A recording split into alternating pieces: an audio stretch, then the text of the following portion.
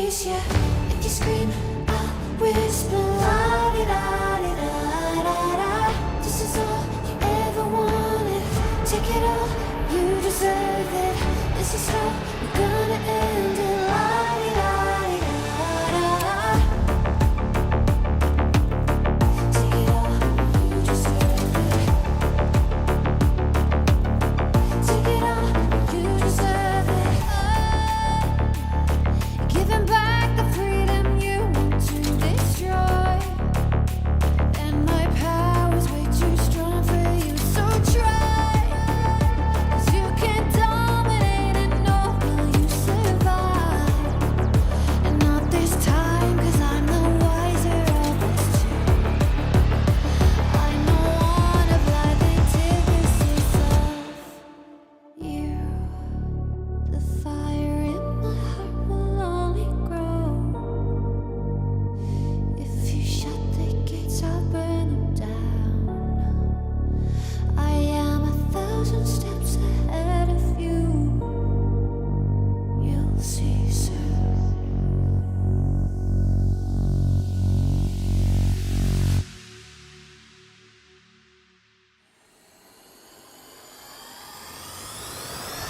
If you shoot, I'll take it. If you run, I'll chase you. If you scream, I'll whisper. La-di-da-di-da-da-da. This is all you ever wanted. Take it all, you deserve it. This is how we're gonna end it. La-di-da-di-da-da-da. If you shoot, I'll take it. If you run, I'll chase you. If you scream, I'll whisper.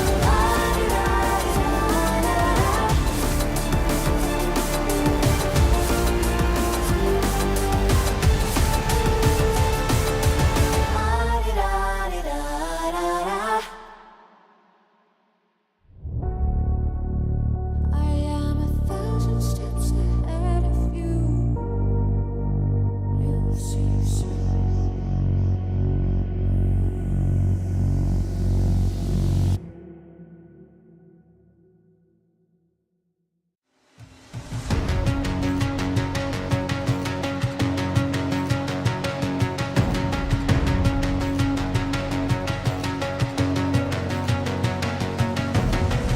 There's something in his eyes. There's a storm within, but it's written in the skies. Won't let it break me till it's over. Won't let it shake me, no.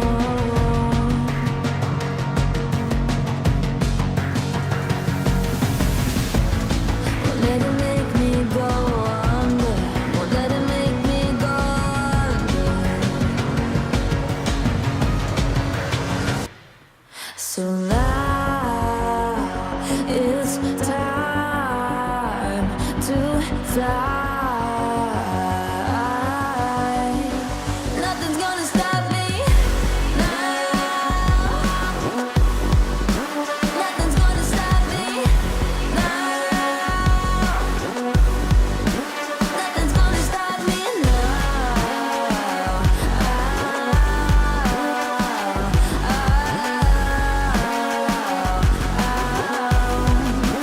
Nothing's gonna stop me. No one will ever get left behind. A million more before I've tried. Won't let it break me till it's over. Won't let it shake me, no.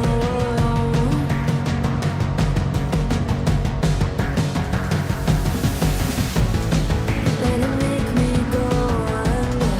Let it make me go under. So now it's time to fly.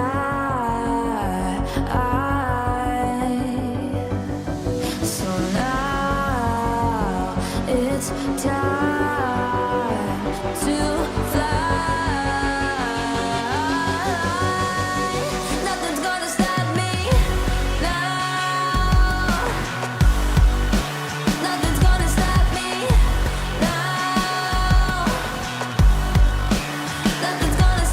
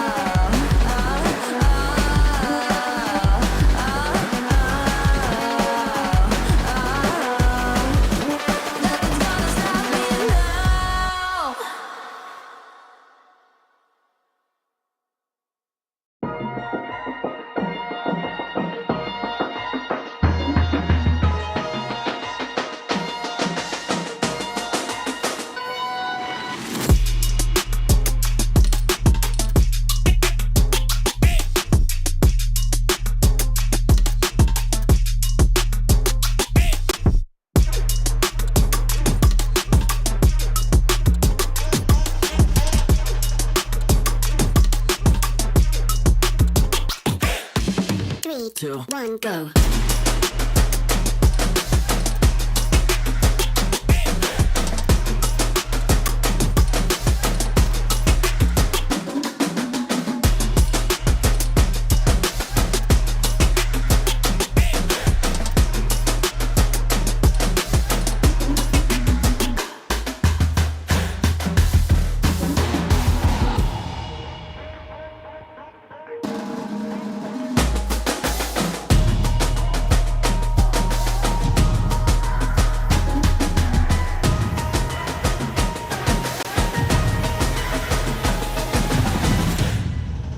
Three, two, one, go.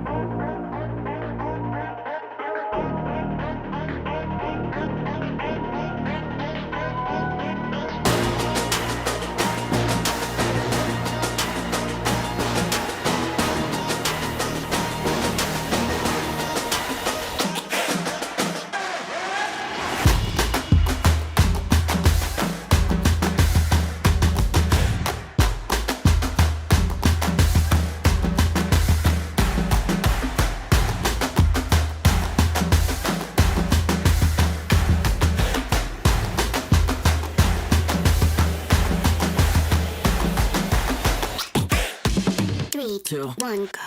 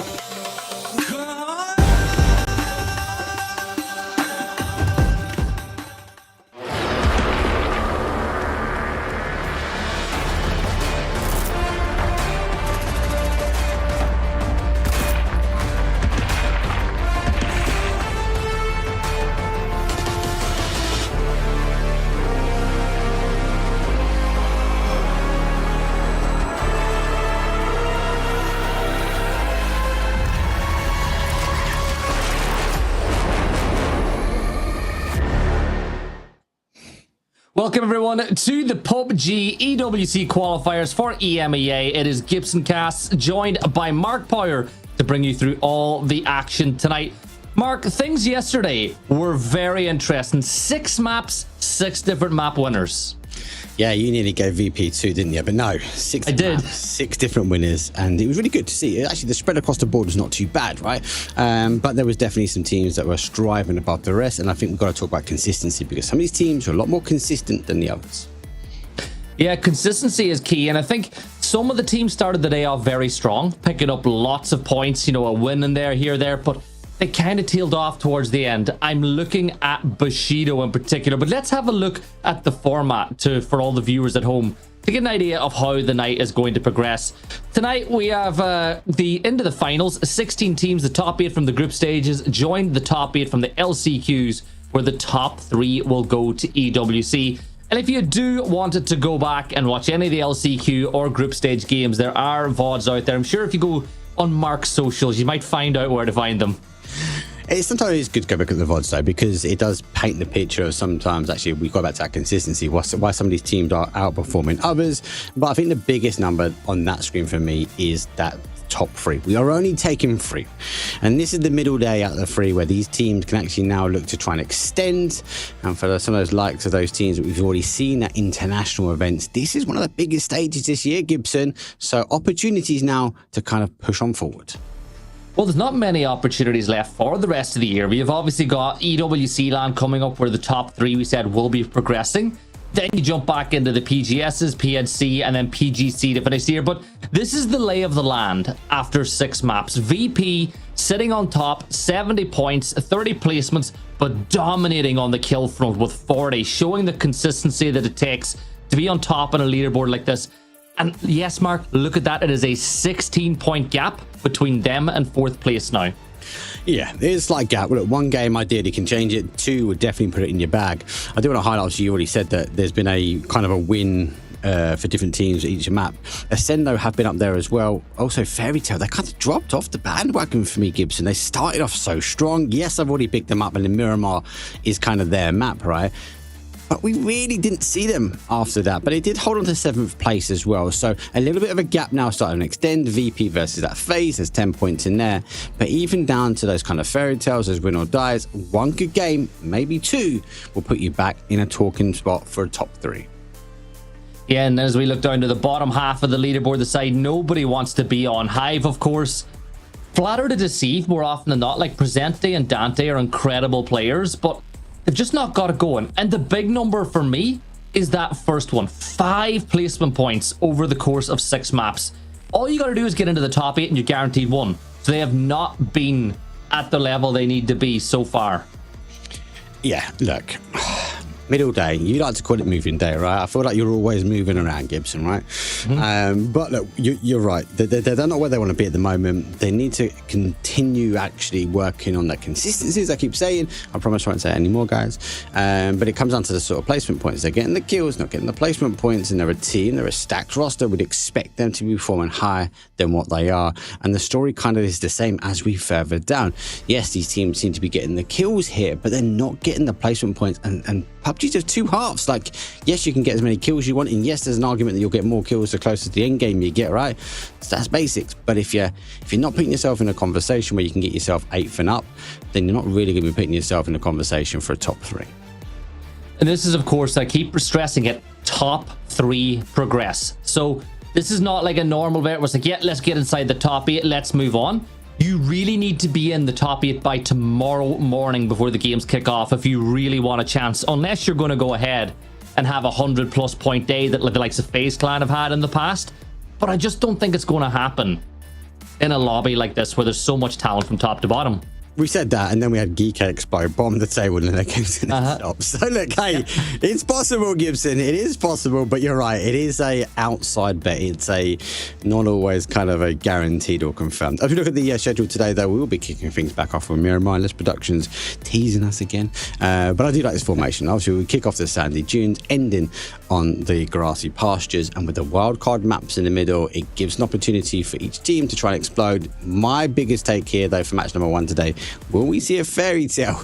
Make sure they get a win on the board, because if they do it again keeps in that kind of conversation. And we've already said we can't stress as much. A top 8's hard, right? We've seen some teams here which haven't made a top 8 and had to go through the last chance and fight their way to get back into this sort of lobby. But a top 3 with the best teams in EMEA is really, really tough. And you've got to ensure that you try and take every game and maximize the points you can. Yeah, I'm looking at it, and you said fairy tale about the first 2 maps. I'm thinking about Bushido, right? The first 2 maps yesterday, top 4 finishes in both. They were in the center of the circle, getting into phase 6, phase 7, and weren't really able to take full or as much advantage out of it as they would have wanted to. So keep an eye if they can keep that form up and running again today. I also hope the flight paths on Miramar are a bit more player friendly. Like if you think back to yesterday, one was north to south, very favored on the eastern side. The other one was from the west to the east, but very favored towards the north. Give us something through the middle so these teams can get the foundations of their game up and running from the very get-go. You say that though, Gibson, right? But look at Ascend. Ascend were able to rotate their way in. They land at water treatment now, and that was in the northeast corner. They rotated across towards the west. They played down, super aggressive, taking on every team they could. And that was kind of the aggressive stance we saw a lot of the games actually from Ascend. So yes, look, you might not get the plane path, but again, we're top of the pack. We're on the road to EWC here. These are the best 16 teams that we've got trying to duke it out. They've got to be able to deal with bad zones, because we know PUBG is going to give us quite a few more with these final 12 games we've got. Yeah, well, that's it. This is a game where RNG does have an impact, but there's ways to mitigate it, right? You look at the way the best teams in the world address a circle. They know their move as soon as it pops, right? I remember sitting down with, I know that it's more of an NA focus, but sitting down with the likes of Roth and sitting down with Shrimsy, but we were talking about the concepts. Like, they sit down for hours watching back VODs and circles and going, okay, we drop here, this team drops there. When the circle shifts there, they're usually within 2.5 to 3 minutes, they rotate, and this is where they like to go. That's what all these teams need to be thinking about. Like, if the circle shifts way to the opposite side of the map, how much time do we have to be on our move? And then how late do, based on the other teams that are between us and the zone, where are they likely to go as well? It's all about working out where you need to be within a set time frame to build your game, because phase 1 might not have a lot of kills, but a lot of teams set down the foundations for their entire game inside it. Yeah, we saw a lot of that. Remember what you mentioned about actually Twisted Minds not being in the lobby, and obviously BB, because these 3 teams are going to join those 2, right? But the biggest thing for me is actually ensuring that yeah, you might not get exactly the space that you want, but you got to make sure that you get an opportunity to get yourself in that conversation. Slight issue with some of the hex codes, but we will get that rectified though. But the game number 1 though, for match number 2, is everyone's blue and rearing to go. It's a northeast down towards the southwest. And Gibson, you asked for the heart, you asked for the soul. We go right through the middle.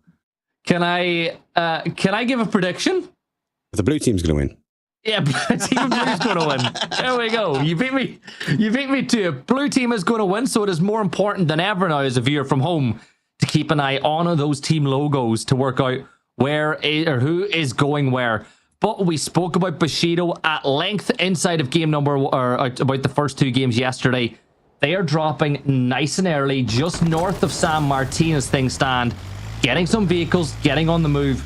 But I think this drop spot that they have, even though they might not get all the gear they want really early and really quickly, they will be able to be mobile if it shifts away from them pretty quickly. Yeah, you're right. You're all right, guys. You have to start waiting for the zone. Bushido, you said it yesterday, they've done well. Like, no team that seems to find themselves in a top 4 position most of the time. And if that's the case, they continue here again.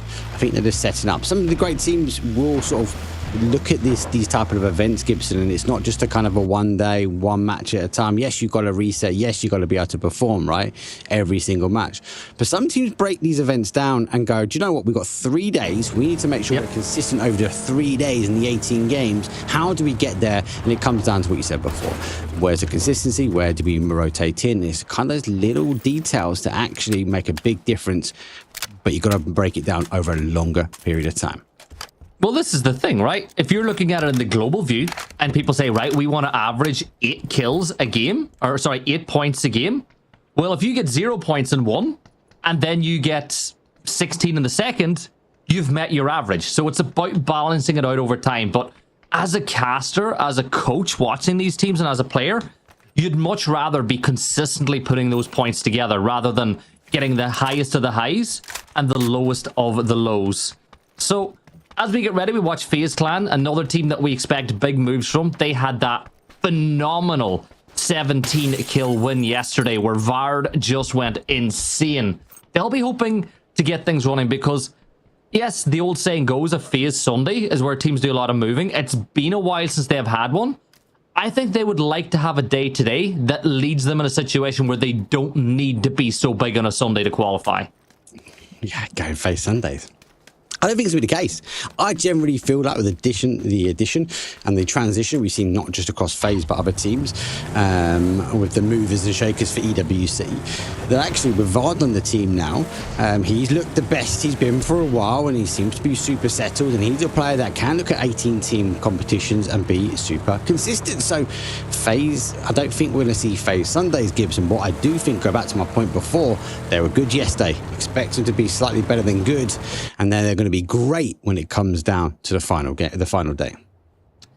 Yeah, and I'm looking at the circles things stand. Navi in a pretty good spot near the center. Geek just south of Chumacera with a pretty, a 1-1-2 split as things stand, which is completely normal in the early games. Vorpal soars with free reign towards the south as well. But I'm looking at, if you want to look at the extremities, right? If you look up to Campo Militar in the northeast of your map, expect Voptrox to probably follow that coast all the way down through Impala, probably come into the zone just south of Resort on that, kind of peripheral road on the south coast, because with this flight path, a lot of the traffic is going to be in and around the direct northeast and center of that circle. So you want to rotate it in a way that allows you to play with the edge with the least likelihood of getting backfilled as well. Yeah. They will have a safer rotation now, starting to make their way down. I do worry that some teams might set up a little bit of a roadblock. For now, we look towards Geek. Phase number 1, 37 seconds left. So just having a look around as PWD will reposition the car. And cars will be important here, especially if you do get that hard shift. We have a little bit of water on that south side. And obviously, if that zone does shift away aggressively from there, then you need to make sure you can rotate your way around. Talk about rotations, we do have Hype Beasts rotating their way around contestants. Yeah, and just for the viewers at home, if you are now joining us, yes, all the teams are blue, but it should be fixed. Yeah, all the teams are blue, but it should be fixed for the next map. So I think, we just address it, let the viewers know it's okay, it'll be fixed next map. FaZe Clan, they're rotating in as well. Gustav will get some company in Vard and Fex as they decide to follow that road up. I think they're going to do something similar to what Voptrox are. I feel like they're going to go a little further east to then go south and then work their way into the circle. Working your way into the circle. PWD working the big brain moves. Picking up VP, top of the hill. He will take a couple of shots. Now he's got level 1 helmet. So I think on his mind will be to ensure he gets fully protected before moving further on. But at the moment, he's very keen on understanding where the teams are moving around him. Does that elevation have height advantage to their position? Are they going to cause him issues for later? For now, he'll keep some eyes on, but more importantly, he's keeping his team alive. Fairy Tail, a team that flattered to deceive at times. They kicked things off with a win in game number 1 of the night. We thought here if we could get some good games going back to back, but things went a little bit south for them from that point on. Redline's nail up. He spots out Bushido rotating past, was hoping to maybe get a knock. Maybe he could spray towards the tires and try to spin out one of those coupes and get some points on the board for yourself nice and early. But speaking of Redline, in the LCQs, they were a big day 2 mover. It was a big day 2 mover. I'm hoping they can maybe do it for day number 2 here. Same with Hypebeast. They started yesterday really well, mate. So, again, yes, game number 1 was good. That petrol garage hold was really strong, and obviously that rotation through, and just didn't quite get the win. And I wouldn't expect him from that position because we had VP sort of closing in on the east. Then Redline, both these teams that expect to be slightly higher, they've deserved a spot here in the top 16. Let's just show the world what you can bring to the table. Were they in my predictions? No. But they do deserve a place, and they've come all the way through, Gibson, from open qualifiers, through close, through last chance, and now they're in the final stroke on the road to EWC. Honestly, sometimes the best road is the long road, and the question now is whether or not they can keep that road going all the way to Riyadh and qualify for EWC. Vup trucks, they didn't quite go as south as I expected. They're going to cut into the circle just south of Los Leones, and if they go a little bit too far south of this position, they'll run in towards Slam G, who are playing the high ground overlooking this whole section of the map. Elsewhere, I'm looking Bushido rotating in on the opposite side. They're going to come in by Valle del Mar. But here's the team, right? Win or die. You've just seen Hello My Bad get knocked. I don't think they really got going at all yesterday when you think about the standard of player they have. Yeah, no, they've got to change up a gear. Get back to their normal gears, should we say. Fairy Tale looking back that way. Sandstorm will pursue his right side. The level 3 vest just keeps himself tucked in at the moment. Nush popping a few shots his way. Quite early, normal games. A lot of teams trying to conquer some area. A lot of splits going on though. This is all about control, and more importantly, all watching for that timer to count down. Phase number 2, if you get the hard shift, wouldn't be too surprised to see a lot more of these teams rotating quite early. They can't afford that kind of first game nerves that we saw a little bit yesterday. Yeah, definitely not. Contesters, bottom of the leaderboard, 8 points total, if I remember correctly, over the course of the whole day. They'll be hoping to get things a little bit better than that. Snap didn't quite get going. Melman, we saw a lot of... I think if you think back to their gameplay, a lot of knocks that were not confirmed. So it kind of tells you that they're taking a lot of long-range gunfights like this, where if you get a knock, it's incredibly hard to get the flush unless the player is completely solo and isolated, like Nailup is right now. And you look at the rest of the red line, Nailup is pretty happy and pretty confident that he's not going to get pushed in this position. But if he's knocked, Evas is ready to go. So the rest of red line are ready to rotate, but they've got to be careful because Nitro from Hypebeasts is in this, factory compound just in front of them as well. Interesting on your point, actually. One of the teams that missed out the most when it comes down to kills is actually Geekay. Soon to follow as well. So, Casters are up there. I think a team that needs to make sure they get those conversions over the line is Chris, looking to try and convert the glider to the grounds. Doesn't quite get the connections. He looks to go repositioning. And interesting for me, the glider's super low going through Death Valley-ish. It's Crossberg just reminding him that he's happy in the eyes of the storm. The zone does shift again back towards the west. We kind of hold on to Picardo in that north to northeast, all the way down towards that southwest, which is Chimizera. Again, lots of elevation here. Verticality will come into play, and that's why I think we're seeing these teams collapse in some of these splits quite early. They want to try and fortify the positions they've got. Yeah, flying under the radar there, I guess is the best way to put that one, as Crossberg makes his way past Ascend now, who are usually the ones that have the eye in the sky. But for Ascend, they're going to rotate in by Brickyard. A lot of space for them to move into as they work their way in. And FaZe Clan, I expected them to go all the way east to then go south. That's what they've done. But the shift going up towards Chimicera now forces them to rotate back between Eternal Fire and VP. And you know who's keeping them if they get all the way to the top of that road? GK, sitting on that Chuma Church compound. It's a drop spot, isn't it? That's why PWD's been very clear about holding this area and gaining that information towards VP. FaZe just coming onto the sort of base, the tower of VP, though, as they're coming up on the additional side. Vard, the new pickup, not the new guy, but the new pickup towards FaZe as the movers and shakers down to the last 4 days, actually, before the roster locks happen. So feels like a transfer window, and all the top spots getting taken at the very, very last moment. They find themselves in a good position. They'll be looking to try and play this game out now from the edge as the zone will sweep them forward. Pickup coming down from the sky as well. I think that is going to be some level 3 gear that'll definitely help these teams' chances of getting some more points on the board as we jump on board with the Virtus Pro Nixie, who is on the move. And you were telling me we're not going to give away the trivia because it might have something to do with further down the line, but we were talking about Nixie earlier and the fact that he's been playing this game for quite a while. Yes, very, very much so. getting big damage on. Don't give away too much, Gibson. That's don't give away the prizes just yet. I'm not giving away the prizes, mate. I'm just giving away the answers. There's a difference. It's the same thing. It's the same thing. There's always a prize if you're the first person to answer questions in chat. Let's be honest.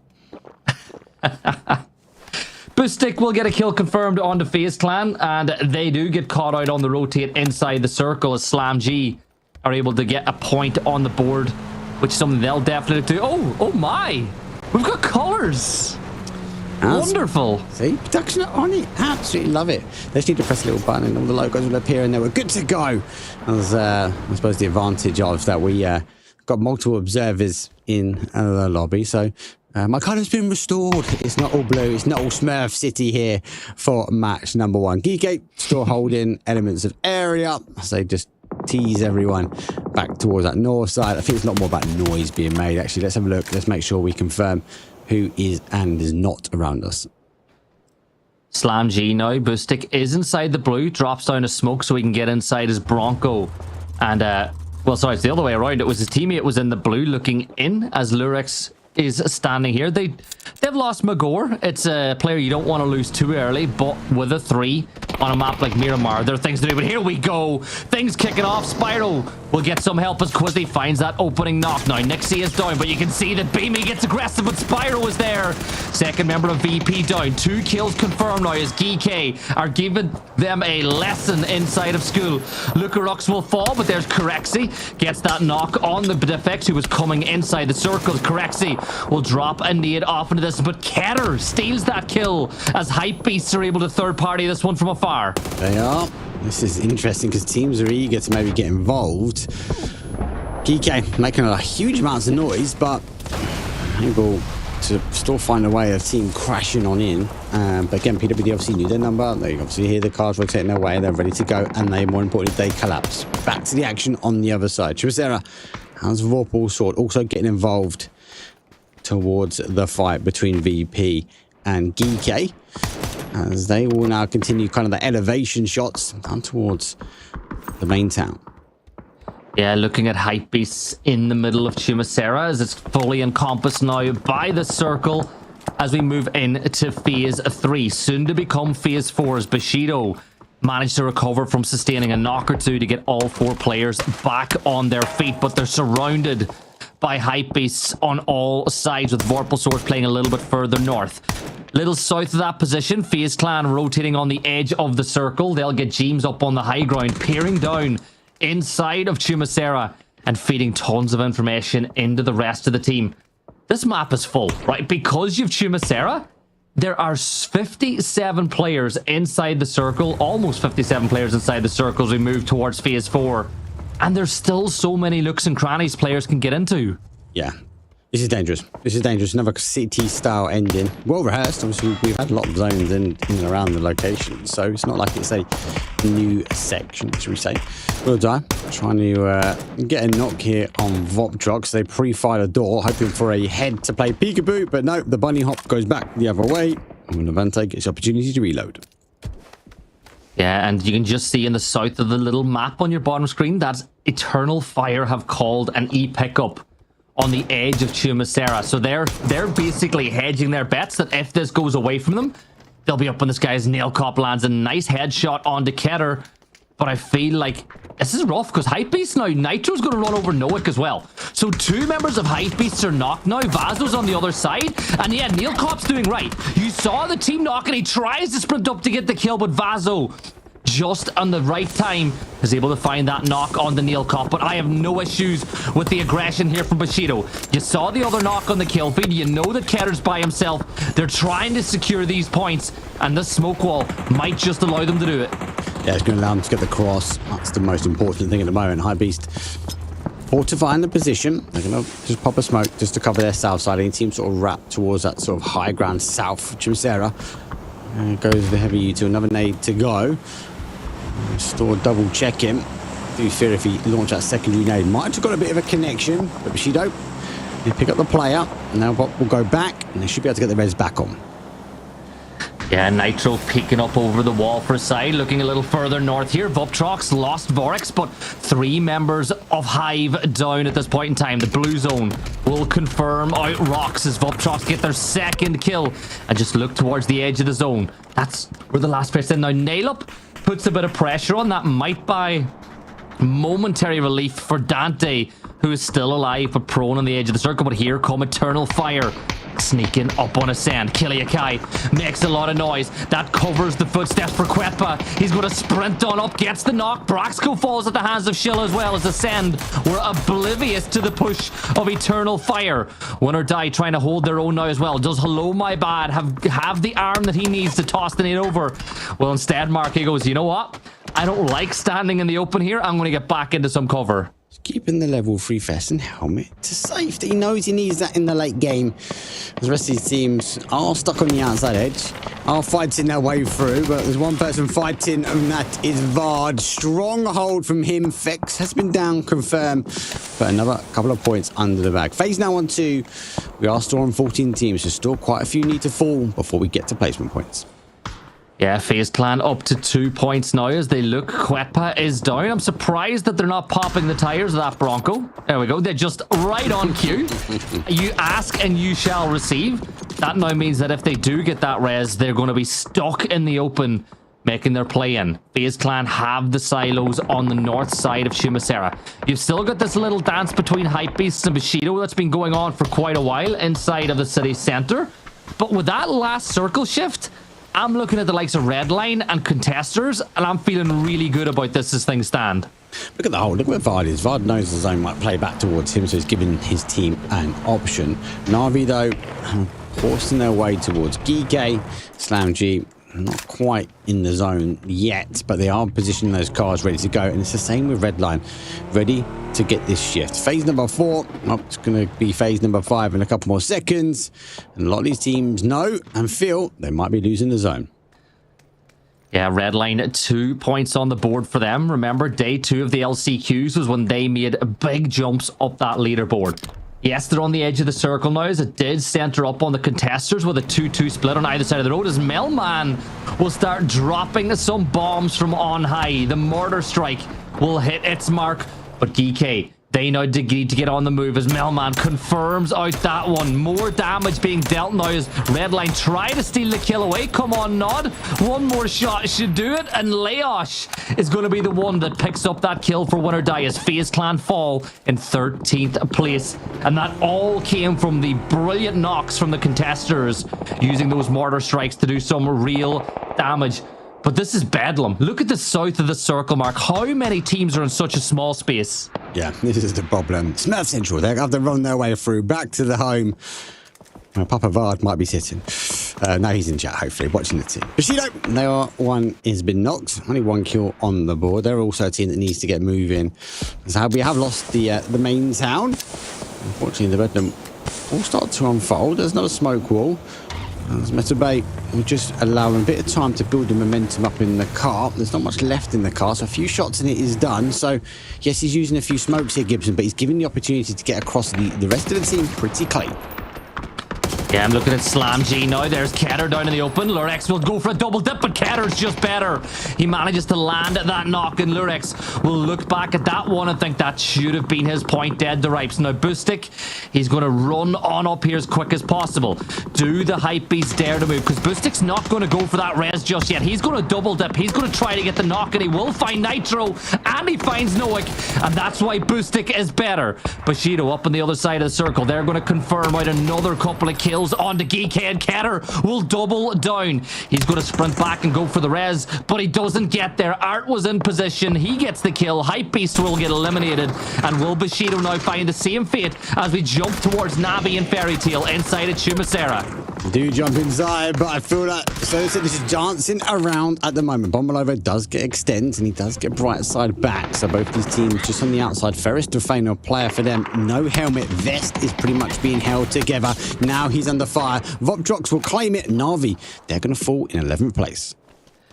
Yeah, 22 minutes of elapsed now. Vuptrox with 4 kills, but a lot of the big name teams have already fallen. Oh my god, Aniko nearly got the knock. I saw the little kill feed light up and it was almost beautiful. But it was a tease. But for win or die, they're going to go for the res. They're inside the circle. They should not be losing any players in this situation as things stand. But jumping back inside of the south side of Chumasera, Fairy Tale, who did win this map yesterday at the first time of asking, they have a lot of work to put into. They're going to win here because you've still got Geeke, you've got Bushido and Vorpal Swords all trying to stop you from getting it in. Such a difficult zone. This is very technical, this zone. How you get out, when you move, you mentioned the pre-show, it's all about timing. Levante just trying to take a few shots, but unfortunately Didvox getting in the way and as a result gets knocked. But this zone is all technical. Comes down to timing. Look, we've got CS sitting in the middle. Melman's though packing the mortar fire already. He's trying to do anything he can just to stop a team crashing on in. But it's going to be down to who moves when. Sometimes the first to move might be the first to die.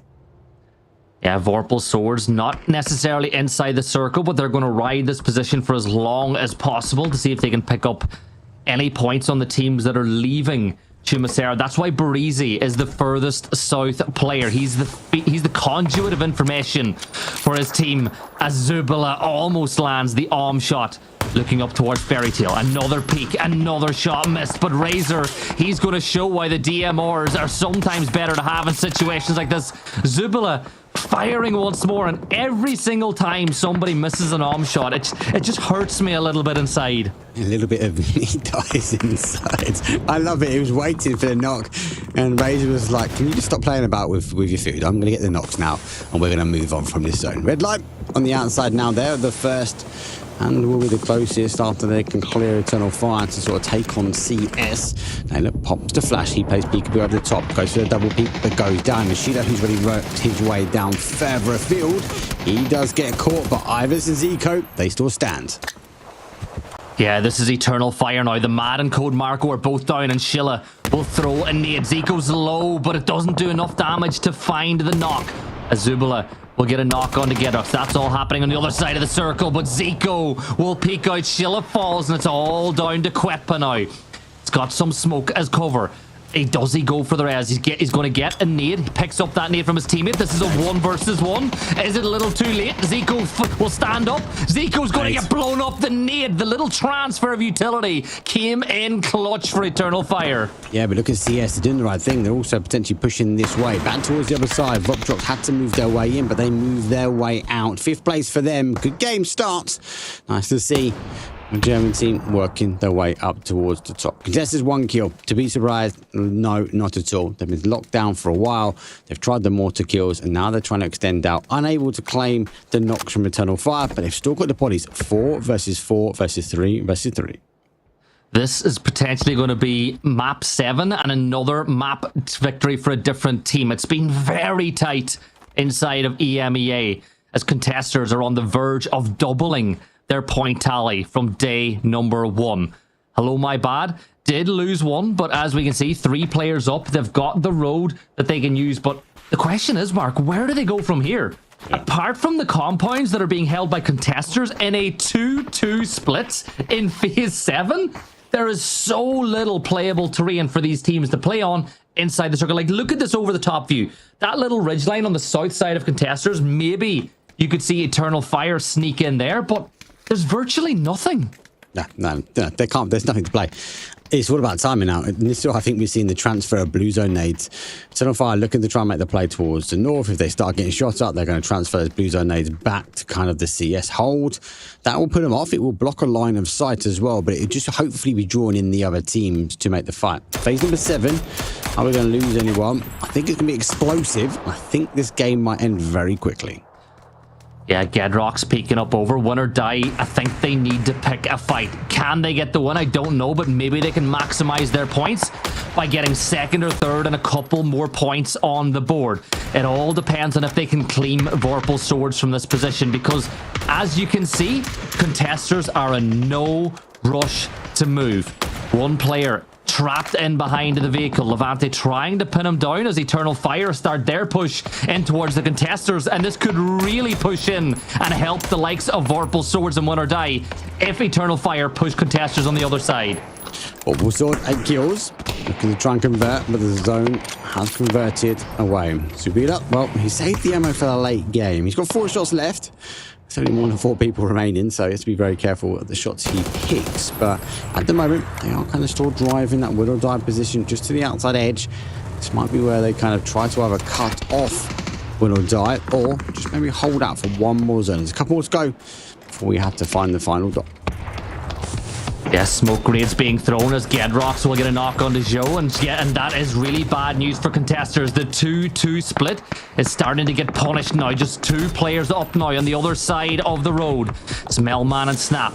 1 kill for them. They've not been able to maximize the center compound position just yet as Snap sprays towards Zubila, but he clicks on empty at the wrong time, and that will allow the player to get a little bit closer to the compound. Levante is now dealt with by Shilla as it's now a 2v3 v2 v3. This is a nice little mix here as EF will pick up kill number 9 for them now as they have played this excellently from the edge. Did the move though? Eternal Fire sort of knocked in, understand who is in the center compound. Now they claim part of the hard cover. That will give Eternal Fire the opportunity to kind of work their way in now on the late game.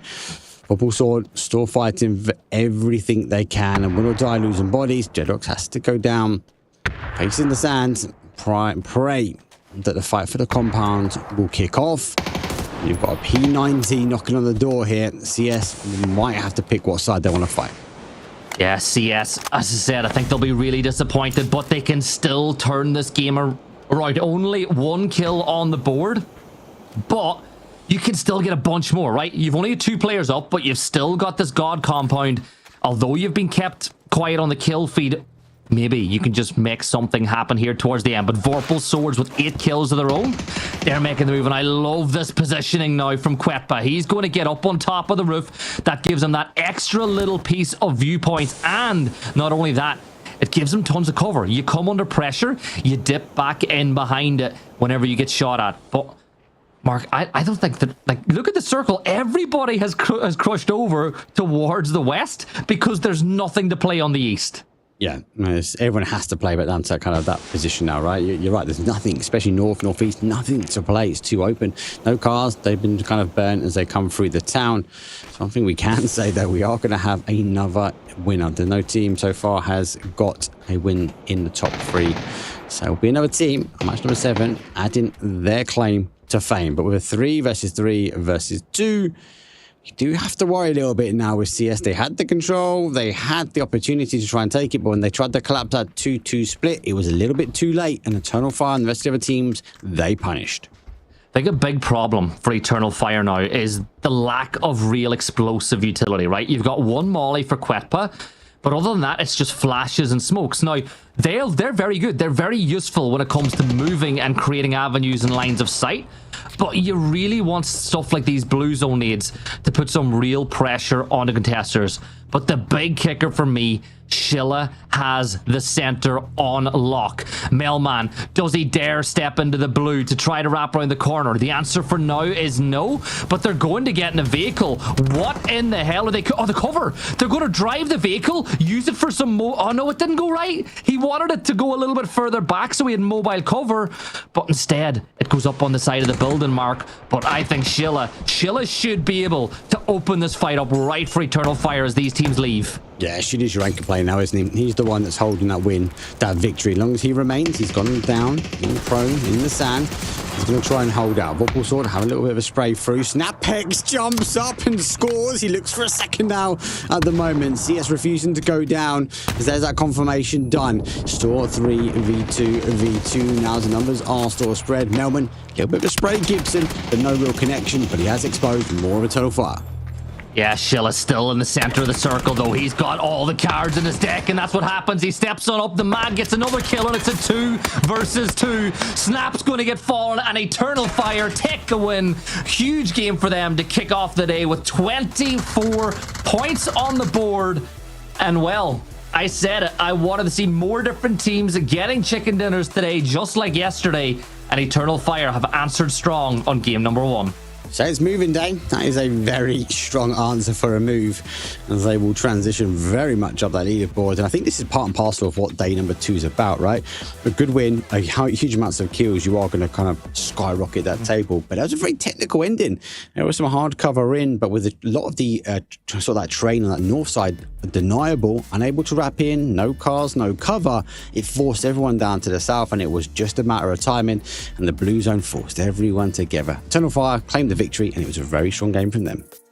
Yeah, and you think about the way they played, and you think about maybe the pivotal moment for them in that win was probably the sneak attack that they got on Ascend, right? They were the only real team that was going to put pressure on them on that western front, and they caught Ascend sleeping. They were napping, they were snoozing, and they ran on up and got the quick double kill. And from that, they cleared up a lot of space on the west. The terrain kept them safe from contesters, and then they were able to take the win for them. But we are going to jump into a very quick break. When we come back, it will be game number 2. It will be another dose of Miramar. We'll see you guys in a few minutes.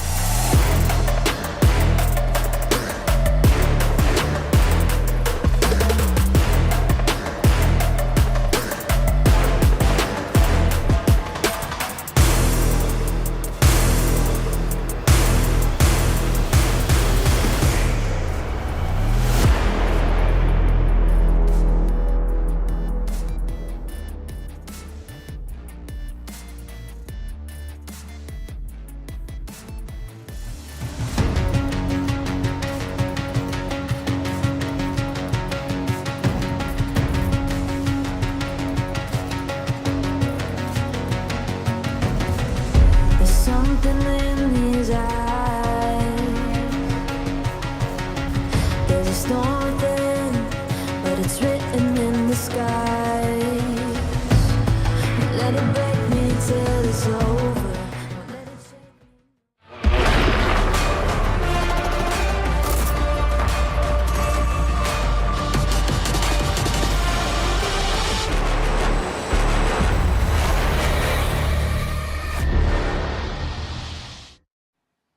Eternal Fire might be the name, but they really only got that fire started to burn on the first map of Miramar on day 2. What a performance it was for them as they get 24 points on the board.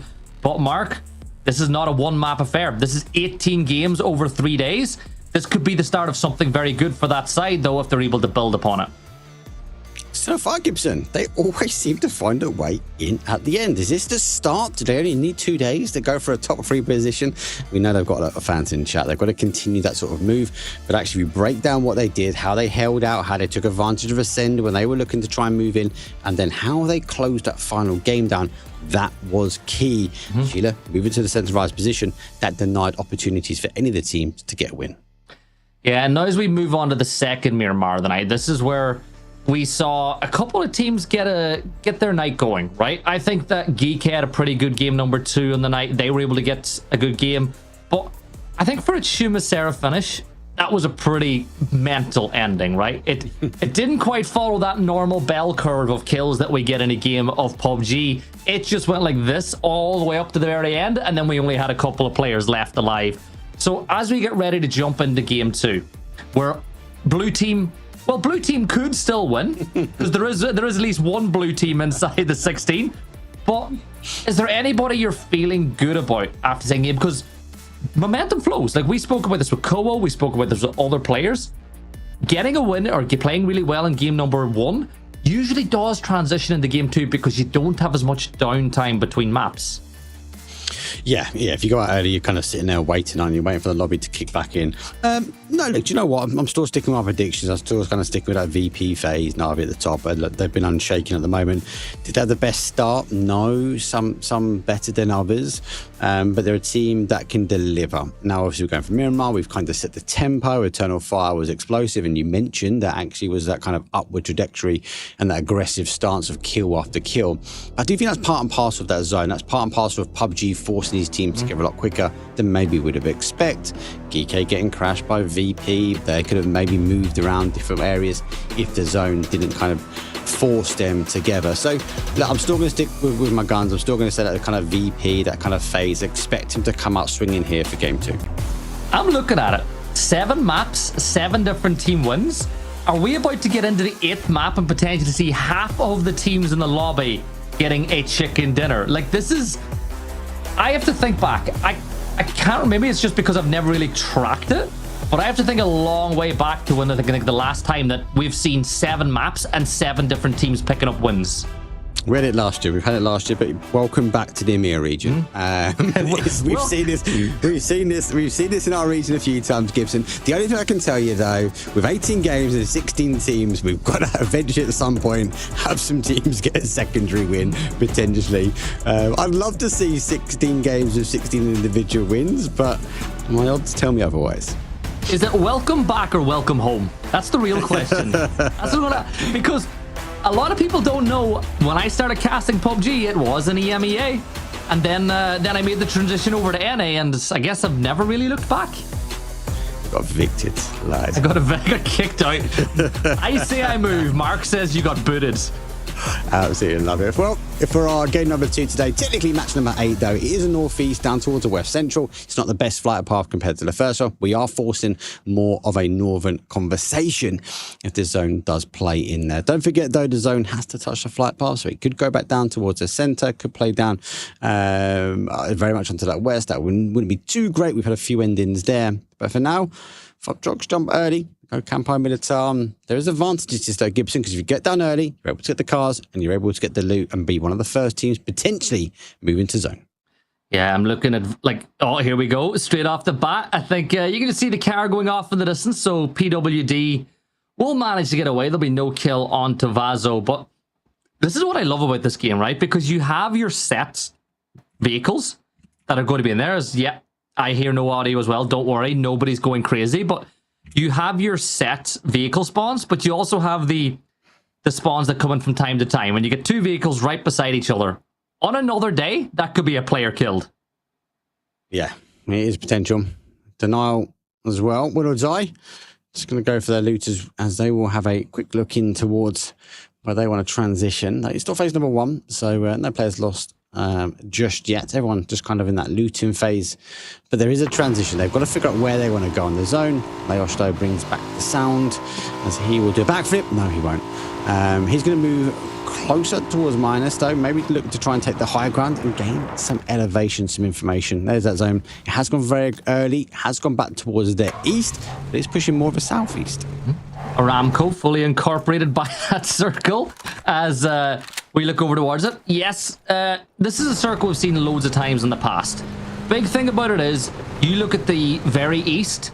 If you take one of the compounds in that section of the map, there is nowhere that you can really get pushed from behind. You're always looking directly forward in towards the circle. So you'll see some teams look to push those areas a little bit early on.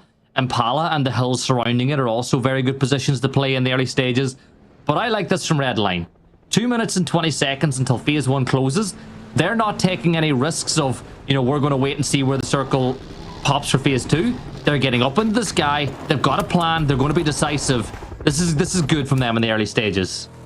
They're El Pozo based, aren't they? So they've got a long rotation in. So yeah, right call for them. Early rotation as well. Some teams will leave it a little bit later before they kind of deploy the E rotation, the E pickup, before making their way closer towards the zone. And that's more of a, they want to get in as the zone hits and figure out where they play from here. But obviously with that position of the zone, they've already got a game plan, which is good to see. And don't forget what we saw from the last chance there. I don't know, I'm still trying to work out Gibson. Was it the last day or was it day 2 that we saw Red Line pop off? It was day 2 of the LCQs. Yes, so last day. So are they waiting for tomorrow, or are we going to see them go explosive today? Tomorrow's not enough, as James Bond would say. That was the title of the film, right? That was it. Close enough. It was close enough, mate. Was tomorrow? What was it again? Because you got the world is not enough. Never dies. Tomorrow never dies, and the world is not enough. Mix the two of them up. And there you got a Gibson special. Yeah. Honestly, I've taken two things and made them better. Put them together and made them better. So what you're saying is that if we get a Red Line getting together on day number 2, we're going to see them get the performance. Well, for now, Fairy Tale looking to combine. They've isolated one here, 4 cars as they herd in extends. The new pickup from Navi. Fairy Tale diverts him completely to a different way, and Extend, lucky enough, hits the handbrake, turns his way around, and they start popping shots back as the rest of the team pull up, causing damage. Yeah, also, I've got a question for you. How does it feel to have so many people call you Max over the last few days? Max Power? What's going on there? What's love going it. on? Keep it coming. Max Power all day. I'm still annoyed that you have kids and you didn't call any of them Max. I did. No, you didn't. What are you lying for? I did. No. His full name is Maxwell, but I have called him Max for short. Therefore, I have dubbed him Max Power. Good. Like that is the name. Like if you have a name like Max Power, you're set up for success straight off the bat. Right? It's just, They are not. Yeah. some names are just set up to be a winner's name. They are. Well, Fairy Tale move into a bit of cover. The Sandstorm provides the opportunity to kind of escape VP. Wider 2-2 hold. Very much on their sort of neck of the woods, on the side of the zone.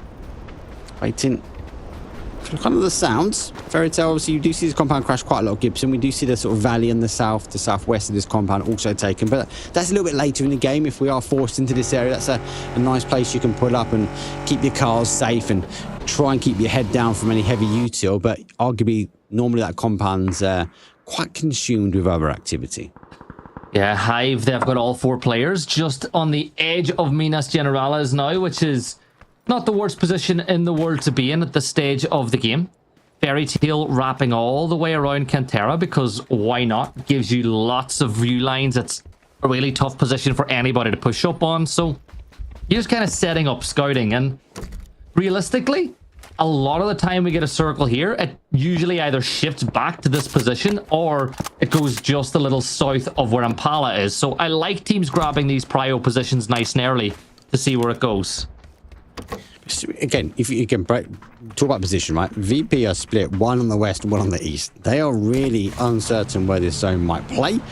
So you can see there the position. Impala's on the hold. You mentioned VP. Obviously, we saw the second goal and see on that fairy tale. If the zone shifts away, then they've already got a position. They've got somewhere to try and hold into, right? Because we've got to take into account that water. Now, phase 1, phase 2 and phase 3, they've got the random, right? They will go as PUBG deems it to move, right? But then obviously from phase 4 onwards, we are going to start seeing the algorithm kick in. And that's where we can start understanding. And these teams will have the analysts behind them. They've had the reps. They get a better understanding. And that's why I feel like we see VP holding this compound. We've seen so many endings play out to the fields here on the east, and they just maybe want to be in a position that actually, if it does play back this way, we need to make sure we've got some hard cover to keep our heads in safe. It's like what we were speaking about earlier. The amount of information that these players and IGLs process is insane. Like, as I said, you show them a picture of the circle in this map and the teams in the lobby, they'll probably be able to tell you which team is in each compound at this stage of the game without seeing anything in the kill feed, because they understand rotation patterns and trends of teams, at least at the highest level. That's something they're able to do. But we see Beamy up, or sorry, not Beamy, but we see Bjorn up in the sky getting information for Vuptrox. This is not bad, right? If you're in the map like this, where you do get shot down, as long as you stay high enough, Mark, you can glide your way back to the rest of the team, get in pretty safe, pretty sound, because of course the glider does not blow up, it just basically engine cuts as if it runs out of fuel in the sky. So there's no reason why Bjorn shouldn't be doing this at this point. No, early game. Get the information we said before. Hold out. Most of the teams are in. We've still got a few that are still working their way. North side, though, we've got Ascend and Bushido as they are working their way in from that Campo Militaro. They're working down Impasse sort of cruise. And then the south side, interesting one for me. GK's been holding out very much in the south side. They've got a lot of space here, Gibson. So a southeast shift is going to really favour GK. And Football Swords, they are teasing us slightly if they do rotate around on that east coast. If they take the coastal path, they are going to be running to Geek as it stands. We'll have to wait and see. 50 seconds to go before we see where phase number 2 goes, and that's going to be the critical look of actually where we're going to shift. And unfortunately for some of these teams, they might find themselves outside the zone. Wouldn't you love the crazy shift back towards the islands? Just because why not? Keep things ready, but you've got Red Line Centre Compound. Way up to the north by Cruz de Valle. Ascend are now rotating in. They are going to find so much free real estate on their pathing into the circle. They might even find the crate drop because one is dropped just ahead of them. And they might just find it on the way and, you know, get yourself some level 3 gear. But I always talk about it. It's that inverse donut effect. All the teams now have pushed themselves in towards the centre of the circle. And it's bought teams loads of space to push into the circle from the edge. Oh, Fex, never change. Never change. Well, here comes phase number 2. As a zone, well, it will shift. With that shift away, Brent is going to be there. It doesn't quite give you the island you want, Gibson. Obviously, with Voptrox store in, does mean it's played back towards that kind of north side. Means a lot of these teams now sit on the outside, and arguably even VP, their 2-2 split hasn't paid off as they have to go full send. A bit like Noik, full sends his way in towards the likes of Fairy Tale.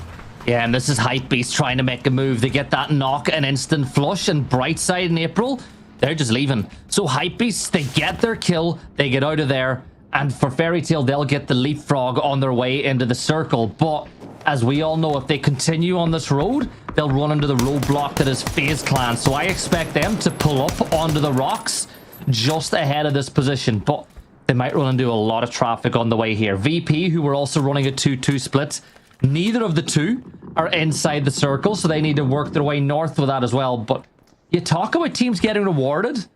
Like, I look at Vuptrox, they're in a really good position now in the center. And remember, they e-pickuped all the way from El Pozo, and now they find themselves in the center, or as close to of the center of circle number 2. Yeah, lots of action on the southeast corner as GK have kind of set up a car fortification. We've not seen him in the kill feed just yet. Navi also contending for the eastern coast, and Hakatori does get PWD. Quick kill confirmed for him. So again, lots of action out on the east. Don't forget we have Purple Swords need to still come in. Now we still have GK working their way down. A bit further though in on the zone. That's where we saw Hive. But this is what I'm talking about. GK have been holding here for quite some time. Na'Vi played across. Yes, they got the PWD, the big brains, down and out. But look at that mini-map there. Vorpal Swords, they've been sneaking their way in. And GK might have just assumed that this is the only team that's passed them. They've got to be cautious. That's not even what I was looking at. Bjorn was flying by, stealing kills away from the sky.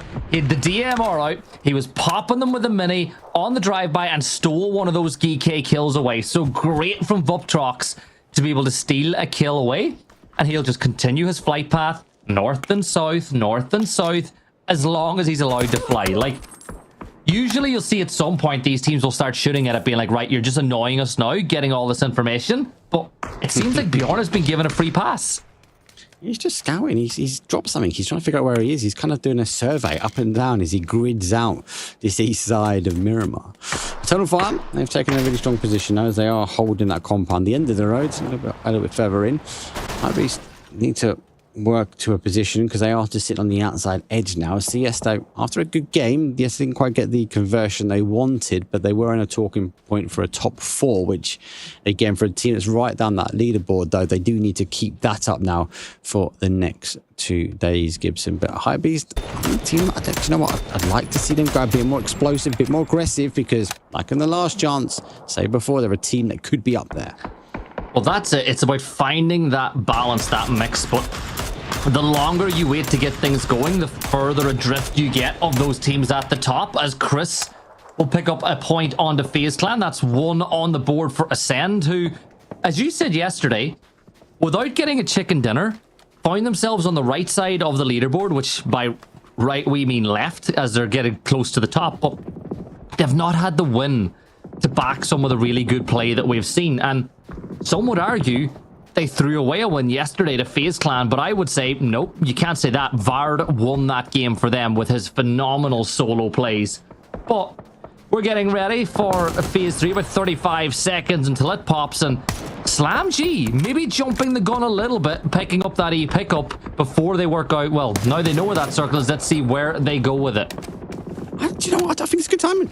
I think it's good timing at that time to figure out where they want to go. Maybe they're going to be a bit behind the curve, Gibson, because yes, they're going to be airborne, but they've been scouting. No. They're now going straight for the center. This is a big chunk of zone they want to try and take out. Mogul jumps out. Initial shots will come through. Bushido on a 3-1 split. He might get away with this, though, because they're coming from the bottom side, though. Now Bot goes, launches a few shots, but doesn't quite get the connection. And Slam G, some way, they got boots on the ground. But look at it. I just noticed there's level 1 helmets. They're not really fully kitted up on the side of Slam G, and Bushido know exactly where they are.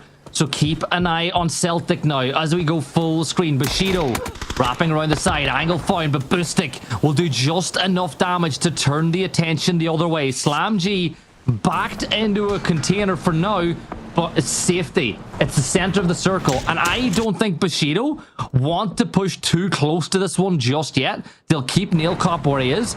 If they can get blue zones down, they'll use those to their advantage. But I think that for Slam G, they got everybody down and everybody's still on their feet.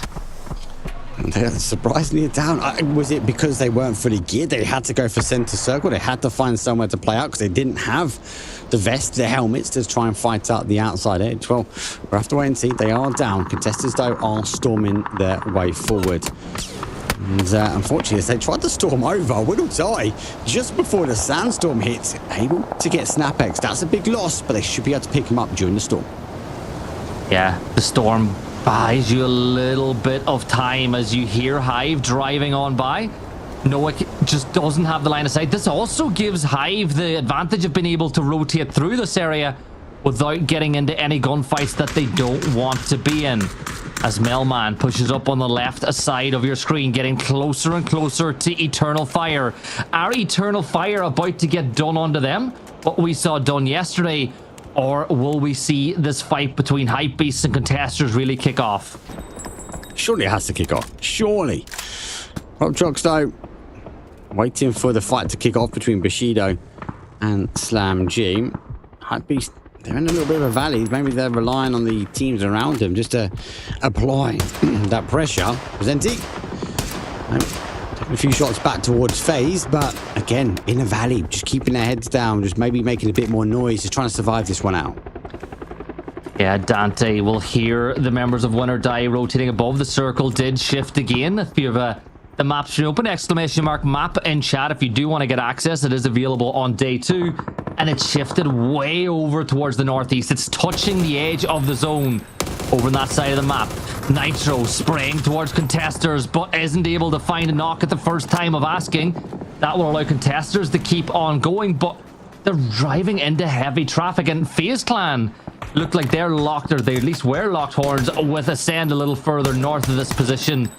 But Redline, Mark, I think that they should rotate late. I think because of where they are in the circle, come in with the blue, because if you go too soon, you will get caught out. Yeah, you will. What about getting caught out? It's Melman.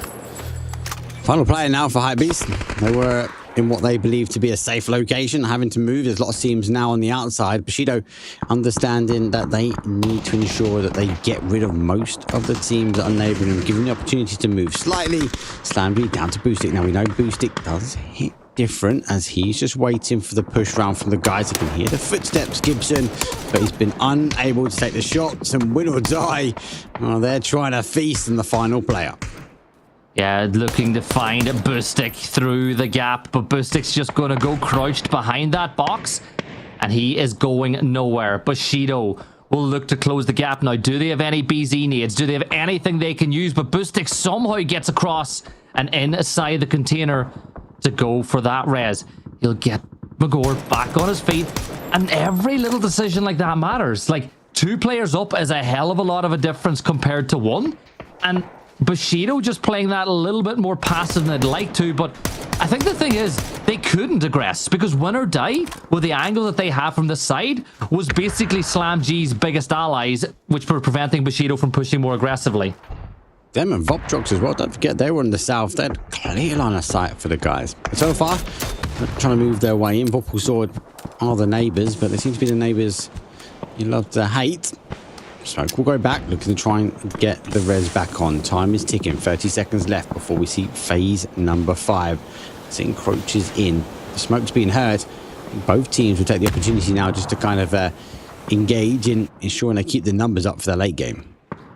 Yeah, Razor peeking over that ridge line, but the terrain is rough. Now, those blues only bounce a mile. There's the angle, but Razor gets another knock. Can he get some damage onto Code Marco? Yes, he does, and the blue zone need should get that knock confirmed. So that leaves it all down to Quetba now. He's going to step across the side, but Spyro on the other side of the action for Geeky will find a lot of damage onto Razor, and that might buy Quetba the time that he needs to sneak up onto the other side of this fight. Blue zone doing some real damage, as Hive are going to lose players to it as well on the other side of the circle. But there's Dante, and oh my god, Quetba gets the kill. How does Crossbar lose that? Different. It's the Dragon of Doom. On the other side of the zone now, we're having a lot more action, because obviously that zone shifts again back towards the east. It's going to force a lot of the bodies together. Geeko going to be happy that they've positioned here. As I said, they lost PWD. First one will fall. Nailed it. Knocked and confirmed. So that's number 3 on the board. But you've got the likes of like VP. They need to figure out how they get in. Redline had to go for a full send in here. And Voptrox now for the first time losing zone. But I think they're just waiting for the teams to move around them. They might be looking to try and backfill. Top tip for Redline: don't redline your Murado's rev counter when you're driving over a jump or straight towards a tree, as that did cost them another player on their path inside the circle. Zico will find himself as the only player now in the compound. Win or Die, they're getting pushed now by Bushido. They've left the compound, they've left that phase warehouse, and now they're looking to put some pressure onto Win or Die. Celtic steps up over the ridgeline, catches Levante with a potentially a nade in hand. Neil Kopp gets another, Celtic a third. Win or Die have just been deleted by Bushido in the blink of an eye, and that leaves Gedrox as the last player standing. And Mark, he wants none of it. He's running directly towards Voptrox. I think Bushido kind of wrote off that first game of today and was like, do you know what, we need to perform better. They're just outside those placement points, got a couple of kills, but they want to prove a point now. Just one more team away from the placement points. They're on 7 kills at the moment. They are looking to be the last team here as they are looking for the peak over the top. Voptrox did come over the top. There's one piece. Burn does come back, but he has to be aggressive quickly if he wants to stand a chance to try and get these reses back on. But we've got teams like Ascend be reading the kill feed. They might play in from the north side, and they have some elevation that they can take. They're on their way. Here. Ascend going to take the third party. Yeah, they have to. You got to get points on the board. You have two teams that are weak on the side of the circle, and you've got the opportunity to hold them out. Big res from Metabee. Voptrox have got Aniko back on his feet as he throws the blue zone nade right on top of the downed player. Braxco gets the angle on the other side as Metabee will find Aniko. And Bushido now locking horns with Ascend. Braxco third partying from the other side. More damage being dealt onto Celtic now as Bushido find themselves the filling in a sandwich that they don't quite want. They do not want this to be lunchtime as we drop to 7 teams. Kiliakai wrapping around the edge. There's Celtic easy as it comes, and now Crossberg's the only player for Bushido standing. He's inside phase 5 blue. This one hurts quite a bit as you see that health bar chunking. But Voptrox, they were blessed by Ascenders. The Germans will help each other out, but I'm pretty certain that those two German sides are going to fight now too. Yeah, they have to. This is the play from Ascend. They had to play here. If they stayed on the outside, it would have been a bit of a downfall. They have left the Lanka player there, so Pains is a store holding, ensuring no team sort of wrap from that east side. Brexlow charges forward, nade explodes in his face. He has to take the opportunity now to get a med back on, but he jumps to the other side of the Dorito in a position maybe the teams won't expect him to be there. Crossberg will get picked up by Neeks as Ascend drop down the fog of war in this battle. Braxco steps inside, but Bjorn gets the angle now onto Chris. 3 players up for Ascend now. This battle will go level in numbers, but Bjorn needs this deployable shield to buy him some time to get the res off. Neeks creeps, uses the nade explosion to sprint momentarily, but will continue to just move his way on up. Tries to get that kill confirmed, but Voptrox will get eliminated. But the question is, do they have time to get Chris back on their feet? The answer is no. Voptrox will get that kill on the board, but it's 6 kills for Ascend. And at this point in time, there's 5 teams left alive. And can we see another team get a win? Ascend certainly have as good a chance as any. Again, these little movements that Ascend the scene. Pains was holding, making sure no one kind of came up from that east side. The moment they lost Chris, Pains was in the car. He closed the gap. He was there as an extra body. Now they know they've got the top of their high ground. Pains moves himself back. Ascend at the moment are controlling the game. They're looking to force everyone down to these corners, and they potentially might be king of the castle at the end of the day. But for now, VP looking to try and sweep their way around the south side. Red line, as they did have to red line forward. TaeGo, he does hold just in front. Crexy looking to play peekaboo over the top. Flashes will go here. TaeGo peeks him up over the top. The initial spray doesn't quite get the connection, but it does draw all the shots towards him, and the wrap down the bottom. Well, it's Beamy, and he's able to claim it. 5th place though for Red Line, and straight after that, Eternal Fire also fall in 4th. 4v3v3, GK and VP looking to get another win to go with the ones they got yesterday, but at this point in time, they are the closest 2 teams to each other. So what can they do? Nixie, no nades in the back pocket, but look at GK. Quizzy has got 3. Remember, this is the stage of the game where utility becomes crucial. In a circle like this, you want to use your smokes. You want to use anything you can to give yourself the advantage. And even though Ascend have only got 3 players compared to VP's 4, I think their positioning in the circle makes up of it because VP are more likely to fight with GK first. Yeah, you'd expect it. GK do have the opportunity. They've got the hard cover. They could play around to that east. It's all dependent on this zone shift, right? But again, that's like where Ascend position. They've played well. They've reinforced when they needed to reinforce. Now the zone goes back towards GK. Does VP make the decision now? Do they go to the high ground and try and take on Ascend? Or do they work their way back towards GK? Either way, it's going to be a difficult fight for them. And arguably, they'll even run out to the blue to ensure they have util for a late game. 26 minutes gone. Everything just starting to slow down now as these teams begin to move around. VP with 3 players stacked right on top of each other know exactly where Ascend are playing, while Nixie will just creep this way. Now, some people will say, what is Nixie doing? Well, the answer is simple. He is here as an early alarm bell for the movements of GK. they can get all the information that they need for their team by just playing a little bit further away, as the circle is going to start closing, and it's going to start closing towards Geeky, whose church compound is inside. But Mark, the only problem with that church compound is that realistically this is going to feed away from there from phase 8, and when you're pushing uphill on a ridgeline like that, if Ascend and VP can form an alliance, this is it done for Geeky. Yeah, an alliance with Ascent. These guys, if they're hungry for kills, it's not going to happen. And we know the Polar Bears, they've got a bit of a bite about them as well. It's difficult though from Ascent here, especially if VP apply pressure their way. Crexy just having a look on the outside edge of blue. He's wrapping around, just seeing how much of the zone he can look to try and chunk out. Ascend line the cars, they're ready to go. Interesting, they've got fortification when it comes down to late game. They took the third party really well. They're just getting ready. 50 seconds before we have to move. And you're right, GK, it's going to feel, I know it's a bit of a mountain, it's going to feel like a huge mountain when they have to start running on the zone shift. Yeah, but still, the one thing that GK do have... Oh, yeah, here we go. I love this from VP. They've realized what's happened, and they've sent 3 players over. They know that GK need to move, and they want to be the team that takes advantage of it. Spyro will start wrapping south, because I think they feel like this wrap towards the south is the one that puts them in least trouble, even though they know it will lead them to a fight with VP, who are playing just on the south side of the zone. I just think that all these teams are like, we don't want to be the one to make the first move, because they know the aggression levels of the other two means that as soon as a fight kicks off, it's going to be all 3 teams pushing on top of it. Oh, GK going to the closest ridge. That closest ridge is by VP at the moment. But it's not even just the aggression. If they move in too early, if they move in too soon, they might overstep their welcome and go past some of these teams. Quizzy finds himself in a good position. He's ready to smoke towards that north. That's going to deny the shots from Ascent. Should allow him to try and take the fight. Both these teams are kind of figuring out which way they want to play it. For all now, we'll go for a full stop. This phase number 8. It does mean, though, chat, that we are going to the dot. We are going to the middle now. Ascent need to find a little bit of a new home. And Geeko leave the safety of their compound, but they leave it quite early.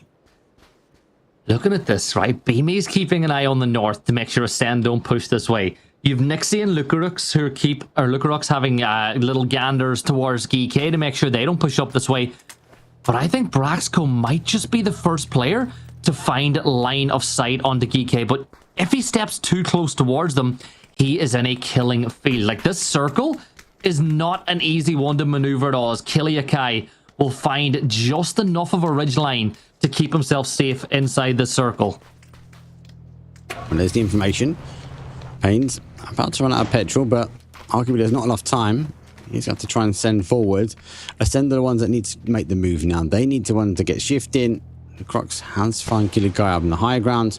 Mentioned before, Beamy's holding that sort of high side. VP have 2 options here. They go aggressive down towards kind of Geekgate, or they play straight across the middle because of their ridge line and go head to head. As I said before, if they step too far one or the other way, they'll be the ones to fall at the moment. So I do have to favour VP a little bit here, but it's all dependent on that timing. Deployable cover added to the center of the circle, which should help VP a little bit more in this battle for victory in game number 8 of 18. Still, I love it. The tension is just building. You could cut it with a knife as VP. You can see not really blessed with explosive utility themselves. I think I saw 1 nade. Maybe that could be what they need. There is a body there just for the Beamy, but I think it's already been looted as much as it could. We go over the top, and Ascend will close the gap towards the center a little bit more. Paynes took some damage there as the nade will get him down to 1 HP, and that could have been really, really bad for Ascend.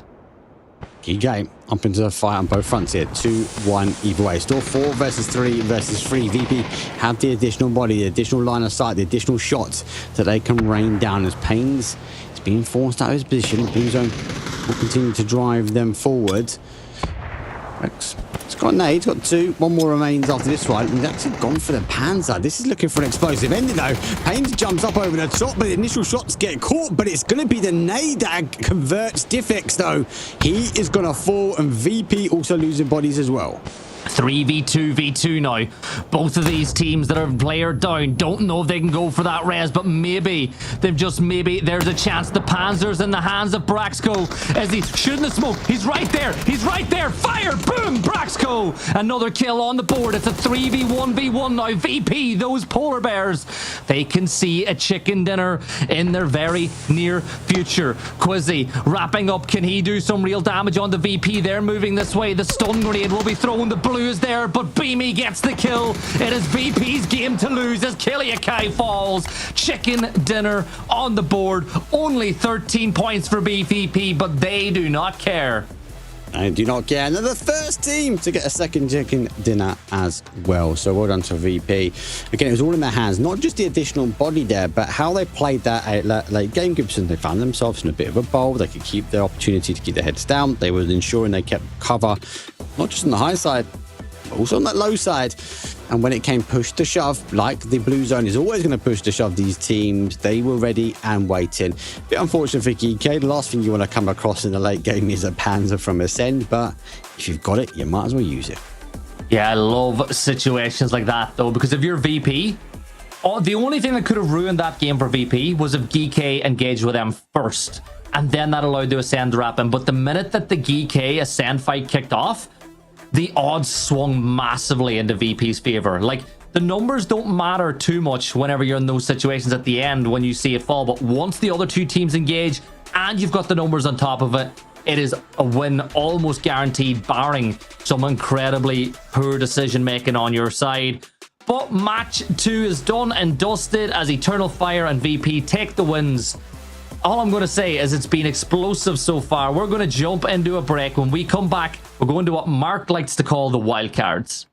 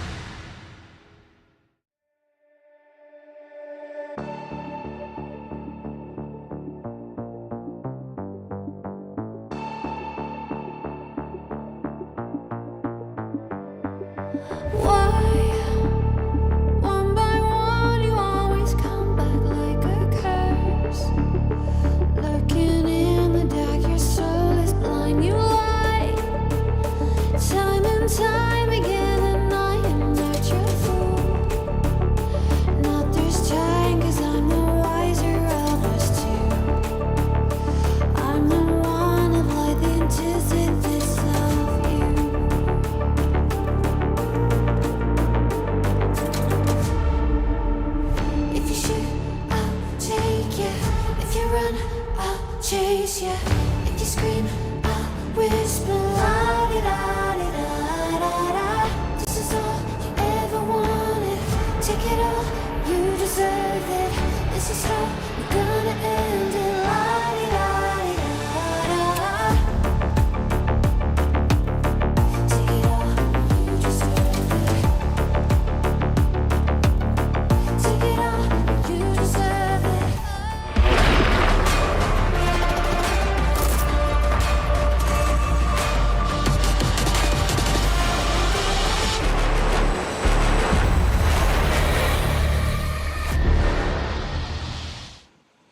Well, the Miramar's done. That means it's wildcard time. Yes! Time to TaeGo is nearly underway. And it does mean I like these maps because they're explosive, they're exciting, and they're the opportunity for some of the other teams maybe to get some points on the board. But as it stands, with a VP win, getting a huge amount of kills here, Gibson, are they starting to, as you say, move or moving their way further into the lead and maybe cause a bit of a gap for everyone else to try and chase? Well, you asked that question, and the answer is yes. They're on 83 points as things stand, top of the leaderboard with an 11-point gap over second, and then a bigger gap of 19 points between them and third. But the real gap that matters is how far ahead of fourth place they now are. And fourth place is occupied by Bushido with 60 points. So 23 points. At a first glance, you're like, yeah, that's a lot of points. But this is PUBG. We've seen 27-point wins. We've seen 24-point wins. Like, there's no reason why a Navi or a Bushido could not be breathing right down VP's necks if they get a big win in this map. And it's a danger as well, because if a team does start to run away with it, and obviously this is maybe the start where we can maybe get to that point, right? But if they do start to run away with it, then it's not 3 spots anymore. It starts to become 2 spots, and that's what you don't want if you are second and down. Well, we are now match number 9 now, as we go from a north central down towards a south southwest. Does favour again this west side of the map, so we cut out huge amounts of TaeGo. With people quite cautious here, it's going to favour teams like Ascend, who were activated at the right time on that last map because they're out the plane early and down to the normal drop spot. Yeah, looking elsewhere. So obviously Hive, they'll be able to go dock. That wasn't really an option for them yesterday with the flight path that we had being way more focused towards the eastern side of the circle. Terminal, of course, Navi love to drop in that spot. Now, historically, if you drop in Terminal, the team that land a little bit north of you on the road, your next move is determined by what they do. So you peek up over the ridgeline if the circle goes north. If they camp one bridge, you take the other. If they feel like they can take a fight on the contesters, or if they get an early knock, do not be surprised if Navi go for that kill. But we're hopped on board now, picture in picture with Vuptrox, Aniko and Havazo from Hypebeasts, as these two teams are quite a ways away. One's up in Shipyard, but we get an idea of what their early idea is. Secure vehicles, go get looted up, play your game from there as the circle pops. And Mark, well, I don't think Navi will be in any rush to cross those bridges anytime soon. I think they'll be pretty happy where they are. Look at the rush, though. We are seeing from CS. They need a good game. They're already moving centralized zone. So the zone does go quite early here, guys. We are favoring towards the east. We hold on towards that shipyard. And it's good to see CS making the early rotation. They're looking to try and secure some hard cover. If they find themselves center zone, are they going to get the kills? Maybe, maybe not. We'll have to wait and see on that one. But at least they're putting in a topic of conversation to go, do you know what? We're trying to find ourselves a position. We want to be in a top 4 when it comes down to the end of match number 9. Yeah, that's it. Like, you want to be at the end of this map not too far away from the top 3. You know, this map signals the halfway point of the entire weekend, so you get away from the, oh, well, it's early. You know, there's still loads of points to get to. Right, the opportunity to get points is getting smaller and smaller every game we play. And that's why we always say Saturday is moving day. Someone got that reference a little bit earlier on today, so shout out to that person who understood that it is, of course, a golf reference. But I'm honestly looking at it like VP have moved up even more today. We're seeing Ascend try to climb a little bit. Even Contesters started the day off strong, but I just feel like maybe the occasion has got to Contesters a little bit because they're just not playing with the aggression or the freedom that we saw from them in games in the past. This team's stacked, Gibson. Don't give them that excuse. Absolutely stacked. And they got experience as well. We've got Melman here. Yeah, I know. On form. There's no excuse. They've got to play their game. I feel like it's not about them overthinking the lobby. I feel like they're getting drawn into other people's game. They like to play aggressive, like we've seen what I said yesterday with Team Ascend. Ascend work their way around on the outside and they play that passive game that they were very much known to do. They fall into playing other people's game. They're determined on who's in front of them. I think we're seeing this here from CS.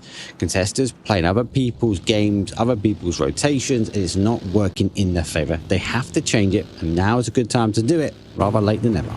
Well, it's the thing too, though. It's so hard to play your game in a game like PUBG where there's 16 teams in a lobby. Like, everybody can't play their game, so you get drawn into these fights, and I think the best teams in the world do their best to adapt their game when necessary and play the way they need to, but for the most part they know how to move to give themselves the best chance to get wins. Like, you look at contesters, they have decided, they dropped early, they've secured center of the circle. Now this is a little south of the river, you know, so God knows where this circle could eventually end, but we're seeing a lot of the teams that dropped in and around Yongchon, Terminal, and a little further north really move early on. Like, what, 4.5 minutes gone, and we've already got, I can see 4 or 5 teams within a couple of 100 meters, or at least within a kilometer or so of the center of the circle. When we get a chance to look at the map, it kind of emphasizes that point, right? Because a lot of these teams have been moving early. A lot of these teams are now starting to take centralized positions, which is good to see. But there is still a difference in decision at Gibson. Some are trying to put themselves into kind of that point that we are now looking. Navi highlighting our red line team. Nailip receives a couple of shots from Hakatori, because we know the zone likes to play towards there. We've got lots of water in, especially on that west side of the zone. Again, the zone, especially early, likes to hold on to this. This is the sort of TaeGo special that we see. If it goes early, it's going to be very difficult for these teams in these kind of pinnacle points close to the water's edge, like they would normally be okay with. But for now, we have to sit and wait 4 seconds before we start seeing the zone working its way in. Then we get a better understanding when the zone hits in 4 minutes 28. Yeah, contesters, do they realize that Nod is so close? Like, you're basically a couple of meters away from being in the audio range of all those footsteps, so Nod's got to be really careful, because he's the forward scout for his team. He's the one that was moving up this way to gather all the intel. You can see Nailup is trying to help from below, but the problem for Nailup is he's worried that if he extends too far, that a team may rock up on the north side of that river and get the angle. So this is all very patient, all very calm from the side of Redline, because they don't want to throw too much caution to the wind just yet. But I do like that as well. You know, just because we're almost at the halfway point of the event does not mean that you just completely go crazy with it for the rest of the day. No. Some of these teams getting caught though. They are trying to rotate their way in, and that's Bushido versus Fairy Tale. Debate is down. You're sort of driving away forward. This is pure rotation at the wrong time. In the car driving by, comes over the top, and Bushido, well, they will fall. Fairy Tale. 6 minutes 40 seconds on the clock. We already lost our first team. Bushido will be able to get these reses back on, and do you know what? Phase number 1 is not going to pack a punch, so they should be good and moving on. I think even bigger for them is the fact that 4 points, and they've got all 4 players up. It means that you're level with FaZe Clan now as far as points are concerned as well. And this is they keep all 4 players up, but there was a debate, I'll call it a debate, on the Korea broadcast yesterday morning where Elfish and Xenox were talking about what is the value of a life in the early game. And I think one of them leaned on the side of keeping all 4 players is vitally important, but I think the side I land on is, if you're in an early game fight, by early game I mean the first 10 to 15 minutes, you will happily take a squad wipe for 1 player every day of the week. 4 points for 1 player, it's an easy trade. Even though it does hamper you playing for the 3 for the rest of the game, it does mean that your trigger finger's warmed up. Winning a gunfight gives you a little lift as well. And you know, how often do you see games won by a team who have 3 in the final circle? It happens so often. I don't think losing 1 in the early stage is as big of a loss as maybe some other people do. I'm the other side, mate. I'll be honest. You think 4 points is not worth a life? Just depends. I feel like when you now play as a 3, you have to play quite differently. Okay. And my logic's always been, if you can get to the late game with 4 up, that's you kind of find like where you get the kills. We see some teams find centralized position, right? And they will hunker down, but they will find themselves on a 8 to 9 point kills and potentially a win. That there's a bigger reward for me. I do understand the logic though, because if you can get 4 points early, that's great. But then if you're coming into the game late, and if you look where Bushido are, look, you take the 4 points all day, and lucky enough, we can see the bigger picture that actually there's not a lot of teams near them, so therefore they're going to get in pretty clean. But I'll always go back to the kind of mid to late game. I'd rather have 4 guns. That's 4 different angles. That's 4 potential opportunities that you might catch players off. And the moment you start losing those guns, Gibson, you're losing opportunities.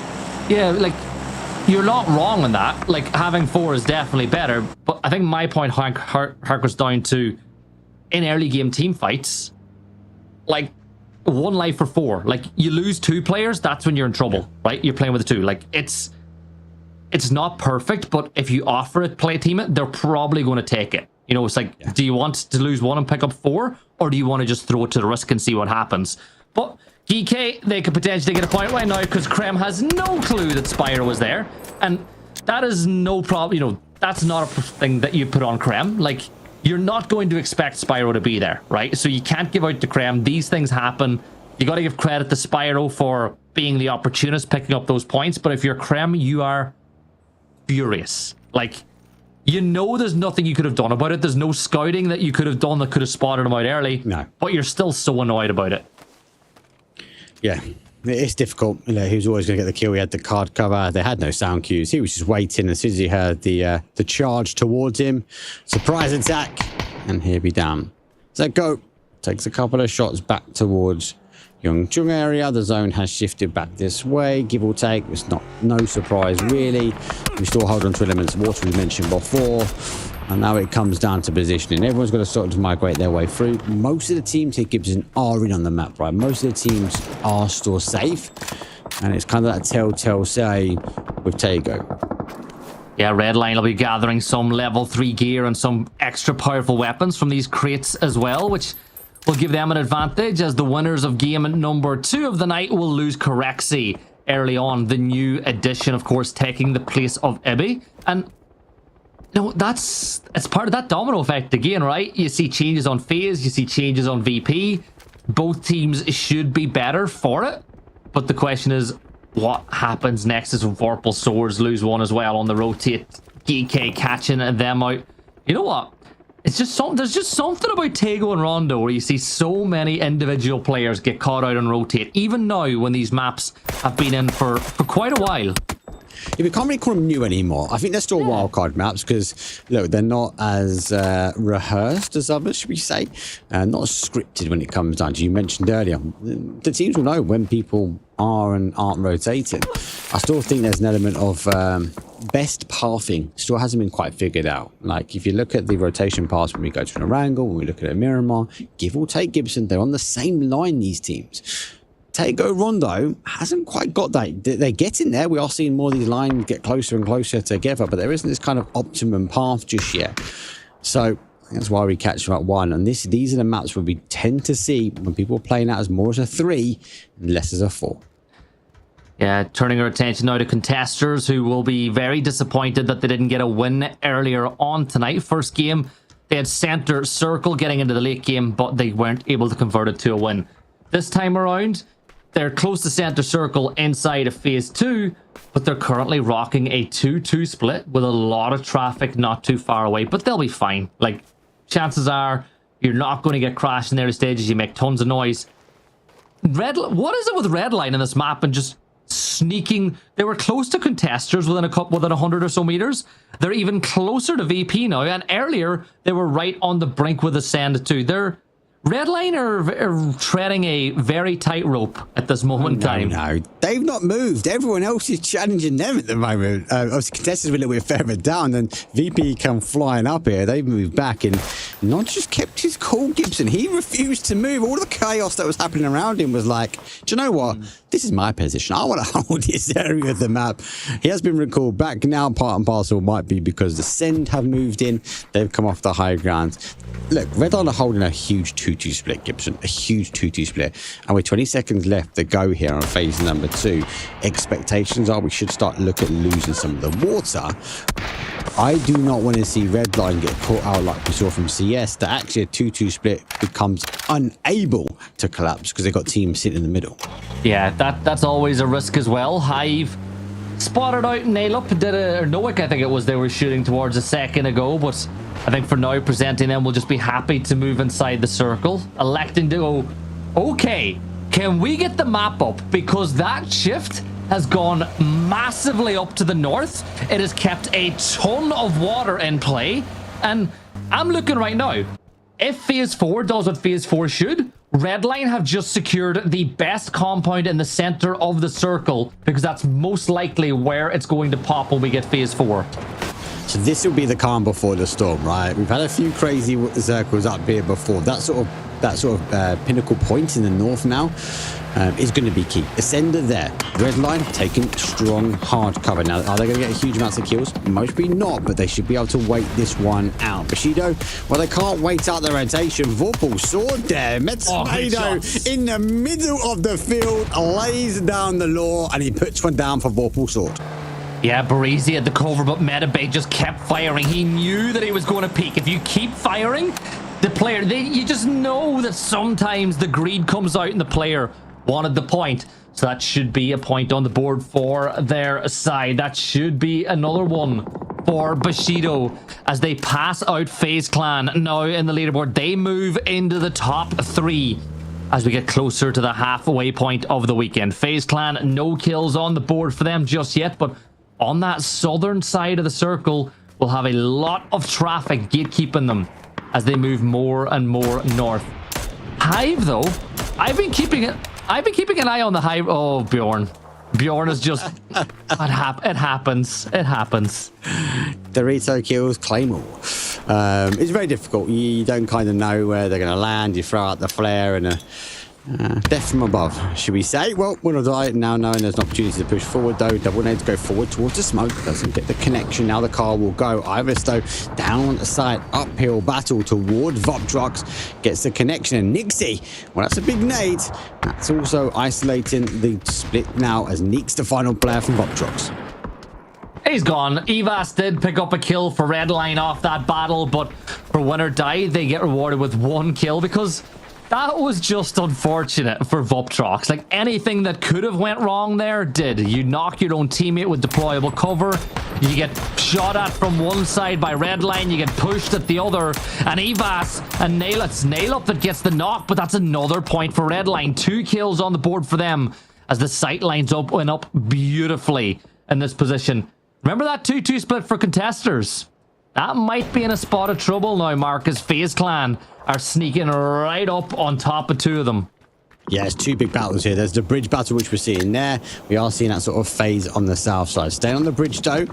Slam G down to 2. They've not really got firing on the cylinders at the moment. Bushido working their way through. Arctic's a bit in danger of catching a few more meds, a few more util. Able to launch one out.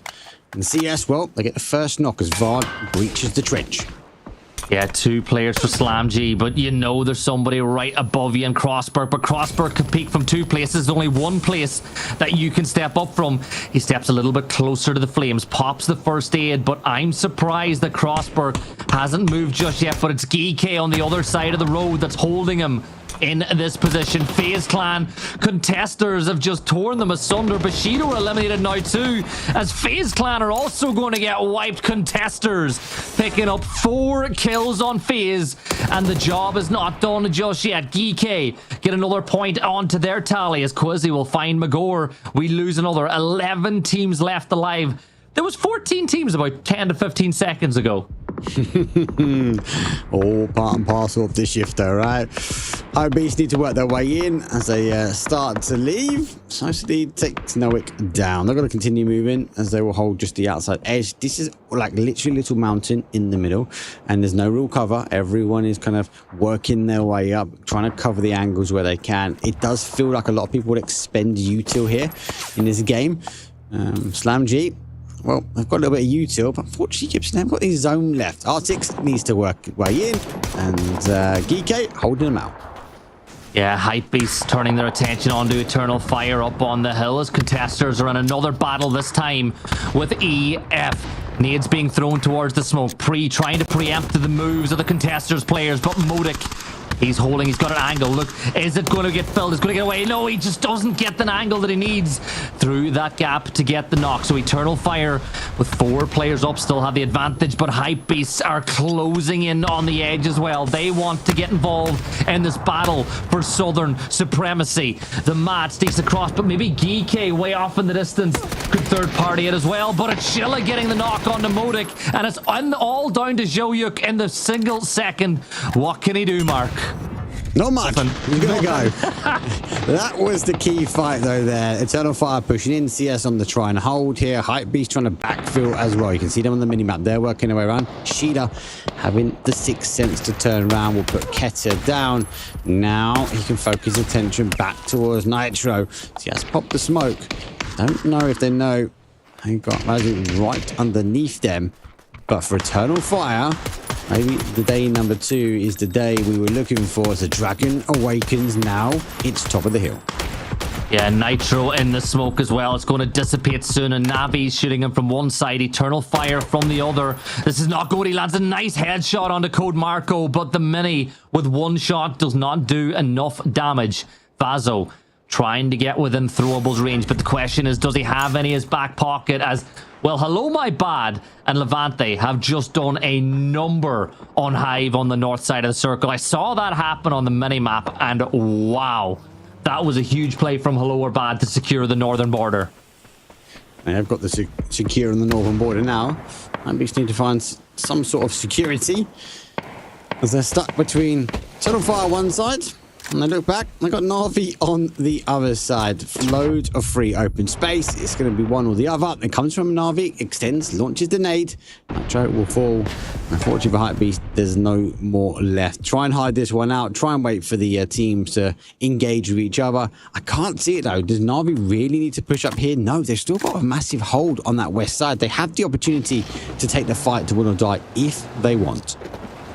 Yeah, Eternal Fire just creeping further forward. Keep those vehicles right on the periphery of the circle to give yourself the option of mobility in the late game. I always like to say it, mobility is winnability. The later you get inside a game, as Geeke look to get Spyro a little bit closer to the circle. Redline sustaining a knock just a little further north. He picks up his teammate, puts him in the passenger seat. But is he going to get in? The answer is no. Evas will be dealt with. And it looks like for Redline, this compound that was once security is no longer that. They've got to play the rest of this game with a 3. 21 minutes and 10 seconds gone. VP with 2 players up in the center of the circle. But honestly, I think that Na'Vi are starting to light on up. They are really starting to get aggressive on this one, and I like the way they're playing. It's all control now. It's all control. King of the hill, so to speak.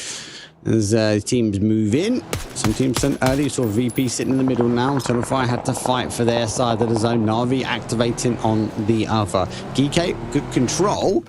They found a little bit of a home now.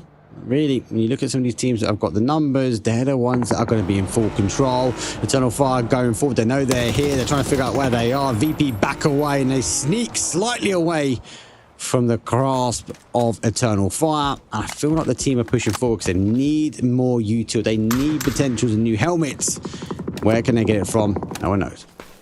Tell you somebody who's not got a new helmet, that's Vazo. His just got deleted as Hypebeasts fall in 7th place. Leosh gets the knock on to Zico, but you see Geeke third partying the action as things stand, and Nade from Levante does even more damage. But Win or Die got to be careful. A great nade from Nailo finds the knock. Win or Die, 2 players up. Leosh, I think, is he going to get rezzed? I'm looking at the map. I think they're just about going to be able to get it done.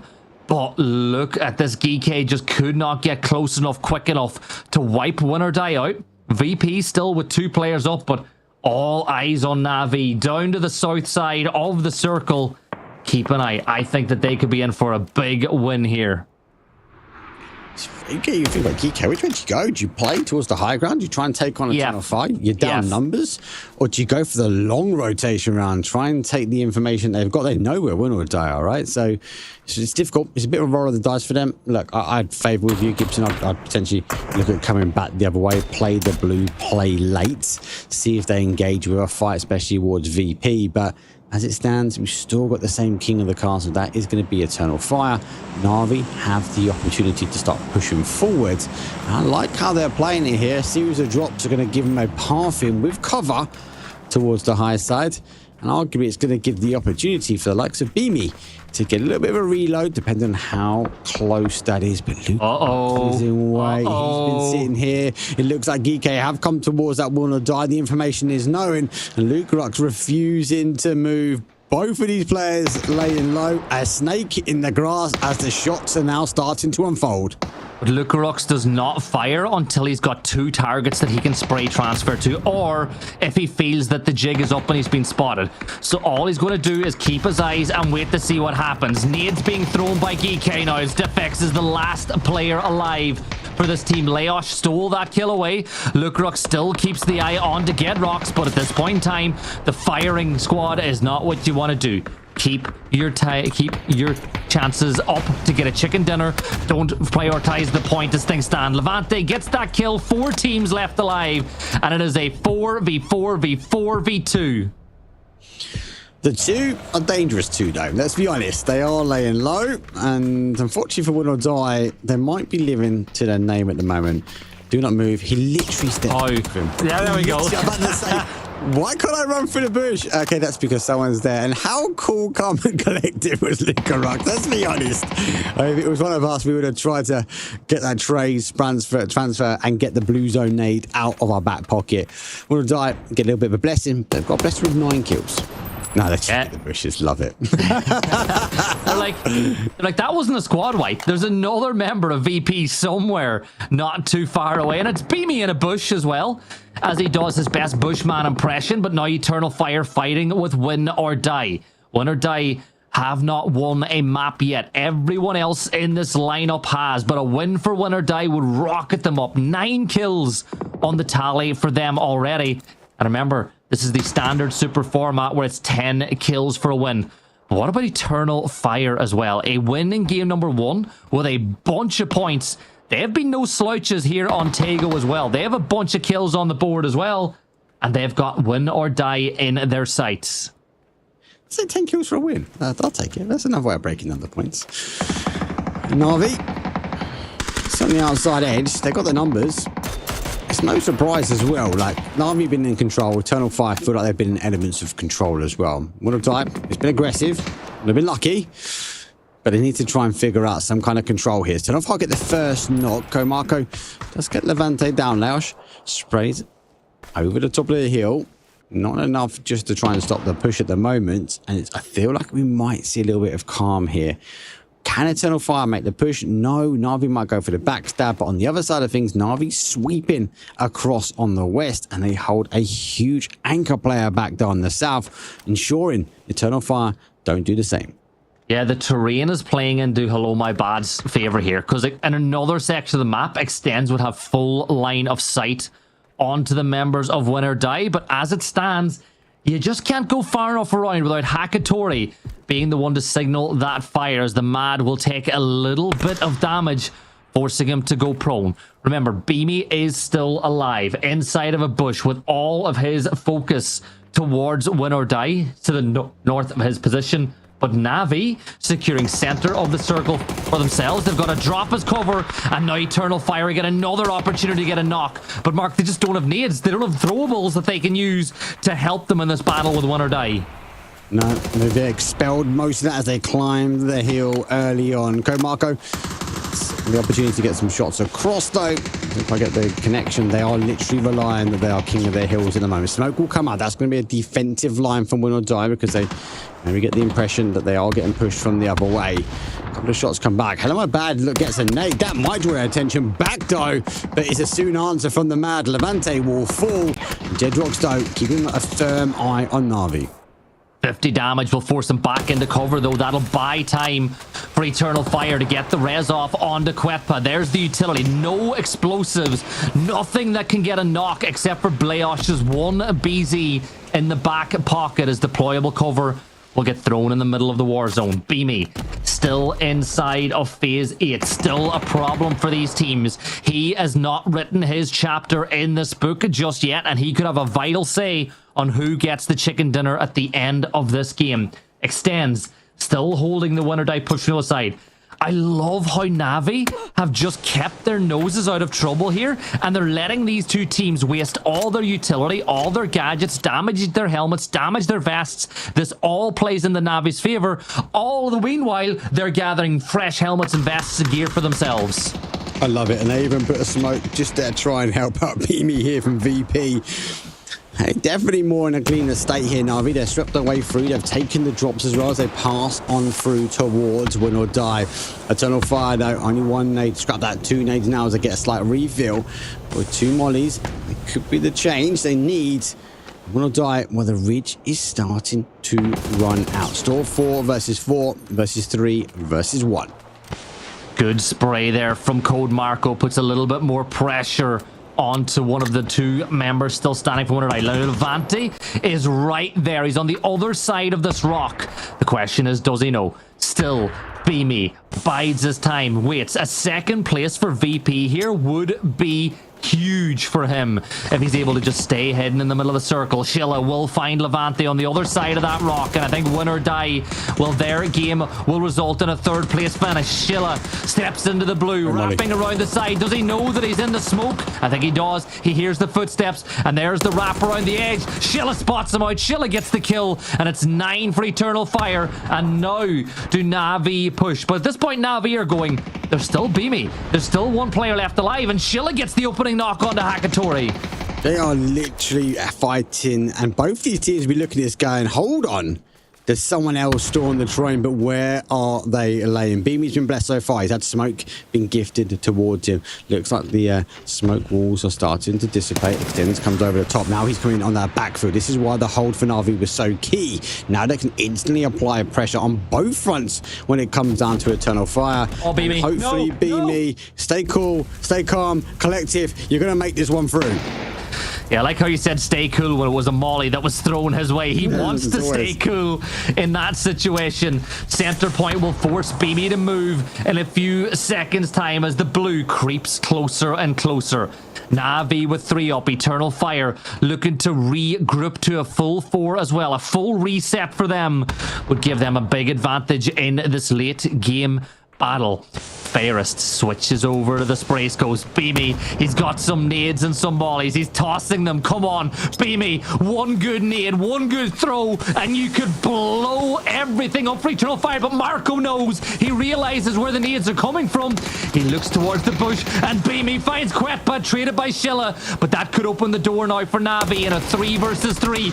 Good spray, but Code Marco falls. The Mad will fall as well. It's all down to Sheila in the 1 versus 3. 11 kills for Eternal Fire, but he manages to find 1 mark. But it's GG's. Winner, winner, chicken dinner. Na'Vi 16 points.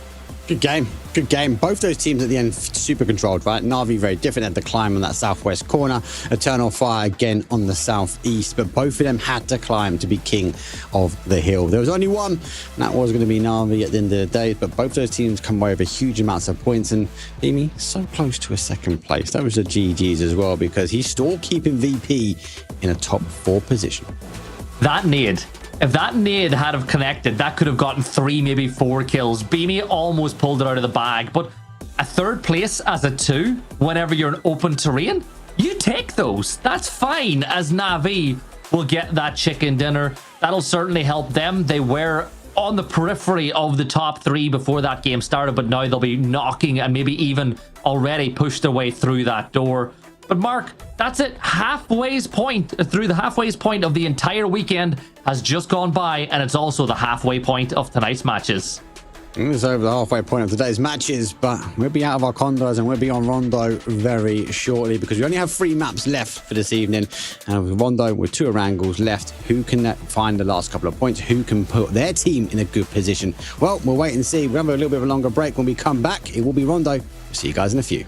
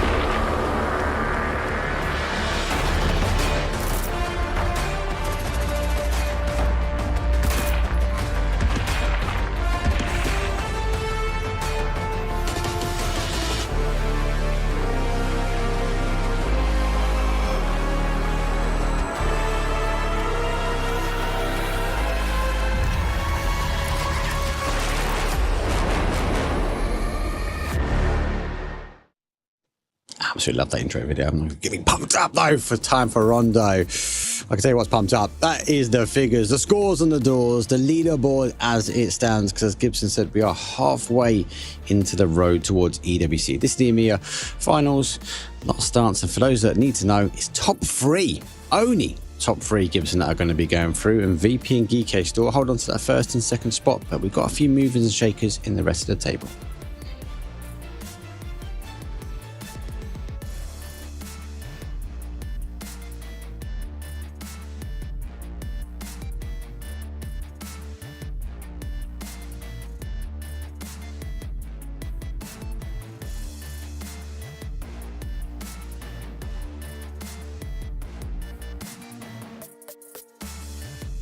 Teams that are here. My audio was gone.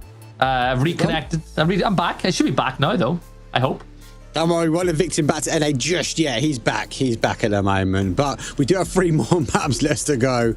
As he was yapping away and nothing was coming out. We will be kicking things off at Rondo. But let's talk about Na'Vi. Na'Vi obviously are, as you say, just on the, I suppose they're happy that Twisted Minds are not here. We're going to Rondo. They're not going to have that neighbor just yet. They had contesters, though. Yes, they expect to be the same today. But Na'Vi, they need to ensure that they don't stay in this third place, Gibson, because they're still in third. They were 72 points, but they got teams closed them down. And so far, day number 2, I know it was kind of that Eternal Fire and Na'Vi fight at the end, but Eternal Fire arguably have looking a lot better on the first 3 maps than Na'Vi have. Yeah, I think EF have been really good today. They've started things off really strong. They've upped their aggression. Like, we're seeing Sheila absolutely go demon mode a few times. And I love it because, as you said, they're a team that always kind of sneak their way right up towards the top as we get closer to the end. Well, they're close to the top and we're only at the halfway point. So they really are pushing it this time around. And I want to see it. Like, we know how big esports is in Turkey. We know how much Turkey loves its PUBG. So if we see EF qualify for EWC, it would be so good for them. Well, Jennifer on 68 points. Na'Vi are holding third with 72. So they have really kind of skyrocketed it up. Bushido falls slightly. FaZe are falling slightly. FaZe down in 6th place, but on 64 points. So we still have a big group of teams and players that are kind of in and around the same area. So again, we keep talking about it. One good game, Gibson, can be the difference here. But I'm starting to feel that VP is starting to extend their lead a little bit further. It's not just 1 game now, only for the likes of GK. It might be 2, potentially 3 for the rest of the lobby. Yeah, so we'll see how the night progresses. Now, the leaderboard, I was having a little gander at it. And as it stands, just as I look, VP are still on top. 93 points for them. Still with 12 points over second. But Na'Vi in third with 72 are loving life. But it's funny, right? Because Bushido aren't going away, right? They've not really won a game. They've not won a game since day 1. They've been hit or miss when it comes to their map performances, but they're only 6 points off third. Like, they're doing just enough to keep themselves in contention. And on day 2 and at the start of day 3, that's all you have to do. My biggest shock at the moment is FaZe. Like, they're not going away like Bushido. They have been dropping the leaderboard slightly, of which I would have expected them to maybe more activate on day number 2. So hopefully we don't leave it to the FaZe Sundays. They've got to work their way up. Win or Die been playing really well today. I'd actually argue to say even Ascend, they've activated at the right times. They've known how to try and close these circles down. Unable to get the conversion, but looking pretty strong. But with both those teams sitting on 54 spots, they need to ensure that actually they kind of need a win now, Gibson. Like, in these last 3 maps, like the likes of FaZe, Win or Die, Ascend, if they can get a conversion, if they can get a win underneath their belt, that will again put them higher up the table. Again, just holding on and refusing to let the top 3 run away. Yeah, like as we said, those teams are hanging on. Win or Die, that game in the last map will certainly help them as well. They're on, what, 54 points now, so they're not too far away from contention. Ascend are the same, and if Ascend... It's funny because a couple of times now they've been right on the verge of winning a map, but just not got over the line. If they get the chicken dinner, they will see themselves jumping up into that, because this team is too good to drift into the lower half of the leaderboard, and they're right on the brink of it at the minute. They are on the brink of it, and this is where we said we're at the halfway point now, so we're going to have to continue working on the final half and see if they can convert. Bottom side of the leaderboard, though, as we do look from Fairy Tale down, we're going for 43 points. This is where we start to see some of these gaps appear in the leaderboard, jumping points that these teams need to dig deep, all the way down towards Hype Beast. could the likes of Hypebeast contesters, Slam G, potentially turn things round here, Gibson? They've still got half the final to go. I just feel like a couple more games and it gets to the point that we might start drawing a line underneath these teams. Yeah, halfway point in day 2, you don't want to rule anybody out yet. And I look at the players that are on the team and I think I don't want to rule them out. I think that if they can get things going, they can jump. Like Vorpal Swords as well. It's a team that they can go ahead and win maps and climb. The big thing for me, though, is even though contesters didn't get the win in game number 1, they got 8 points yesterday. They have 24 total. They've tripled their points over 3 maps today over what they were able to get over 6 yesterday. Yeah. And I think it's about that consistency, right? Back on that top side, as mentioned before, obviously VP, coming as it stands, if we end the tournament now, VP, Geeka, and Navi will be securing the flight towards EWC. And as a reminder, just one last time, it is a top 3, which we are looking for. Only a top 3, because they will be joining the likes of TM and they will be joining the likes of BB, as they have already secured their spot. So 5 teams going from EMEA has to be the top of the 5. It is a tough ask, though, for some of these teams because they are the top 16 remaining, but it doesn't mean there's a lot of room for maneuver. No, not indeed, but we're getting ready to jump into it. It is Rondo coming right on up, and yesterday, this is where FaZe Clan absolutely dropped it. And just as I got excited, Mark, just as I was saying it is time to go, well, it was a false start. We got another minute or 2 to wait before we start. So I'll pose the question to you as we bring the energy back down. Does FaZe Clan getting themselves in a position like they did yesterday where they kickstarted their night with that big win in this map? Yes, easy. Yes. Why would you second guess it? They need a win now because they're sitting that mid-pack, as I said before, that them, Bushido, refusing to let the leaders get too far away. They want to put themselves in that kind of topic, as I said before. FaZe like this map, and they're able to kind of rotate. They like the cover. They like the opportunity to kind of move in. They have a prio spot, especially when it comes down to the drop. So definitely a team like I would actually think. We're just going to get the lobby reset. We are being asked, obviously, we're going to go for a rehost. So I'll tell you what, instead of us yapping on, because we've got a lot of yapping to do, especially for the early game, let's throw to a quick break, though. When we come back, it is going to be time to Rondo.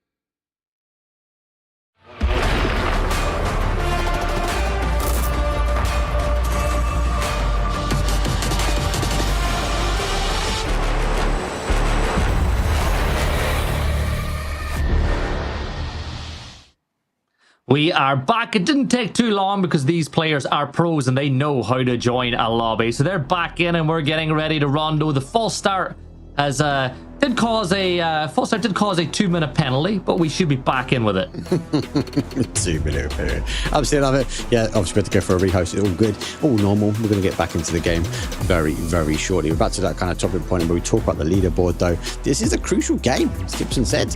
Like, FaZe, for me, they need to come out swinging. They need to be able to get a win under their belt. But more importantly, Gibson, they need to get kills. And this is the new changes with VAR added to your team that kind of enables you to be that killing machine that's so needed.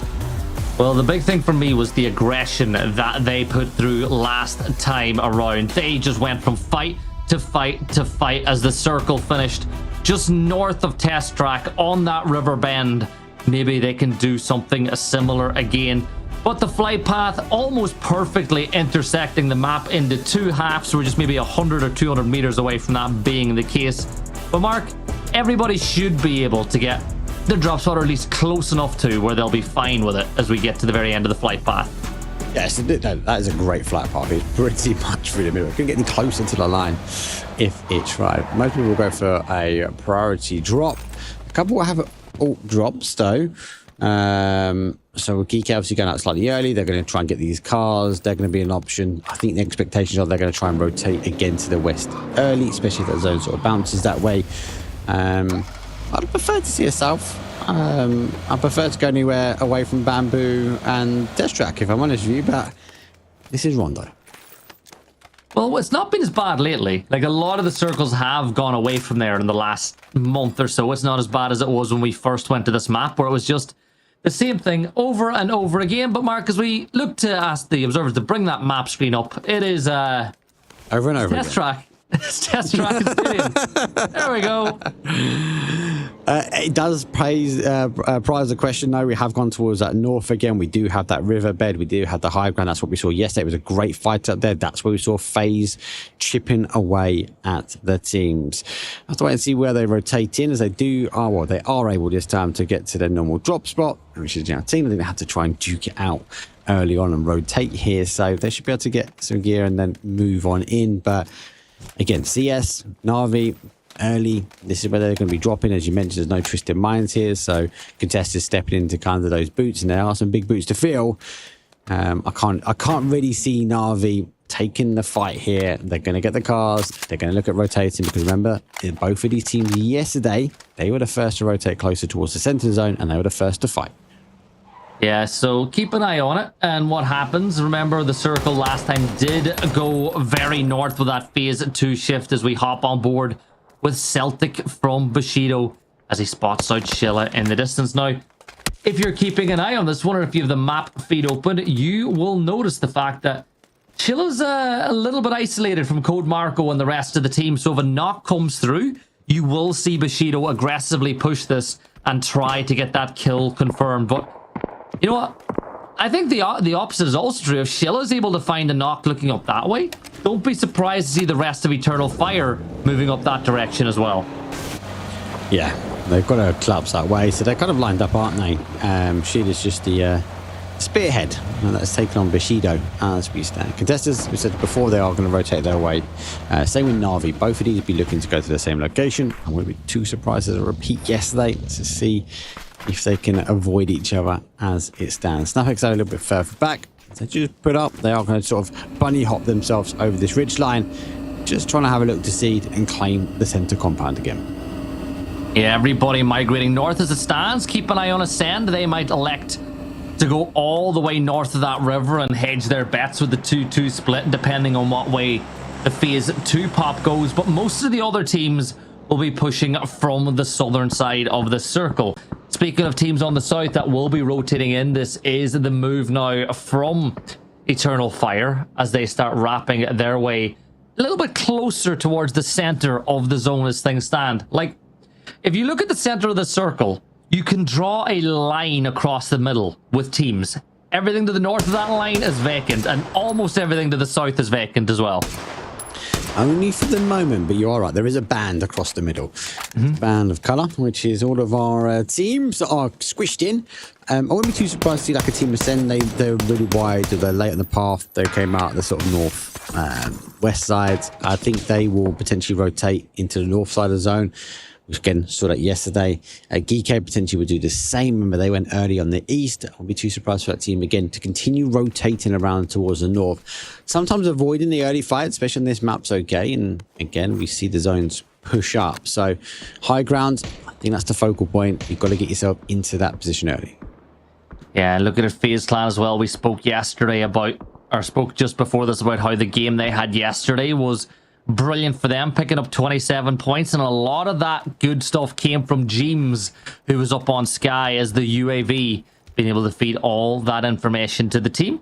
Doesn't look like he's in any rush to get airborne this time around, but they are not too far away from the zone now as they just rotate in just south of Stadium.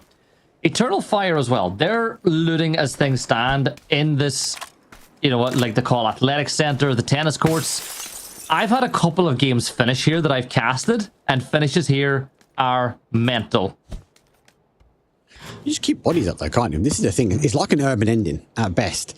Now, I like these endings. These ones, bamboo. Why? Because it's chaos. There's not a lot of area to cover. You can drive your way through and deforest this whole zone. Not quite seen a team do that just yet, but we have seen teams sneak on in when it comes down to bamboo as well. So information will be key. That's kind of why we see Na'Vi and just trying to work the information gathering at the moment. As they can see in the distance, win or die.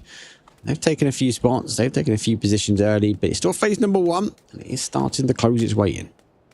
Yeah, there's that circle up on the board again. We see an E-pickup called in. I think it's VP that are going to take it to the skies as Neil Kopp keeps his attention onto Eternal Fire. Bushido and these two teams are going to trade ammo back and forth. But look at this, Mark. Neil Kopp is not blessed with ammo. Right, you don't want to spend too much time firing that way, but on the other side, VP, I think Fairy Tail saw that E-pickup, thought to themselves they might be about to get a free kill or two. They pushed up on it, but VP were ready, and they held back that push, and now they might run back, and everybody will get reconnected. Get reconnected. Nukrok's looking to get connected with the sky. And let's hear jump up. Bit of a scouting technique. Now, for those that don't know Rondo, a lot of these pro players will look to get the cars back on all 4 wheels, but they have the opportunity to find the hard spawn gliders. That's going to be able to provide a lot of information, a lot of intel, so don't be too surprised that we see teams. We see PWD, I'm like 99.999% sure that he's got a glider with the amount of Ds that he's got in his name, and it's the same reason why we're seeing Ascend work their way around on those outside edges. That's where the gliders are. But they've been so beneficial for gaining information, getting kills, but more importantly, joysticking your team in, guiding your team in from the glider into a position, especially for later on in the game. Yeah, looking elsewhere around the circle, Lucarox gets himself up on the high ground so he can rain unholy hellfire down on the rest of the lobby while also garnering so much valuable information. Up on top of those rocks as well, it's a situation where if you're by yourself, it's really important you don't get knocked. But Lucarox has been around long enough to know you peek, you hide. You peek, you hide. You get shot at, you met up, you wait till you're back up to 100 HP, and then you peek again. Like, the main thing is, if you get shot at and your health drops below 75, you do not peek again back till you get over 100, or back till you get up to 100. Let's wait and see what he does. But it is gaining information. These sort of high points, we do see it lose zone a little bit later on. So once we have the water, we have to lose that. And that's where we kind of see a lot of these zones teaser, especially with the north side, as we have got Ascend, if you're on the map feed, working their way around in the northwest corner. VP taken to the skies. That gives them some elevation. They're able to get the information. They'll be fully aware, though, Gibson, that they are going to lose this high point at some point. So they're giving themselves options to get off it. And if they can keep boots on the ground below them, they can parachute their way down. They can make sure that even if he gets a knock, they're able to try and get the res back in. But he has to ensure he doesn't receive a knock where he is now.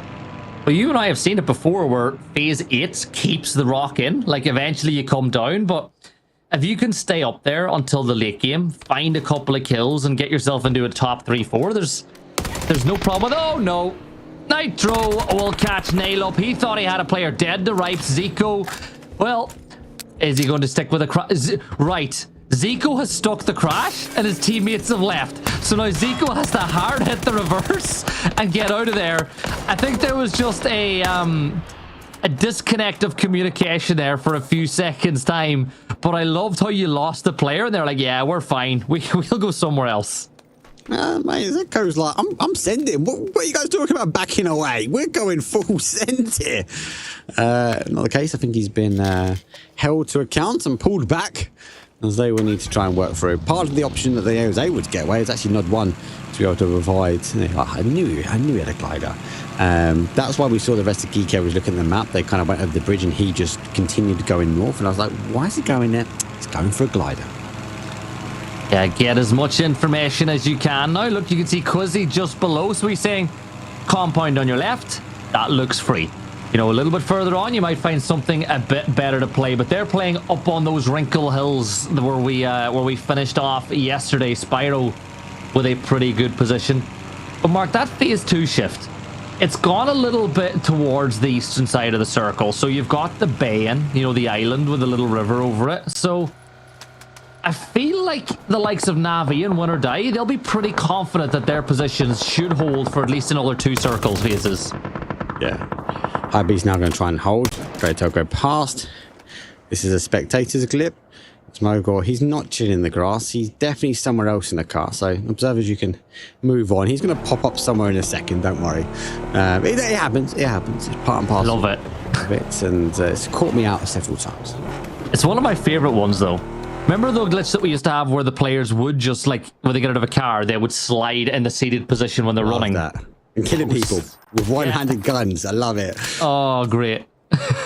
Zone has shifted, though. Phase number 2, we have seen it sort of pull back towards that east side as well. So we still hold on to the high ground where we kind of saw a minute ago with PWD. And the Geeko team was kind of gliding over. And Killing Kai is also in a glider, and it looks like a bit of an aerial battle at the moment as PWD is slightly chasing him down. Yeah, why not? A little bit of dog fighting up in the sky is always fun to see in the early stages of a game, but you can see as things stand, every single team has presence inside the circle now. Ascend are just on the edge. Chris and Pains might have an E-bus, you never know, but either way, they're in the circle and they're not going to be able to move until that EMP zone eventually does disappear.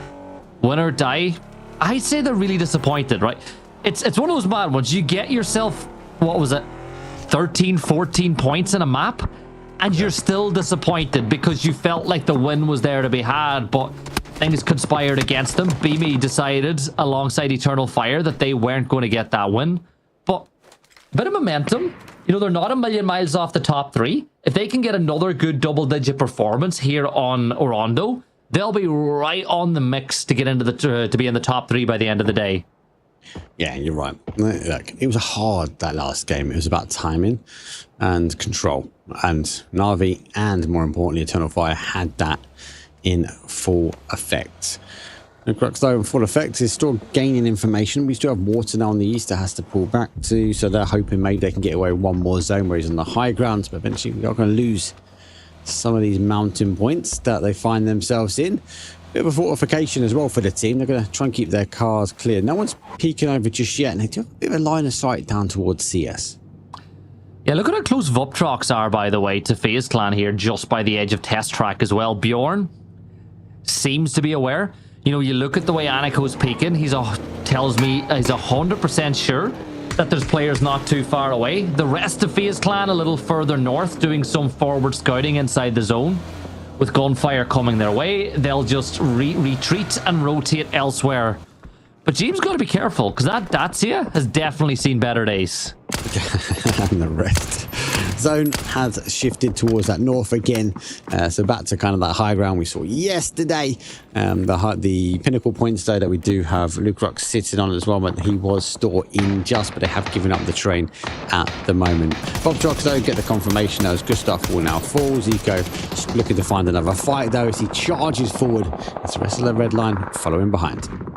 Yeah, hello, my bad. Peeking up through that road. 2-2 split on either side of the road for Win or Die. Just putting fire on anybody who dares to come within firing range of the side as Vex does get a knock. It looks like, oh, It looks like a big rotation battle happening towards the south as we've got so many teams involved, and now Neilcop gets knocked from way off in the distance. Let's see if Brightside lands up. Bushido are now eliminated, so we said they're hanging on in there. Well, they're the first team to fall here in Rondo. First team to fall. It is phase number 3, and there's lots of unplayable store left in. So watch the numbers fall down now. Hive, 1 kill on the board. Jungen down to 1 shot. He needs to find himself a little bit of safety where he applies a med. It's Dante looking to try and take on the heat. The temptation is huge. Lots of people rotating in. Lots of people trying to get to this section just before the waterfront. Because you can argue you can stay here for quite some time. Yes, you might lose the cars, but the zone should continue shifting down this way. Yeah, and just look at the terrain here, Mark. All these little tram lines over through the terrain are dips and crevices that people can hide in, little hidden spots that players can use to just keep things going. VP are in one, GK are in one. You'd expect Ascend to be a one, or rather soon as well, as Trox will be the next team to run the gauntlet and the next team to lose a player, as Pains is able to steal that kill away. So EDF thought they were getting a point, but it's taken away by Ascend. Good hold from them. Discipline to the VAR. Have to work their way down. Vorix is deciding to knock over his own team, as they had to get out of there as quickly as they can, but they played into this section as well, so I've got to be careful, because if VP have any idea or an opportunity to kind of launch a nade over, well, it's going to be the case. The VOP trucks, though, do go down. VP first tier and first to survive. Another problem with being inside those wrinkles is the fact that any nade that you throw is going to naturally roll down into the valley, and that's exactly what happened per Vuptrox. Nixie is down. Smoke will be fired. Remember, 2 minutes. You have so much time to get Nixie back on his feet, and Fairy Tail don't seem in any rush, but I'm looking at Chris. Chris wants this kill. He's wrapping up around. He's trying to get an angle, but Braxco will be the one that secures it for Ascend. Another kill on the board for them.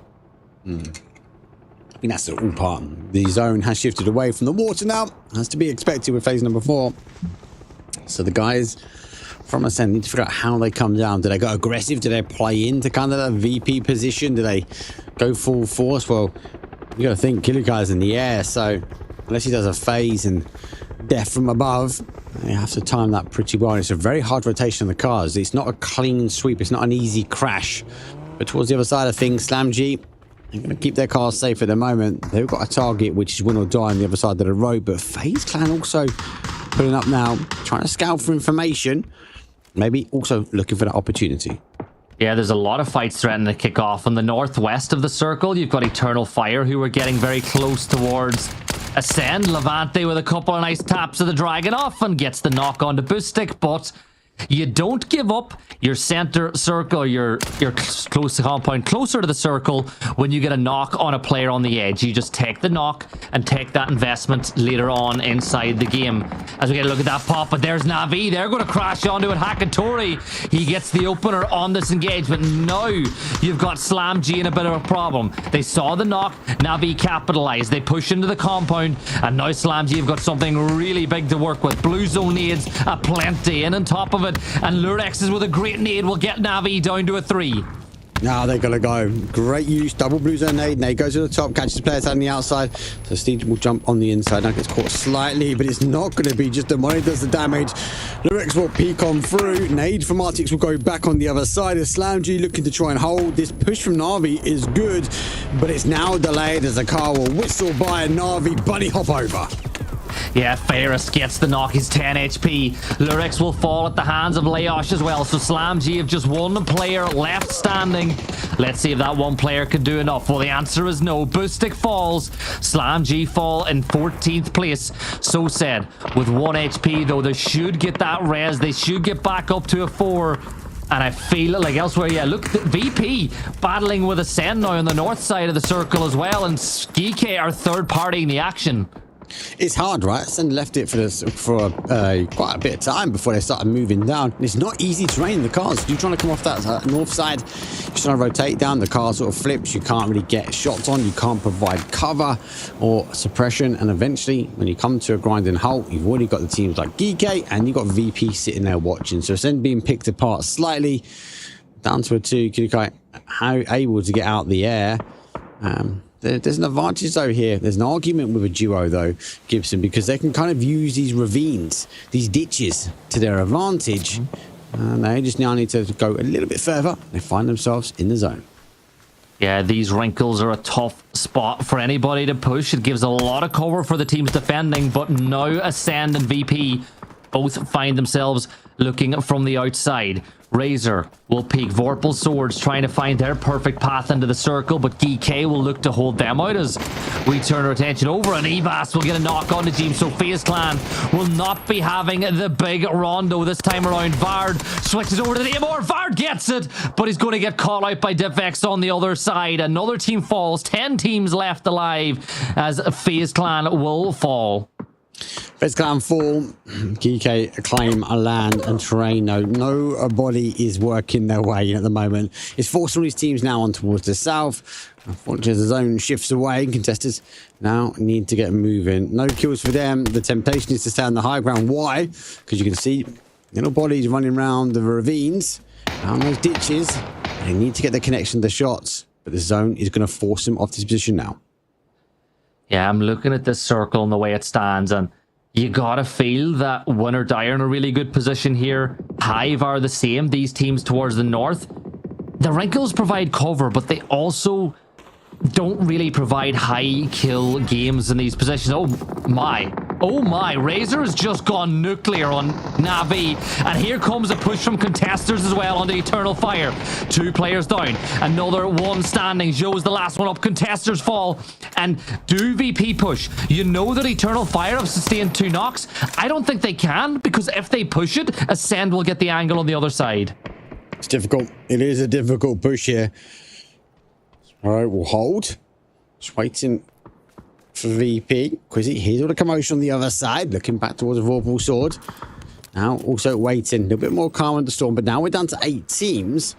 It's not good to say there's some space to be had, but I've got to draw you back. GK have again taken all of the riverbed to their advantage.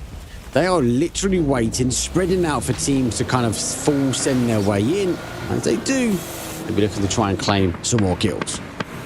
Yeah, and now Eternal Fire will limp a little bit in with the damaged vehicles going through that little tram line on the edge of the railroad and look for their next spot to call home.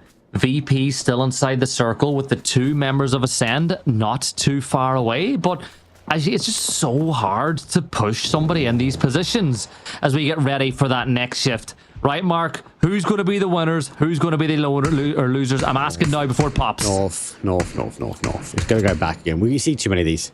The question is, does it go back to a heavy northwest or a northeast? I'll be shocked if it goes south. It has capabilities of doing it, and they tease us because they put it away from us just before it goes. It comes down back to the south, actually, and holds on to the compound. So the winners the other side of this zone. Unfortunately for GK, well, and VP, they've all got to fight themselves into not much room left. And GK's already there. Yeah, I'm looking at things right now, and I think that Win or Die are really happy.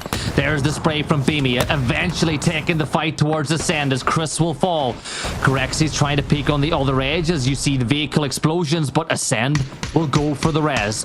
No nades in the pocket. You've got 1 molly in Corexi's hands, but he doesn't want to throw it off into the ether without guaranteed results off the back of it. So BME repositions, another step up, and this time it's Ascend doing damage onto Corexi, and Eternal Fire are making their move this way as well. So VP cannot move without EF getting damage on. Now Chris is the one to find the knock, but dare I say it, I don't see any avenue for BME to get this res, and Code Marco says definitely not. Definitely not. He receives a face for the 5-5-6 though. Here, fall down. Now comes a full send. Beast. They go full ascend towards that north side. They want to take some of the riverbed. They're expecting to flip back towards their way. Vazu does go down. They've been holding the compound for some time. It's only really now that, especially these teams on the other side of the zone, coming to eyeline. However, they're thereabouts. But anyone else before this, well, I didn't really have the shots, didn't really have the capabilities, but they've held firm. Yeah, 2 kills on the board for them. VP falls. 7 teams now are left inside the battlefield. Hypebeasts will lose one as Gedrox picks up another kill. Nitro tries to make the step on over, and that was a scary second or two. Oh my, it's PWD on the other angle that gets the knock, and Vorpal Swords will be the next team to make a send for center as Gedrox just cannot quite hit the headshots. But GK Spyro getting busy with it up on the north, getting multiple knocks onto Ascend, and players pushing in from that section. It is all lighting up on Rondo.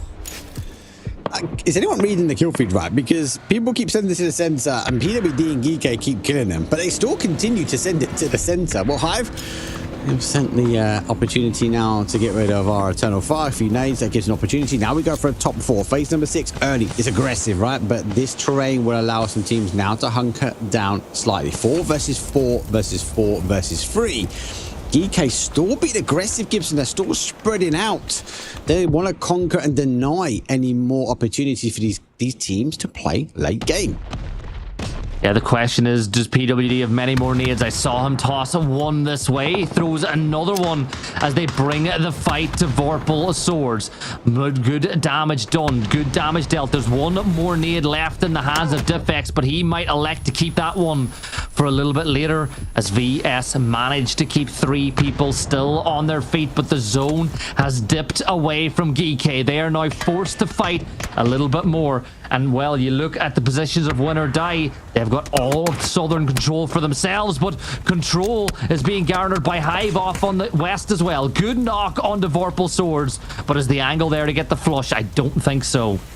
I like this kind of game though, because it's not just about the teams having head-to-head battles. They've got to think on their feet. They've got to move and rotate around pretty clean.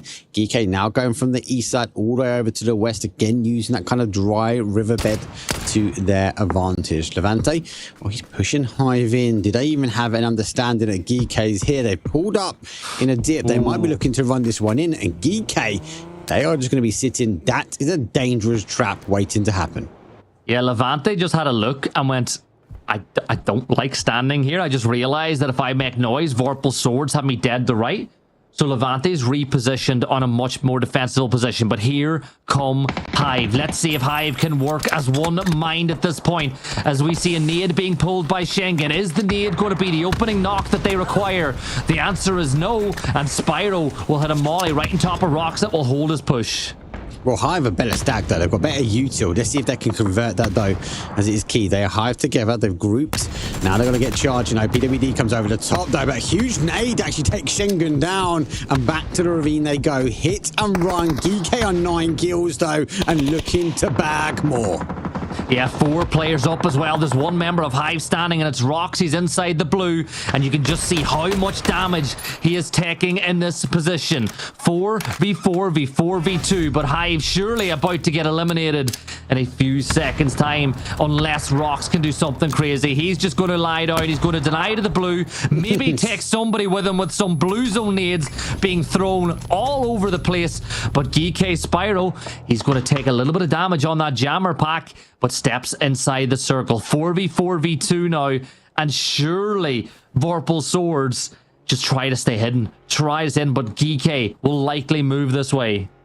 This is a huge game from them. Huge game. They've been greedy. They've taken as much as they could when it comes down to the riverbeds, and as a result, it's starting to pay dividends. Can they get the conversion now? When I've been holding the compound like Hive, should be pretty stacked when it comes down to util. I feel like GK have the momentum on their side as PWD, the big brains of the group. He peeks on over.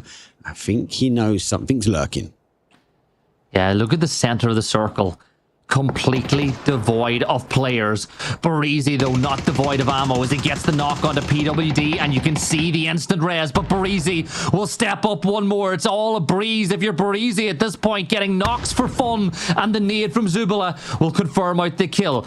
All of these bits of damage doing favors on the Levante. Don't worry about Vorpal Swords. They're doing you a favor. They're putting pressure on the GK, who are the other team who are strongest with numbers. Quizzy caught out in the open. It's a third for Barisi in this battle with GK. You'll see an attempted res, but now Leosh gets jiggy with it. Win or die, see the chance to really secure this win.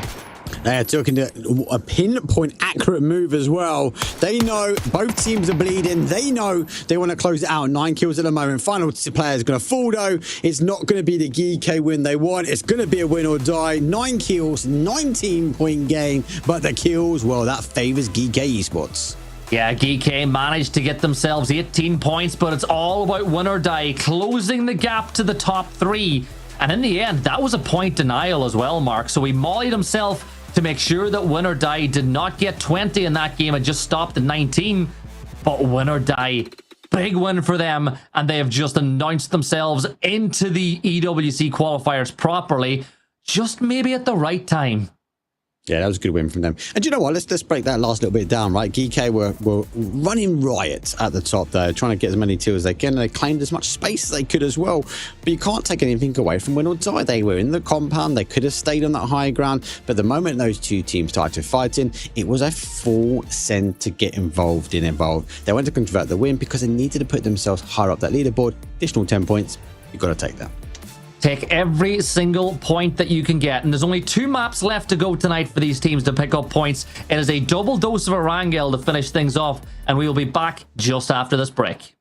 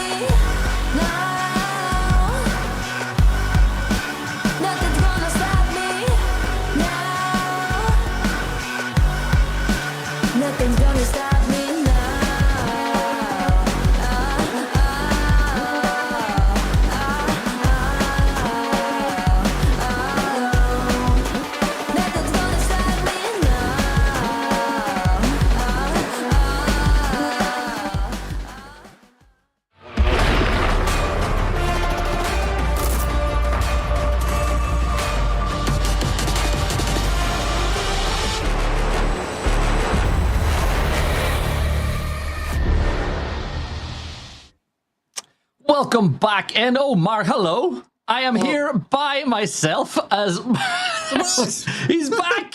He's back. But yeah, refresh my call. 2 games left to go to finish off the night, Mark. And you and I had a little look at that leaderboard just before that break ended, and it's looking pretty good. That's where I was, mate. That's why there's just over here clicking the leaderboard. But yeah, it's the first time we're seeing a new change. Obviously, with Geeky finding themselves now at the top. 99 points, for nearly on the triple digits. And you know what? Well deserved. 64 kills. And it sort of screams that last sort of play for them because they're sort of moving their way around. They're not sort of happy just to sit still. They want to try and get as many kills. I like how they try to piece apart the final games. They don't just go head to head with it. It's like, okay, there's a team in front of us, but is there a better team to fight over here? And then they kind of work their way over, get a couple of kills, and they're like, okay, let's go back to the original team. And they work their way back. Then the Vorpal Sword were there. It was going to be the end at that point with the Vorpal Sword, but a strong showing. Maybe they are eager, desperate to make sure they get their ticket to EWC. I think the big thing to talk about though is how tight the leaderboard is at the very top. So GK and VP, 1 point separate them, but then there's a bit of a chasm. 23 points now is the gap between second and third. And then there's just 2 points separating third from fifth. That win from Win or Die has put them within touching distance of Na'Vi, and Eternal Fire are right in the mix as well. Poor games from Bushido and FaZe Clan have seen them distance themselves a little bit from those top 5 teams. But could you imagine the scenes if we see Win or Die sneak into that top 3? What a story that would be for them to qualify for EWC. Be huge. Be such an outside bet, be huge for them. I do fear though, like if we continue on this path and GK VP looking to try and secure their spot, another 2 good games from them, and they can kind of potentially come back tomorrow and play a little bit of a bully, a little bit of an aggressor. But then our talking points, Gibson, comes down to actually the one spot that remains, and arguably there's so many teams. You already said there's a couple of points in it. There's so many teams that a team like Win or Die with a good game, with a good win, get a couple of kills underneath their belt, might find themselves last couple of games in, sending themselves though to EWC. Yeah, but it is Erangel coming up next, and it's the map that every single player could probably drive all the way from Severny to Military with their eyes closed at this point because of how often they've played it. And I say that, yet how often do we also see players popping up the map when they're driving and crashing into a tree or a bush or a hay bale? Either way, Mark, a circle like this tends to favor a flight path like this tends to favor a semicircle. Oh my god, what a flight path here. It's match number 11. It's our penultimate game for day number 2. It's a southwest across to a southeast, and I am surprised that we don't have more teams coming into military. I'm curious. I want to see how many teams go for their secondary drops, and I want to see if any of those secondary drops are contested because of how far south this flight path is. As of right now, it doesn't look to be that bad. At least for the early droppers, there doesn't seem to be any hot drops. Yes, you've got Hive and VP not too far away from each other. A little bit further away, maybe FaZe Clan and Bushido. But all in all, it's not as bad as it could have been. Well, you say, all in all, we have to wait and see where this zone goes. A lot of teams going quite late here, maybe hoping for a southeast where that Milton power in. We have some great endings there. A few teams do get the opportunity to extend over as they will launch their way forward, get the cars, and obviously position themselves now into an area where they can get some loot. And we haven't seen it yet. See it now. The zone went early, but it went early to where there were no teams. Yeah, that's the Iberian Circle, I like to call it. Since we're in EMEA, I can use it. So the Iberian Circle, of course, representing Spain and Portugal with the layout of the land. But all in all, for a flight path that we have just had, that is quite possibly the most player-friendly circle that we have gotten. All of the mainland, Gatka's in there, Chopsticks. Yes, somebody like all those teams that dropped really late, like Hypebeasts, Fairy Tail, and Vuptrox, they've got a long ways to go to make it into the circle. But I think because of this flight path, if you don't get any pickup, the safest rotate in is going to be to the north. So I want to see if any teams elect to go for that northern rotate in as quick as they can. This is crazy, and I think it is going to come down to those kind of rotations. FaZe Clan, normal drop zone for them. Won't be too phased by that flight path, but they will be looking at this zone, figuring out exactly how do they want to rotate their way in. Won't be too surprised for a lot of these teams going for those emergency pickups, as Fex picks up an 8 times, and I think he's going to also be happy with that one. 2 minutes 41 on the clock. We've already got an E-rotation coming in from the likes of Redline, getting off what they thought might have been a safety jump towards military. Yeah, it's disappointing, isn't it? You see that circle and you think to yourself, hell yeah, we've got a good drop, we're in EMEA, and then all of a sudden the circle says no. But anyways, Redline, they've got an E-pickup nice and early. They'll take to the skies. They'll get their choice of anywhere they want on the western side of the circle, because Win or Die are still in their looting phase. And this is okay. I like this is the second time we've seen Redline calling an E-pickup as soon as possible in a circle like this. And it's nice to see them being proactive with it. Yeah, they've got to be, though. You've got to be. I think this is a speed to rotation, right? Who can get there first might be the winner when it comes down to the end. We've already seen Win or Die move down. They could have easily stayed in South George for quite some time. They normally loot in North George, and actually their position now, they get the freedom of movement on South George. They can replay that down towards the south. They get the opportunity to try and claim what they can. Hive, move center zone, GK.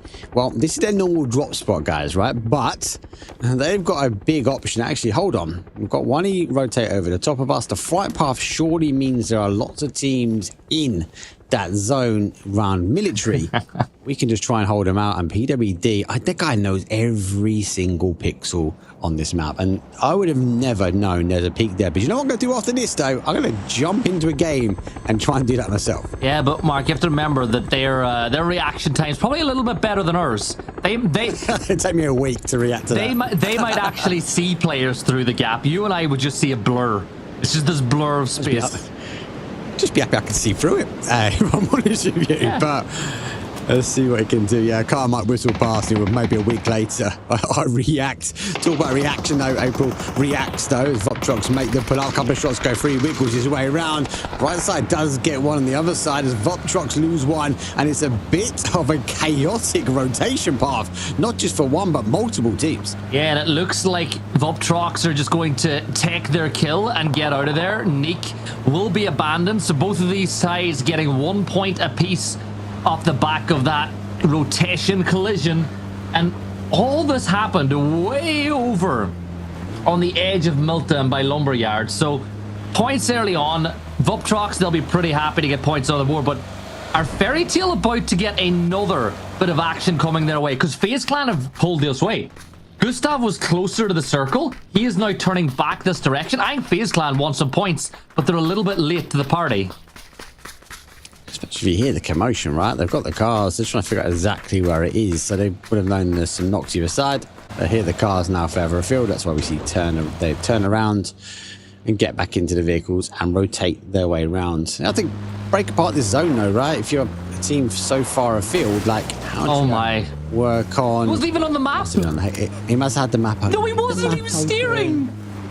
No, he had the map open, Gibson. That was an optical illusion. He's just trying to figure out how he's going to play into zone. They play north. Does that mean they're going to go round Yaz or by Yaz and come in kind of where VP are now? No one's in Everest as well. I'm quite surprised. VP might take Everest, though. Like, play Nixie inside the ice cream shacks and then send VP up. But VP are about to run into a head-on collision with Bushido as they race their way up to the summit of the mountain. Now, Bushido... He spotted out. VBB will do a lot of damage. He drops down to 7 HP. Crossberg might be tempted for another strafe here of the gunfire, but I think that was a race, right? VP won it. Bushido were going for the exact same place, but because VP just were a second earlier, Bushido have bailed off it and they'll go find somewhere else to play. There wasn't cars in the land of the samurais back in the day. That's why polar bears can clearly drive. They got here first and they claimed the high ground, so... claim the information. I think it's not a bad shout as well. Look, we know Everest attracts the zone quite a bit. So we're off the way, but Nixie's on his own. See us roll in. Nixie, though, steps up to the plate. He gets the first knock. Confirm it. And Melman, though, will confirm his himself. He's going to go down. He sees swaps. Oh, my God, so close to getting another one. Contestants are gone. The rest of VP just obliterated them. Nixie got confirmed, but in all that action, Nixie did a fantastic job. Now, Hakatori with a bolty. Evas will confirm a bit of kill. Looks like there's a massive bit of action between Win or Die in the fields as Hello My Bad will get knocked in the middle of the field now too. And this is dire for Win or Die. They got themselves within 2 points of the top 3. And then the very next map, you lose 2 players in the opening 8 minutes. That is worst case scenario. Now, if you are in the call with Win or Die, if you're Gedrox, Levante, Hello My Bad, or Leosh, you're saying get inside the top 8. Try get 3-4 points. If you can get 3-4 or 5 points, you'd hope that all of the top 3 won't get too many that they get too far away. But you know from this point on that you cannot drop a donut. This just reads to what I was saying before, though, right? With these teams going down, these teams on the outside edge, it just means GK, it means VP are going to continue to climb here. Zvoptrox climb their way into a compound. Redline have to redline it to the compound as well as they're looking to try and claim. They go up around the outside and Nico repositions himself, gets a bit of an elevation and he does pop a few shots, but VP coming in as well. Gets up, also joining in the conversation. Yeah, Hypebeast doing some damage. Ketter's going to hit and run. A little bit of guerrilla warfare as he gets out of there. Nod will be deleted by Aniko. But for Zico, you're all alone now. Thankfully, all 4 tires of the buggy are still up.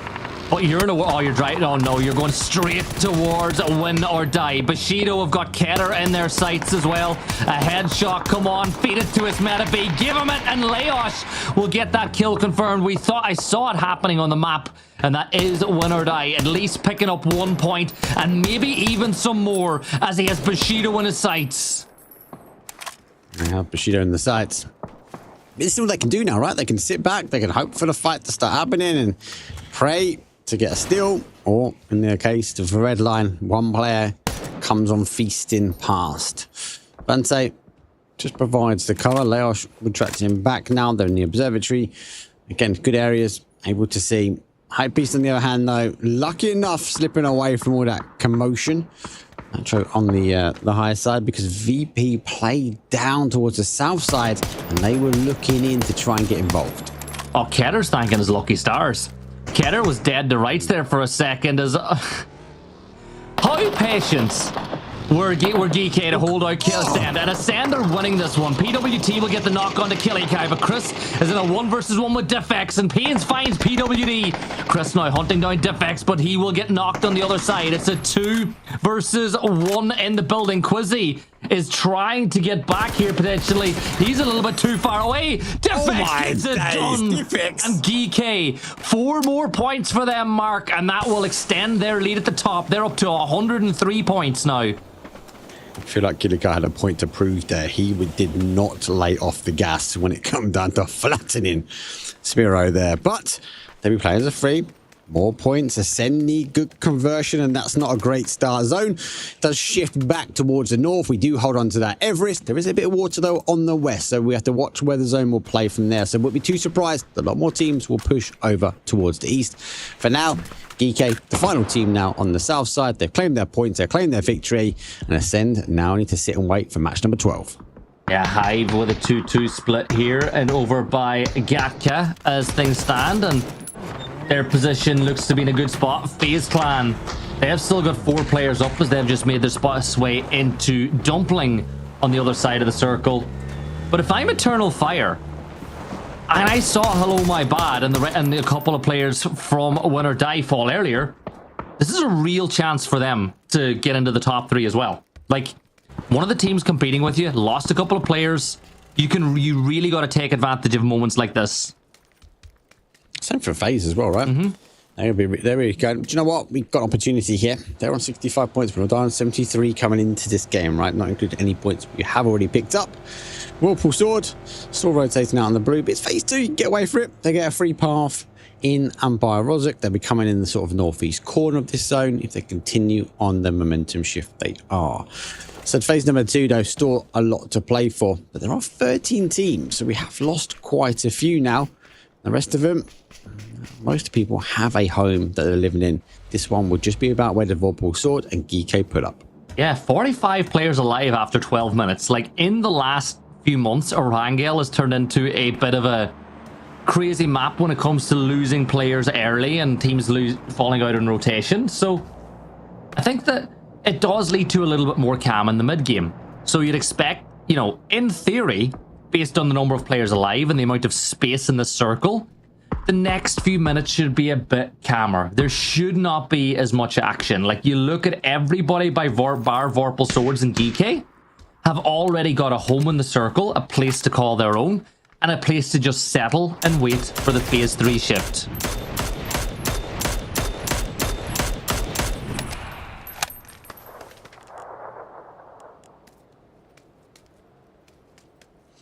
Wait for the zone to shift now. Slam G on the other side of things. Not a bad spot. Do worry about where Eternal Fire here Gibson sort of push into. Will die. I've gone more for that north side, so Boostix just waiting, lurking, but FaZe also joining the conversation here as well.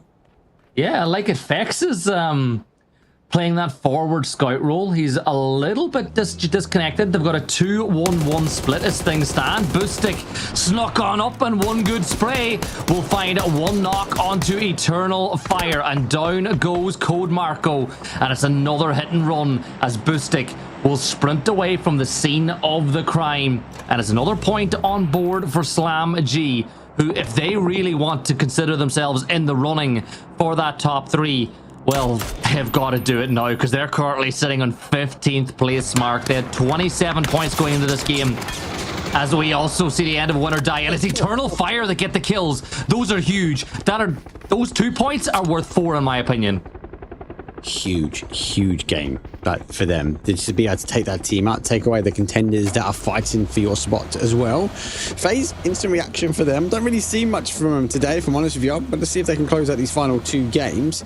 Their reaction speed to the zone shift was good. They have played in towards the double. When James a little bit further afield, he would watch some team play in towards Gatka. For now, Fex, yeah, took a couple of shots though at the Eternal Fire boost dig, and now he takes a couple of shots though over the top, but it's Vard that gets the first one. Now they continue the pressure. Do you see what happened though? Win or Die got their kill confirmed.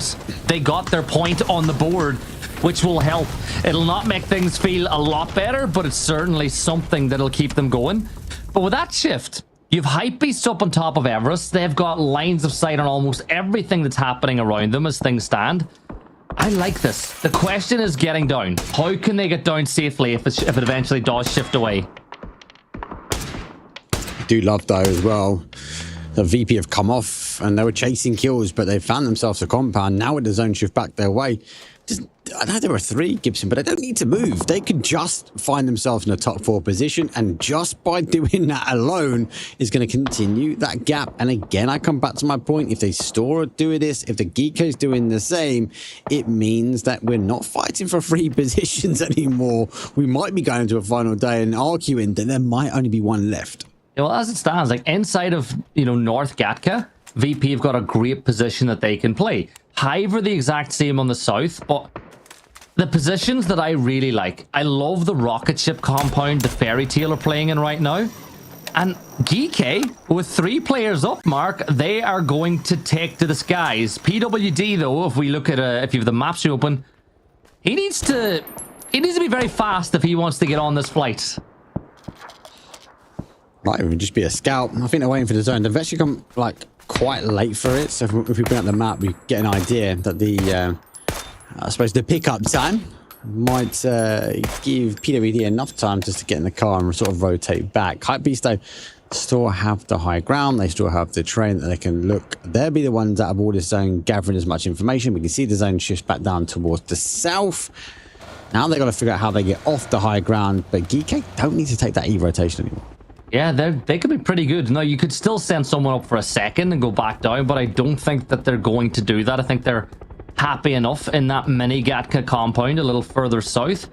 But all those teams on the north are now in trouble. Vorpal Swords, Fairy Tail, Bushido all have to get on the move, and Fairy Tail inside of Rocket Ship, well, they have seen a team go past, and every team that gets past them is a team now that they need to try to get through as they move inside the circle.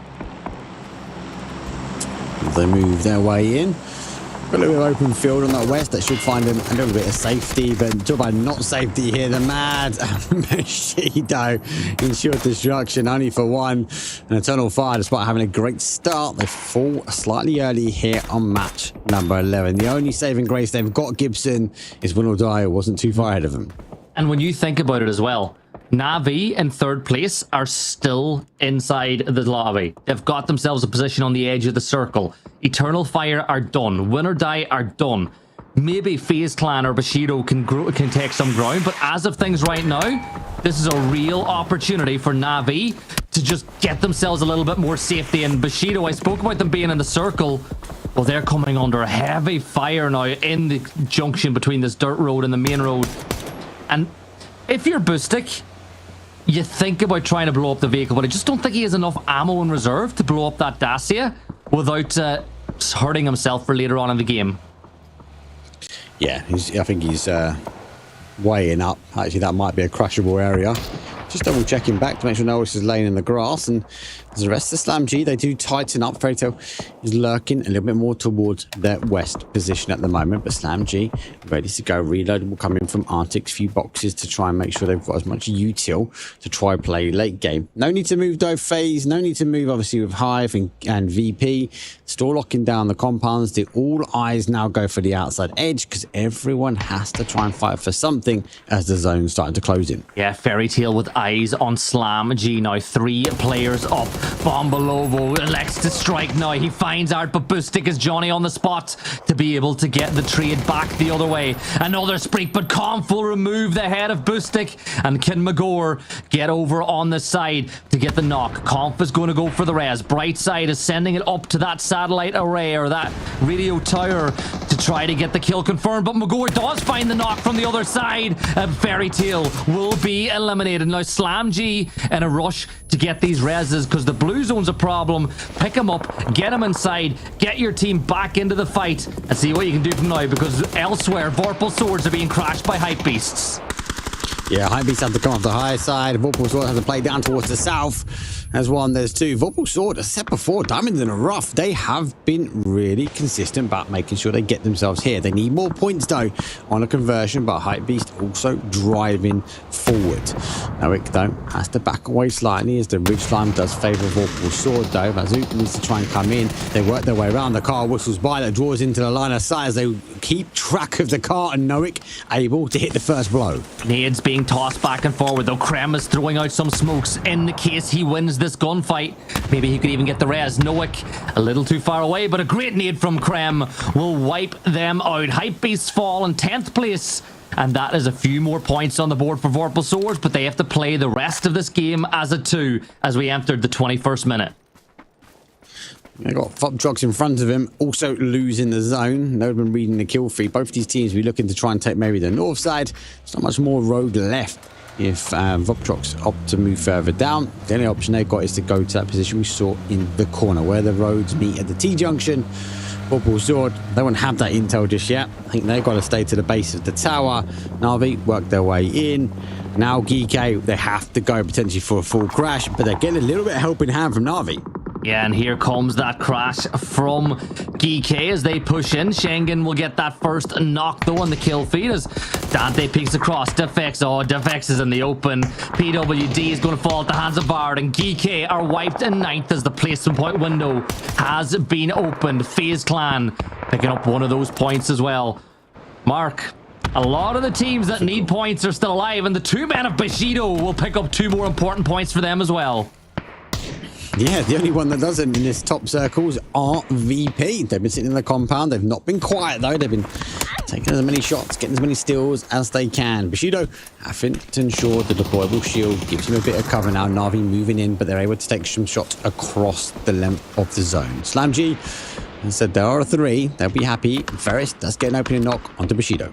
Yeah, there are 3, but Neil Kopp is all by himself in the center of the circle as I see a knock happen in that section of the map, so keep an eye on what happens there. That should be confirmed out by Na'Vi as James now sees the rest of this team.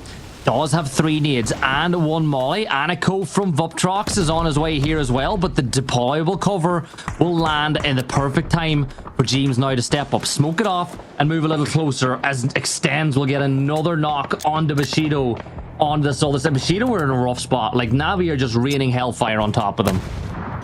It's a good nade. Some damage, gives some information away. Vorax though launches not just 1 but 2 of those rubber blue zone nades, followed by a big bang. Vard having to back away. He's got the ravine to do the card. Just launched him, might even catch him. Oh, so close. Vard does go down, but it's down to Arctics. Yeah, last player up for his team as Gustav will look to get some damage on the off angle. He's managed to sneak around and get it here, but Lucarux has got him in his sights.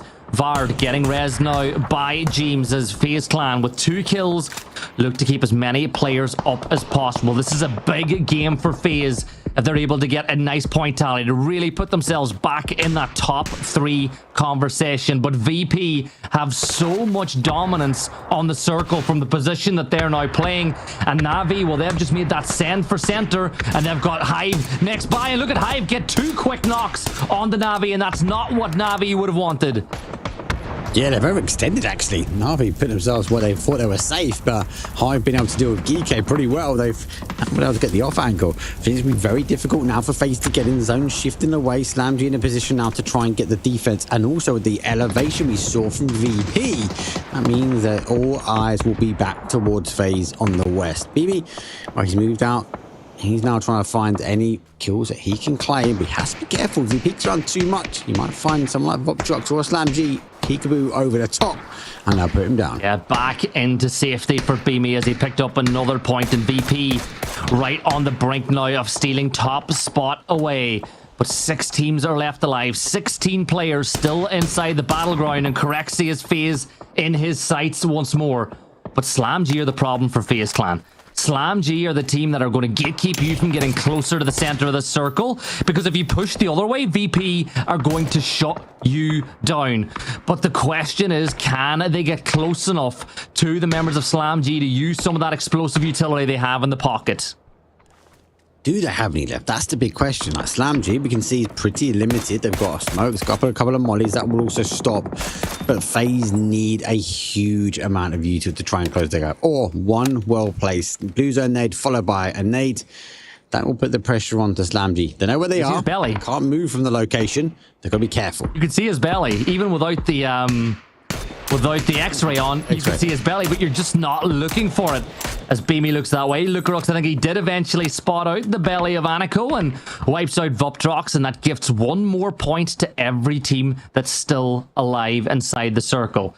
Circle shift is getting ready to pop for phase 7. A lot of people will be hoping that it kicks VP out, but VP will be hoping, but there is that nade, right? Vard got the opener onto SlamG. Now you've got to move of your FaZe Clan. They're weak. The iron is hot. Take advantage.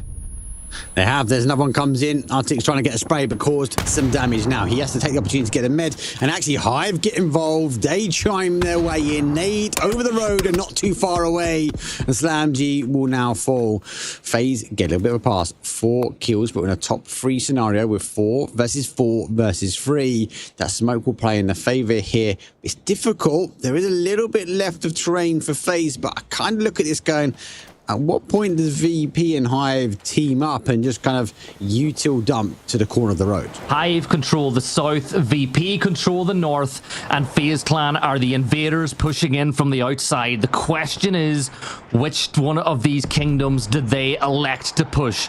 The kingdom to the north, a little bit weaker with 3 players standing, but you're pushing into a brilliant firing squad lineup that VP have over towards the western side of the circle. You push south, you're guaranteed to be locked in a battle with 1 team and 1 team only.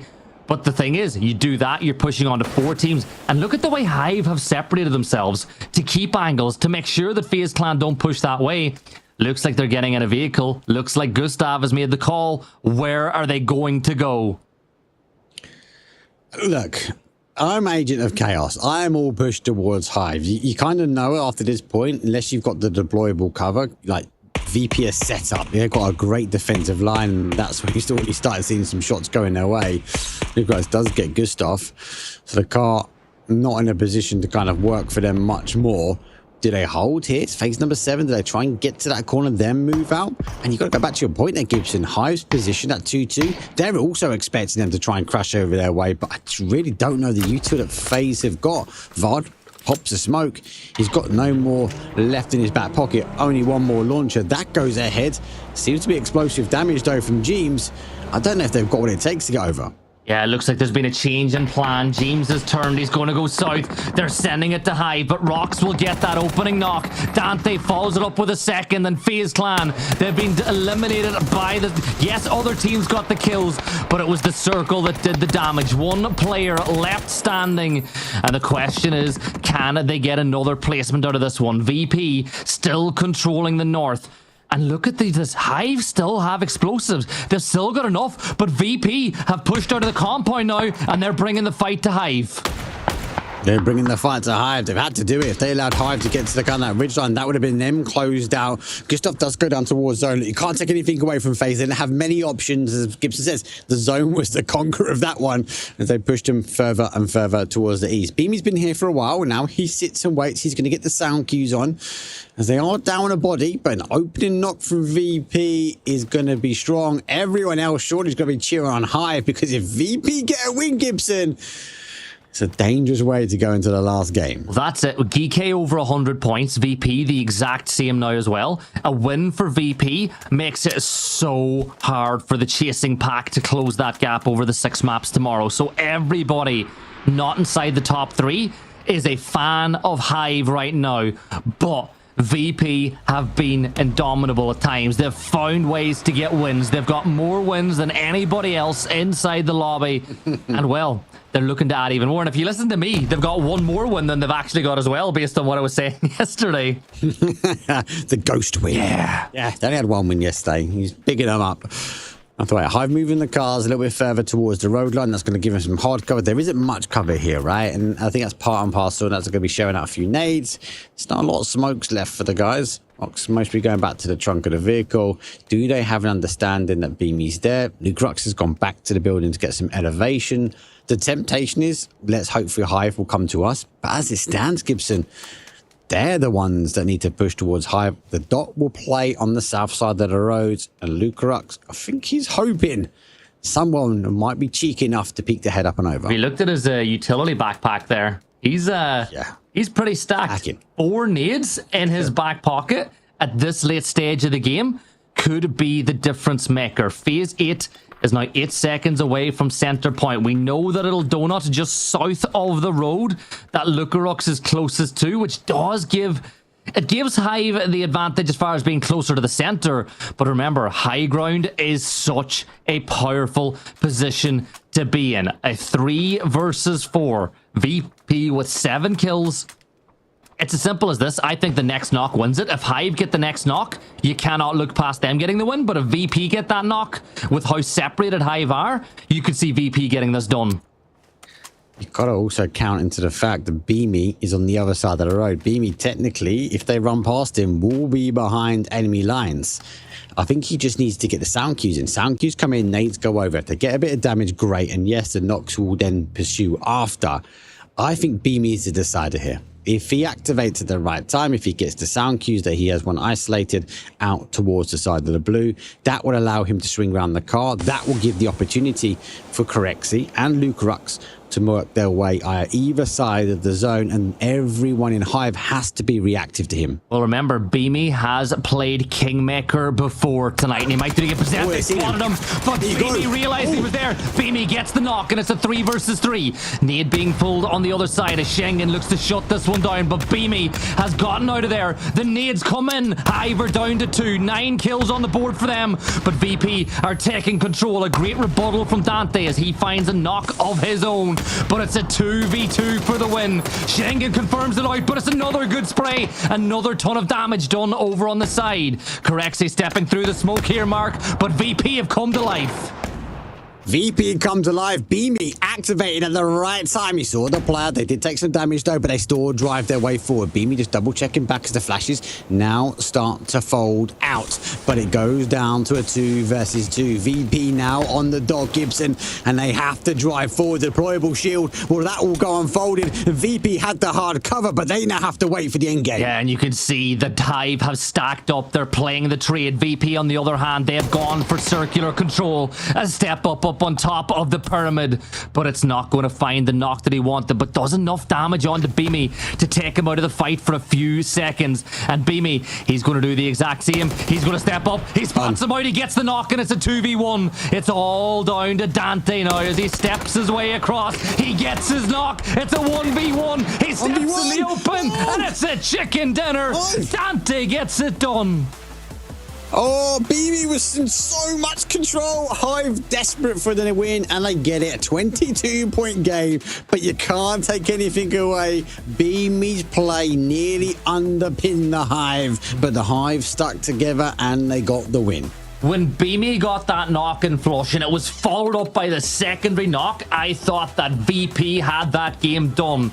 But little things, the butterfly effect. Whenever I think it was a Presente, I couldn't remember because it was so chaotic there, but when he stepped up on top of the cover and did enough damage onto Beamy to take Beamy out of the game for a couple of seconds with that first aid, it allowed Dante to reposition, and then Dante got the 1v2.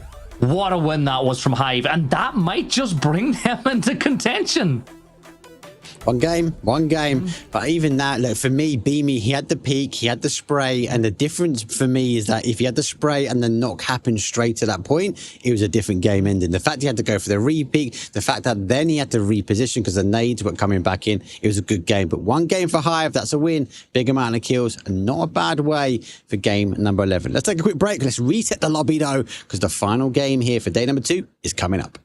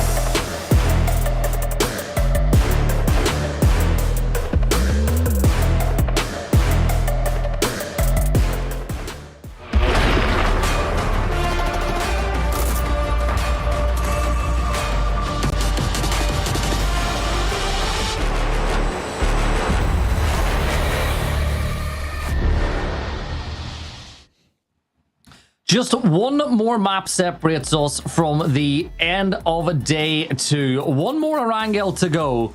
And as we enter that final map of the day, a new player has entered the arena, Mark. Hive have put themselves in with a chance.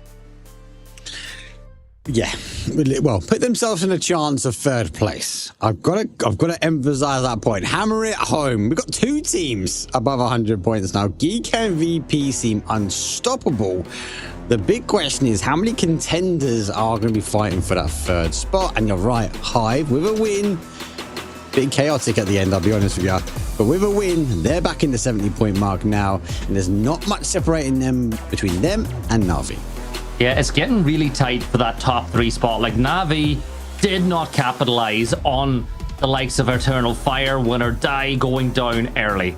FaZe Clan as well, a win there would have massively helped their chances, but it was a much better macro performance for them as they did get inside the top 3 and picked up those all-important placement points. Then as we look a little bit further away, I think at this point you're looking at the likes of Fairy Tail down and thinking unless something crazy happens in this map or tomorrow, it's looking really tough for them. But you've said it, you think that there's only 1 spot up for grabs now. You think that gap is too high. It'd be very weird if VP and GK don't close it out from this position. Again, I'd love to know what people think in chat, but for me, 1st, 2nd, tick. We know they might be joining, unless there's a huge throw. But for the likes of Fairy Tail, the story, for me, I feel like it's coming to an end. But we'll have to wait and see. We keep saying 1 game puts it back in it, and Hive is just proving it. 1 game is putting back in the conversation. You just got to look back. When I look back at the phases, when I look back at the Na'Vis, they've normally got what it takes to run the marathon, not just the sprint. Yeah, so we are now underway. The flight path went from the north to the south, finishing just off the edge of the pier on Military Island. And last map, we had a Millie flight path and we had a Gatka circle, a North Gatka finish, which is almost as far away as you could have gotten. I wonder if it's going to do something crazy this time around because the circle has now popped, Mark. And what are your early thoughts? It's got north. It's pretty much right in the centre of zone. So school flats are in the heart in the middle. So contestants obviously jump in there. They will be happy. Don't forget we don't have twisted minds because they've already secured their spot to EWC. Na'Vi will also be happy. Bushido will be the same. I think for me, watch the Eternal Fire here. They've got the opportunity to go to Potato Hill, that high ground just sort of south where contestants are, north of their location. They'll try and fight from there. There might be some of these teams sweeping around the edge, trying to pick up the kills. Yeah, Na'Vi inside of Pachinki have already sent So Said to Mini Potch a little bit further north of that position. Bushido, they've got their pick of all the drop spots. Crossberg secured himself a buggy. He'll make his way over towards Shelter to get some loot and get himself ready to go for later on in the game. And then if you're looking at the teams on the bubble, well, as always, FaZe Clan are down by Milta towards the southwest. You've obviously got the new player that has entered some form with that big win in the previous game, Hive. They're over by Gatka once more, which is their noble drop spot. But how important of a game is this for Na'Vi? Like, I feel like the last game was big for FaZe just to close that gap and get into the 70s. But for Na'Vi, they're not going to be feeling great about how they weren't able to take advantage of the opportunity the last game gave them to really jump the gun and get a bit of a distance between 3rd and 4th. Yeah, it's a missed opportunity. But as I said before, one of the teams are like, they're good at running the marathon, right? Extend seems to be settled in with Na'Vi at the moment. They seem good. Obviously, they had to change up our rosters again. It just fits nicely. And I think they'll be looking to try and close sort of match 12 out here and then focus their attention on the final 6 games because they're the team that's on the outside edge. They're the team that everyone else in the lobby, like the Hives, who just got to win and put themselves in the topic of conversation. It's their spot at the moment that wants to be taken away. Has Na'Vi got what it takes? Can they dig deep? Or will we see a FaZe or another team like an Ascend, like a Hive, or like a Win or Die, look to try and take it away? Yeah, so now, like I said, yes. POV, you're playing a ranked game with Mark and you let him drive. That's you. Or do you know what, actually? Chunks. Chunks is the worst. Chunks bad. Chunks throws to the deployable cover and ends up squishing half of his team. What am I doing? I'm gonna ask the real question. Is this just like the Spider-Man meme where we're all pointing fingers at each other and we all do it? You mean when we landed in Miramar and you got to that roof and everyone in the lobby were shooting over? I love the PUBG memes because the little mini map was filled up with gunshots towards one team sitting on top of the roof. But yeah, pretty much it feels like the case. But we will look at another team that are in the mix, win or die. They're on that Kidney Island. Remember the gunfight they had here yesterday with GK as they tried to cross that bridge. But this time around, GK will not be providing that stumbling block. They're way off south of the circles. They took their ferry pier drop spot. And I think win or die will be glad of that. They can send players in. They can secure Boatyard for themselves. They can take the building across the way as well and try to hold out any teams that come from the north. I'm looking at you, hype beasts, who might just be tempted to make that rotate in. And we're seeing space now open up on the east and west. Like, you look at Ascend, they've got space to work into. It does look like hype beasts are not going to cross the bridge just yet, though, Mark. I think they're going to play the north side of the circle and just play it by ear until we see what phase 2 or 3 does. Yeah, when we had the Miramar and we had the banding, sorry, the actual Rondo's map as well, we had the banding left to right. This one I feel like we're going to go north to south. We're going to see all the teams in the sort of middle section. We have to wait. Ivis, now work. And they will put up at that kind of mini Rozak zone. A lot of teams obviously push further afield. Zico, he'll be happy. And there's a little bit of elevation here. I'm surprised we don't actually have a team in Rozak at the moment. I'm surprised that VP continued driving on by. They believe the zone is going to go for a heavy south shift. Yeah, Rozak's completely vacant. Now, I know that you've got Redline playing by Valiant or Garden, which is not too far away. And I feel like win or die might just want to avoid it. Oh, no. Bridge camp successful. Vorex will find Zubila and Krem, 2 members of Vorpal Swords. Well, the other members will get across the bridge, but you lose 2. And that's not what you want from Vorpal Swords. That's not what you need. That is not what you leave. It's going to be cautious now. Fuck trucks out. They will be waiting. They'll be scouting over. And they're picked up because Vorpal Sword, if they want to be cheeky, they don't have to move on from that position. But they are. They are giving way. Red line. I said before, they sort of worked their way into this compound. Now they're looking, extending out. Maybe scout a little bit more towards that west. A couple of shots from Fairytale might just turn back and car. As they go, we'll find a little bit of a free pass because if he crashed on in, there was 2 guns locked and waiting. Yeah, how often do you see players lose it? Whenever that happens in the early stages, as Mark throws everything away from around his desk because he's so excited to be casting this game inside of, you know, this very standard circle that we've had on this map. But VP, they didn't get the win in the last map, but they got enough points on the board to get them up to top spot once more. 114 points. The gap now to 4th place for them is almost 40 points. They don't lose a 40-point gap over 6 maps, right? Surely they don't. Oh, we've seen crazier things, mate. We have seen crazier things. But I gotta side on that with you. It's like, yeah, surely they don't. Like, surely it's locked in at this point, and we are happy to go. But so shifting its way in, send. And our VOP structure, the final 2 teams to sort of work their way in towards the zone. Everyone's kind of found an area to live at the moment. A few shots here and there. Still 16 teams. Yeah. Only lost 2 players, and that was on that bridge camp where Voptrox were able to catch 2 of the Vorpal Swords as they made their way north from the eastern bridge over by Millie Island. And in the early game like that, those are a circle like this, those are the type of locks that you're going to see happen, right? It's not really going to be any crashes, any big team fights, especially with a flight path like this. But everybody, I think, is now in the circle except for Ascend. And what? They've got about maybe 2 kilometers of complete freedom from the edge of the circle to the nearest team. The amount of space they have is nuts. everyone's gone to this kind of middle, and there's a little bit north of them, a little bit south of them. No one's on the east and west. There's a lot of free terrain to be taken. Voptrox though still driving forward, not realizing there's no one else in front. Gustav, I will just leave. Here's the cars. Forex rocking up 100 damage for him and 1 kill. A nice round number for them as they just moved by shelter, which we saw Bushido looting a little bit earlier. Crossberg inside of new compound, firing some bullets just to let Voptrox know the spot has been taken.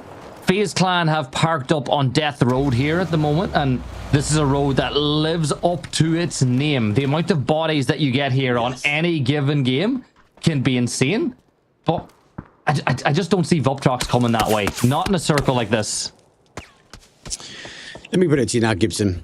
Early, if we have locked out position 1 and 2, who would you see taking the 3rd and final slot based upon performance? Ooh. See, before we started on Friday, I said that I thought that... Oh, well, I'll answer in a second because Braxco has just gotten a send, another point on the board. And we'll see texture. Before I started, I said I thought we'd get Navi picking it up as another drive-by goes past, but... You know what? FaZe Sundays. It's close. It's going to be true. I think Navi and Ascends, Navi and FaZe. Send Chris gets Neeks down. The German team's duking out in the final game as they get a confirmation. Pains is still up, looking to maybe go for that reposition. They do have Rex there. It's actually it's Chris getting that res. So then we'll be back to a full 4-man. Back to our point though. Look, I would also sway, like I'm more swaying on that sort of Navi and FaZe as well. There's a little bit of me, the little agent of chaos that's stuck inside, right? Like Bushido, Eternal Fire. These are all teams like that seem to find a way to get to the competition. Are they going to make a late run? Do we see like a game 17, 18 go full explosion? Because the skill set in this lobby has what it takes. Well, I answered that question with my head, you know, using my logical brain to think who would get over the line. But if you were asking me who my heart wants to get over the line, I want to, like, win or die or Eternal Fire. Qualifying for EWC would be brilliant. Like, I know that Eternal Fire have that experience, but for the win or die guys, it would be one hell of a life-changing experience for them. So I'd like to see them get in the mix as well, but there's still 6 maps to go. Like, in theory, if you take like a 17-point win as the average point win, I know it's not really around that mark, but that's a lot of points that are still up for grabs over all these games. So we're still tempting fate a little bit by making that guess early. But I did want to point out this before you asked that question. There was about a 4-kilometer squared space where there was no teams at all. And the two German teams managed to meet in the middle of it. They duked it out. It was always like in the close qualifiers. They just kept on, every time we saw a rotation come through, Voptrox versus Ascend, Voptrox versus Ascend, they found themselves in the lower bracket. It was like, really, guys? Like, if you just leave each other alone, you might find your way to the end game. But yeah, so much space to be had, and both our German teams go head to head. And Ascend are not a million miles off the race as well. They're 15 points away from Eternal Fire on 4th. They're, I believe it's 17 points away from 3rd. So that magic chicken dinner we spoke about could be enough to really put them in the fray as well. So we can't rule out too many teams as GK. Well, Braxco will pick up another kill for them. That should be confirmed out, but here's the rest of the crash. Quizzy, PWD, and Spyro driving on by. And there's Pains and Kiliakai getting a kill of their own each, leaving it all down to PWD. If he can get some damage done. He's gone. He's gone, so. No. He's big brain. He knows. I'm going to play this one out. I can win this by myself. I've got a buggy. Pains will get the spray. Gets a little bit of a connection. Blue zone will do some damage here. Click out the ore. Goes for the swap. And PWD finds a bit of cover into the safety of the swamp north. But the zone will shift back the other way. He has to go for a wider rotation. But more importantly, he has to be careful. He needs to ensure he gets a med on as he finds an area just to park up the car. You see both of the back tires were orange flashing as well. One more shot on either, and he would have been donezo as the circle shifted towards Redline and Hypebeast. Na'Vi, they're going to lose one to Corexia on the drive-by as he steals that kill away. That's good news for all the teams in the hunting pack as they send it right through the middle of the gauntlet, running directly towards Keter now, who has been known to cause a little bit of havoc and mayhem himself. Looks like contesters, they're having a tough time as well as they tried to rotate past VP inside apartments, but Na'Vi losing one early. I think FaZe Clan sustained a knock there as well, and I don't think they got that. I think that kill was confirmed. No, don't think it was. Don't think it was. Zone, well, we shift back towards Yaz for those that don't know, because there's a mass migration happening. Huge amounts of bodies now full. Still 16 teams, but we're down to 54 players. Redline happy now to try and hold it. So they find a position, and here comes the harder crash as CS. Well, they're trying to hold on to their position, but VP, they storm on by, and FaZe have lost bodies as well. Not just one, but two, but they are still continue. W key down, looking to continue the pressure. Yeah, they got a kill confirmed on the Slam G. Lurex is down, but you'd feel that they'll be able to regroup, and it looks like FaZe Clan, well, they're going to fall back. At this point, it's the same as the last map. Just get four, no, go, okay, FaZe, let's get stuck into it. Sneak plot from Vard, and Vard is just insane. He gets the drive-by onto Art, and Slam G eliminated. FaZe Clan, I love it. I absolutely love it. A couple more points on the board for them, marking 2 players up. If they get another 2 or 3 points, maybe even more, this game can be seen as a semi-success now. Told you, W key, FaZe, go into FaZe Sunday at the moment. Redline still going to try now hold FaZe just on the south side of them as they do take that little hill. It's giving him a lot of information. 2 can feel like 22 from that position if done correctly, and with Vard and Vex in the dangerous duo. Let's not wait too much. Hopefully no one steps on that landmine. We've got an emergency pickup though coming in from VP in that southwest corner. They're looking just to try and ensure if the zone shifts away, they'll be good. Wouldn't be too surprised if we go for Yaz here. That's why we see that E pickup coming in from VP. You know what I loved about that fight though? You could see the conversation, like in live play, you could see the 2 players having the conversation whether or not to full send, and Vard just went, yep.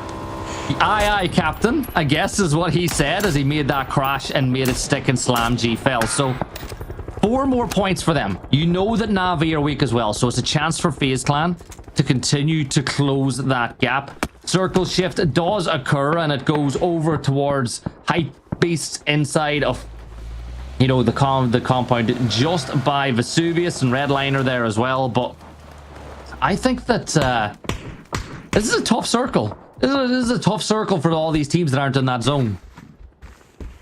Yeah, VP didn't take the E pickup either, so they got in their cars and they sort of played towards this south side. They'll be kind of peeking over the road, and they will get line of sight into Eternal Fire, but they've got a compound there. They don't need to move just yet, but they might be able to immobilize. But obviously with that push back to FaZe, well, it gives them zone, gives them high ground. They can just, if they can hold this out now, they also, yes, there might be a duo, but they might salvage a lot more from this game because so many teams need to rotate in.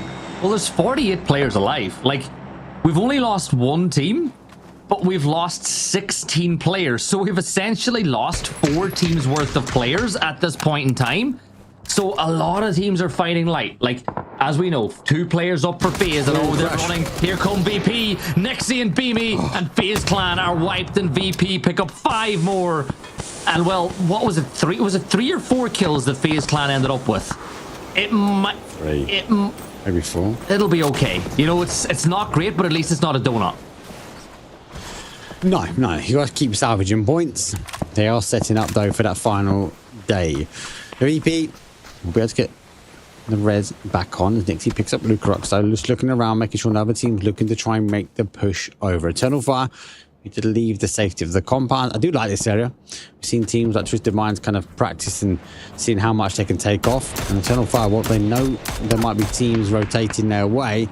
Back on the other side, Schengen gets Metabay down. Just unable to get that confirmation. Yeah, looking up towards Fairy Tail. Conf peeking on the other side of the tree, but Eternal Fire they're happy enough. As you said, they're in a really good spot here on the south with tons of positions to play over by Alamo. Over on the other side of the circle, Fairy Tale are locking horns in J compound with contesters who've decided to crash this position. But I think Bombolovo is just getting out of dodge. He's going to join the rest of the team a little bit further down the road. It is a little bit further down the road. Redline have not been able to go down the road.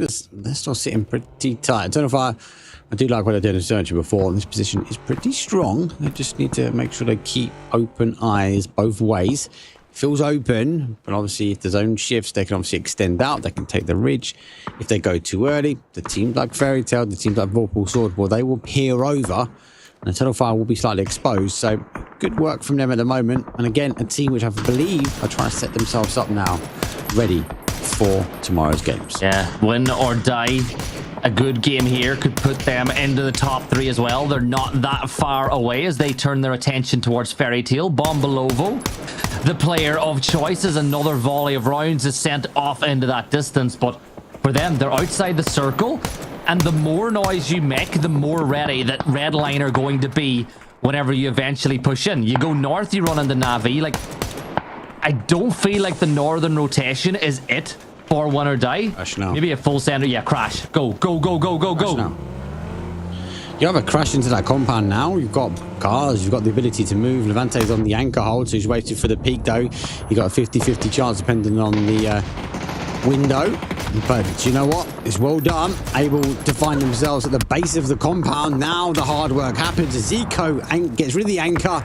They've got to charge in, but hell of my bag gets the nade. If you get this done quick enough, I think Nabi might steal that kill away. But over on the other side, contesters locking out. Conf is going to catch out Brightside. His teammate strafed in front of him, and some friendly fire was done. Jumping back though inside of the compound. You see the battle continue. 2 fights going on side by side as Melman will step into the blue. Contesters turning their attention this way as well. 41 more damage has been dealt this way as it is all going crazy. All gas, no brakes inside the lobby because Navi and Hive are fighting just north of this position as well. What in the PUBG is going on? Why the PUBG? It's game 6. Technically game number 12. If the antics will fall. Punching for Redline, they have lost one. They've got the hard cover now, but can they stop a secondary crash coming through? Navi, well, they're taking on Hive, though. Pre-fire will go through and back on the adjacent side. Everything is erupting. Ascend, leaving the safety of their compound now, forcing Vorpal Sword away. And Hive, well, they will deny with the P90 any more points for Navi. The door is open. Navi are down. So one of these sides, closing them down, can finish the day in the top 3. That'll give you a massive mental boost going into the 3rd and final day of action. VP now, top of the lobby. 6 kills on the board already. Fighting with Eternal Fire, who want to take that spot that Navi currently hold inside the top 3. But this is VP you're pushing. This is one of the strongest teams in the region. And you got to be oh so careful about every single step that you take. Well, there's only one way to progress, and that's take on the strongest team now, right? VP are on the hold. Eternal Fire waiting in the wings, waiting for now maybe the next zone to shift. VP going to take the opportunity to pick up some more meds because they've scattered them across as much as they can. But Luke Rocks listening, sound cues. And we're waiting 6 more seconds. The zone's going to pop. The question is now if it stays over here, Eternal Fire should maybe make the play up towards them. If it shifts back towards that northeast, which it doesn't, then we'd have seen them play away. There's only one way Eternal Fire have got to go, and that is through VP. I'm glad that didn't go towards GK because that would have been chaos for the lobby if it went inside the fields and inside of those dips. Ascend, they're still alive inside this game. Kiliakai will go from crater to crater, just finding all the information, but Eternal Fire are stepping ever forward towards VP, who are just above this ridgeline. Bombolovo is still alive as well. Win or die, still have 3 players up. They're getting that res. Nod is trying to hold them, but win or die, how many smokes do they have? Because do you look at all of those? Oh my god, Code Marco. Wow. Big nade opens up the opportunity for them, though. They do answer back with 2 knocks down. Luke Rock's looking to go for the seam swap. You can't swap your way through the front of the car. And Fairytale will come over the top. They're causing issues. Third party action. Nixie goes for the drop shot, but unable to get the knock on Fairytale. Yeah, this is big for Eternal Fire as well. It gives them the time they need to get 2 back to a 4. Big need from Metabay elsewhere as Bushido are crashing into Hypebeast. Bushido as well, another side that are hanging on in there in the race for the top 3. That is the end of what have you Jed Rockstone destroyed his whole team. No. The power of the Doritos. No. Get me out of this lobby right the hell now. Win or Die have wiped themselves out with a bloody... No! Celtic from Bushido, he sprays through the window. He gets a knock, and that's the end of Hypebeast as well. Oh, Doritos are king. Oh my... Doritos are better than the Blue Zone now. Bushido need to look further afield, and they've got cover if they want to work their way through. VP will fall 8th place for them. Eternal Fire, as I said, wanted to take on the kings of the castle, and they will fall with a little bit of help from Fairytale and Redline as they came to the hip after seeing the destruction of the Doritos. They got the opportunity to move on out. Phase number 6, though, we've dropped down to 7 teams, 18 players left alive as the zone has to shift on further afield. Nah, I just can't. I just can't. You've wiped... It is Gibson. You've thrown down deployable cover and killed your whole team with it. Literally, 3 players up, the door is open, Navi are eliminated, and those... That's the thing, they're random. They fall at random. They just flatten them. They got pancaked. Oh, 7 teams, 17 players, Mark. Eternal Fire and Ascend in with as good a chance as any to get closer to that top 3. Absolutely love it. Yes, they might be random, but they only come from the sky, Gibson. It's just unfortunate. Let's have a look, though, further on the field. Obviously, Redline, yes, they are still in. They could do with a win that could give them into conversation. Hive, we saw them. Obviously, after that last game, they want to try and stay alive. They are down numbers. Eternal Fire, again, a team looking to try and close out. If Eternal Fire get a win here, wow. Navi have got to come back tomorrow chasing down that team. Voptrox a little bit further down the table. Ascend not too far off of them as well. But with Ascend coming into this game on 62 points, Gibson, and a win from them, again, like we saw from the last game, like Hive, will put them back in the conversation for a platform, should we say, to work their way towards third. 6 kills, so if they go ahead and get a win at this point, you'd assume it'd be, 20 plus points, but I don't want to jinx them, so I'm not going to talk about it, but they have a tough spot, right? This circle doesn't really shift or suit them all that much. Here comes the Eternal Fire push towards the yellows.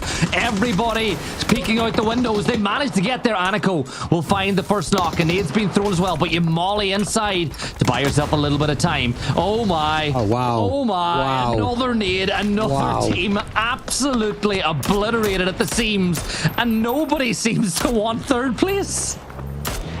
No one wants 3rd place for now. Ascend getting their cars. They're going to shift their way forward. They've had the commotion towards their south now as they will continue a little bit further in. PWD store alive. He saw a silo and he could cause some big issues if the team drop the ball.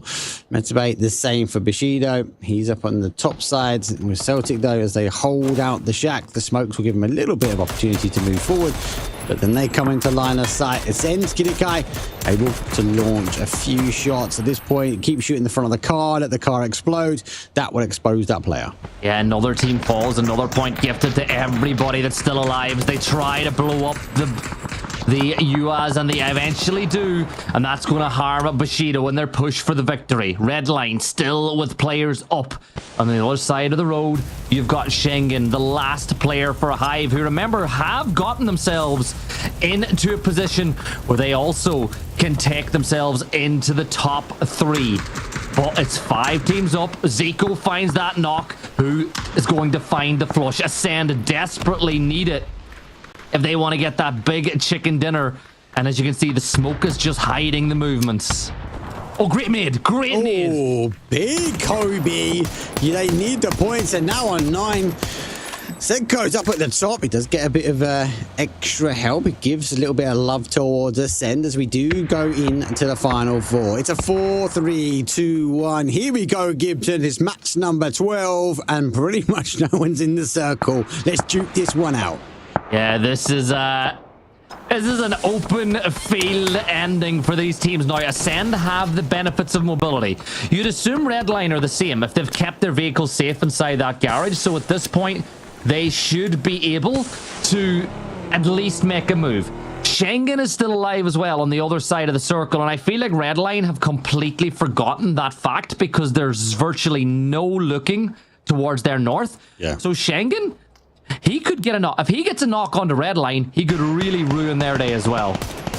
Depends if he can see TaeGo. Like, if he gets a knock on him, that's huge. He can sweep in and behind them. For now, he jumps off. He's had to get rid of the elevation. As the guys from Ascend, they use the deployable smokes and they throw them out. Deployable covers in the cars, you said before, already there. Number 10, kill on the board. Unfortunately for Hive, and be a 4th place now. Redline with the elevation, well, start to punish.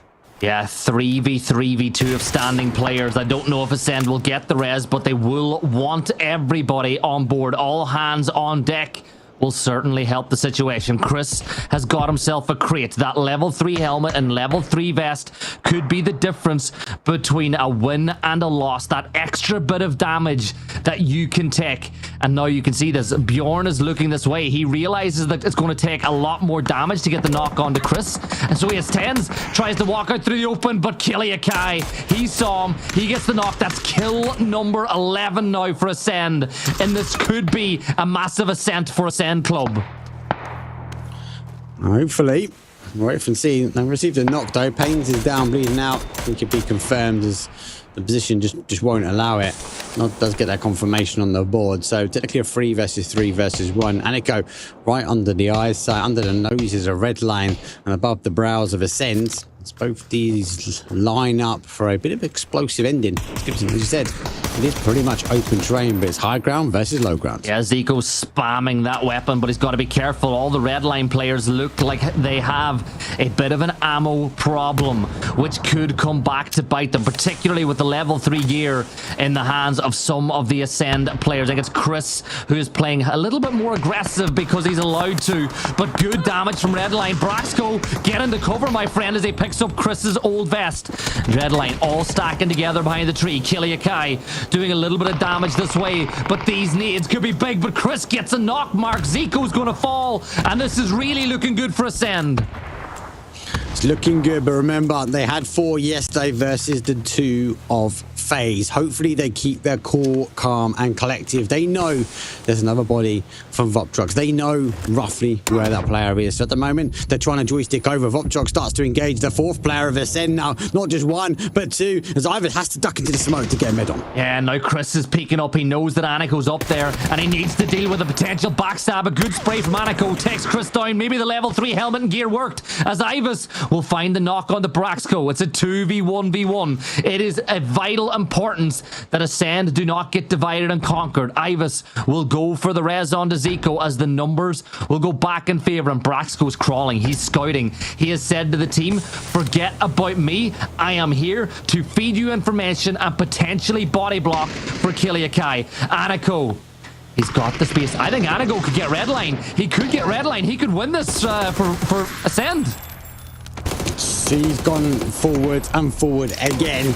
There's 1, there's 2. He swings right. He scores a 3rd. Oh my God, it's going down. German team versus German team. Ascend. I keep their cool, calm, and collective. They get the win. It's a 13-point kill. It's a 23-point game. And yet again, another victory brings another team into the conversation for a potential 3rd place. They're on 85 points now. They have gone from 62 to 85. So they could even be in 3rd spot, depending on how many kills the teams in the chasing pack got. Ascend could find themselves going from 8th to 3rd in 1 game after 12 maps. Insane. And this can bring back to my point. Place 1, Placement 2, I think kind of at this point is done and dusted. Tomorrow's match schedule though, we are going to reset and we've got a final 6 maps to go, as we will then obviously play from Miramar all the way through to Erangel, but we've only got 6 games left, guys, right? Back to my point, first and second, unless Geek and VP either do something really shocking or the rest of the team get really hungry and deny them points, I kind of feel like let's put them to one side. I think we really need to focus now on that 3rd spot, because every game at the moment, Gibson, is another game where another team enters into the fold and goes, hey guys, we want to make a ticket to EWC. Yeah, I think that the cutoff point is going to be really high. Like, look at it the way things go. Like, you look at VP and GK, they're in a really good position going into tomorrow. 3-4 points a game could be enough for them to just get over the line at this point. So I think they're going to be really confident. But I'm looking at that race for 3rd spots, and there's probably 5-6 teams looking for 1. And 5 or 6 don't go into 1. It just doesn't math that way. So it's a case now where tomorrow is going to be a bloodbath as these teams hunt it out. Because remember, this is a $2 million tournament that you're trying to qualify for. This is an international LAN as part of one of the biggest gaming events, if not the biggest gaming event in the world. And Ascend have just given themselves a massive step up going into that final day. It is huge. It is huge. Lots of these teams now working their way in, and that is the problem. More teams into the divide. Obviously, VP getting a win here. Eternal Fire was explosive at the very start, so that was a good hold for them. But then look at the second half. Win or Die, Hive, Ascend. All teams looking to try and take that 3rd spot. And more importantly, as all teams take the 3rd spot, they've done it with pretty style. They've got 10 points for a win, and they've had a very good number of kill points as well. Yeah, and that is going to leave it to the end of the night. But remember, as we draw the curtains closed on EMEA's day 2, North America, or the Americas qualifiers, begin in about 4 hours from now. And then early in the morning, if you're based in Europe or North America, the Korean finals will begin as well, where Elfish and Xenox will take you through the action. But if you're just an EMEA fan and all you want to watch is EMEA, same time, same place tomorrow. From Mark and I, have a great one. We'll see you then.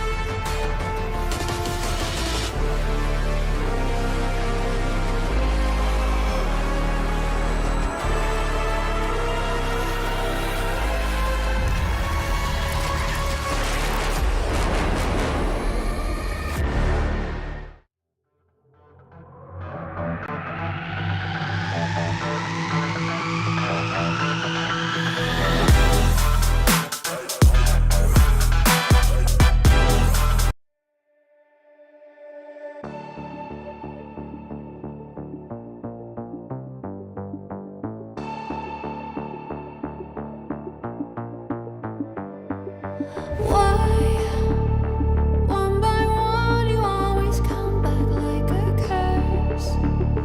Lurking in the dark, your soul is blind. You lie, time and time again, and I am not your fool.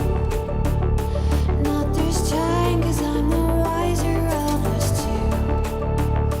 I'm the one of light, the antithesis of you.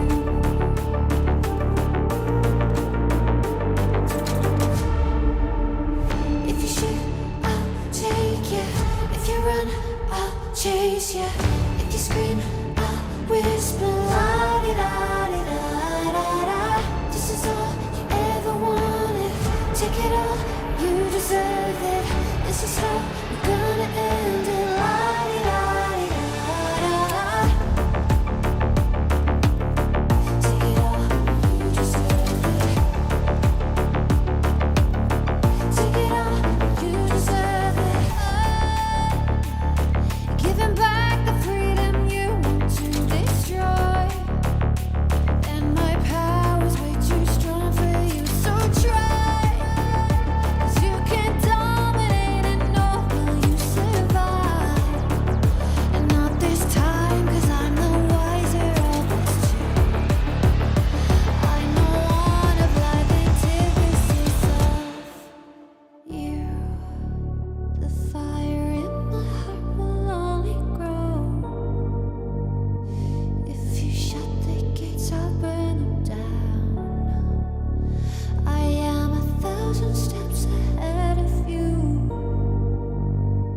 see.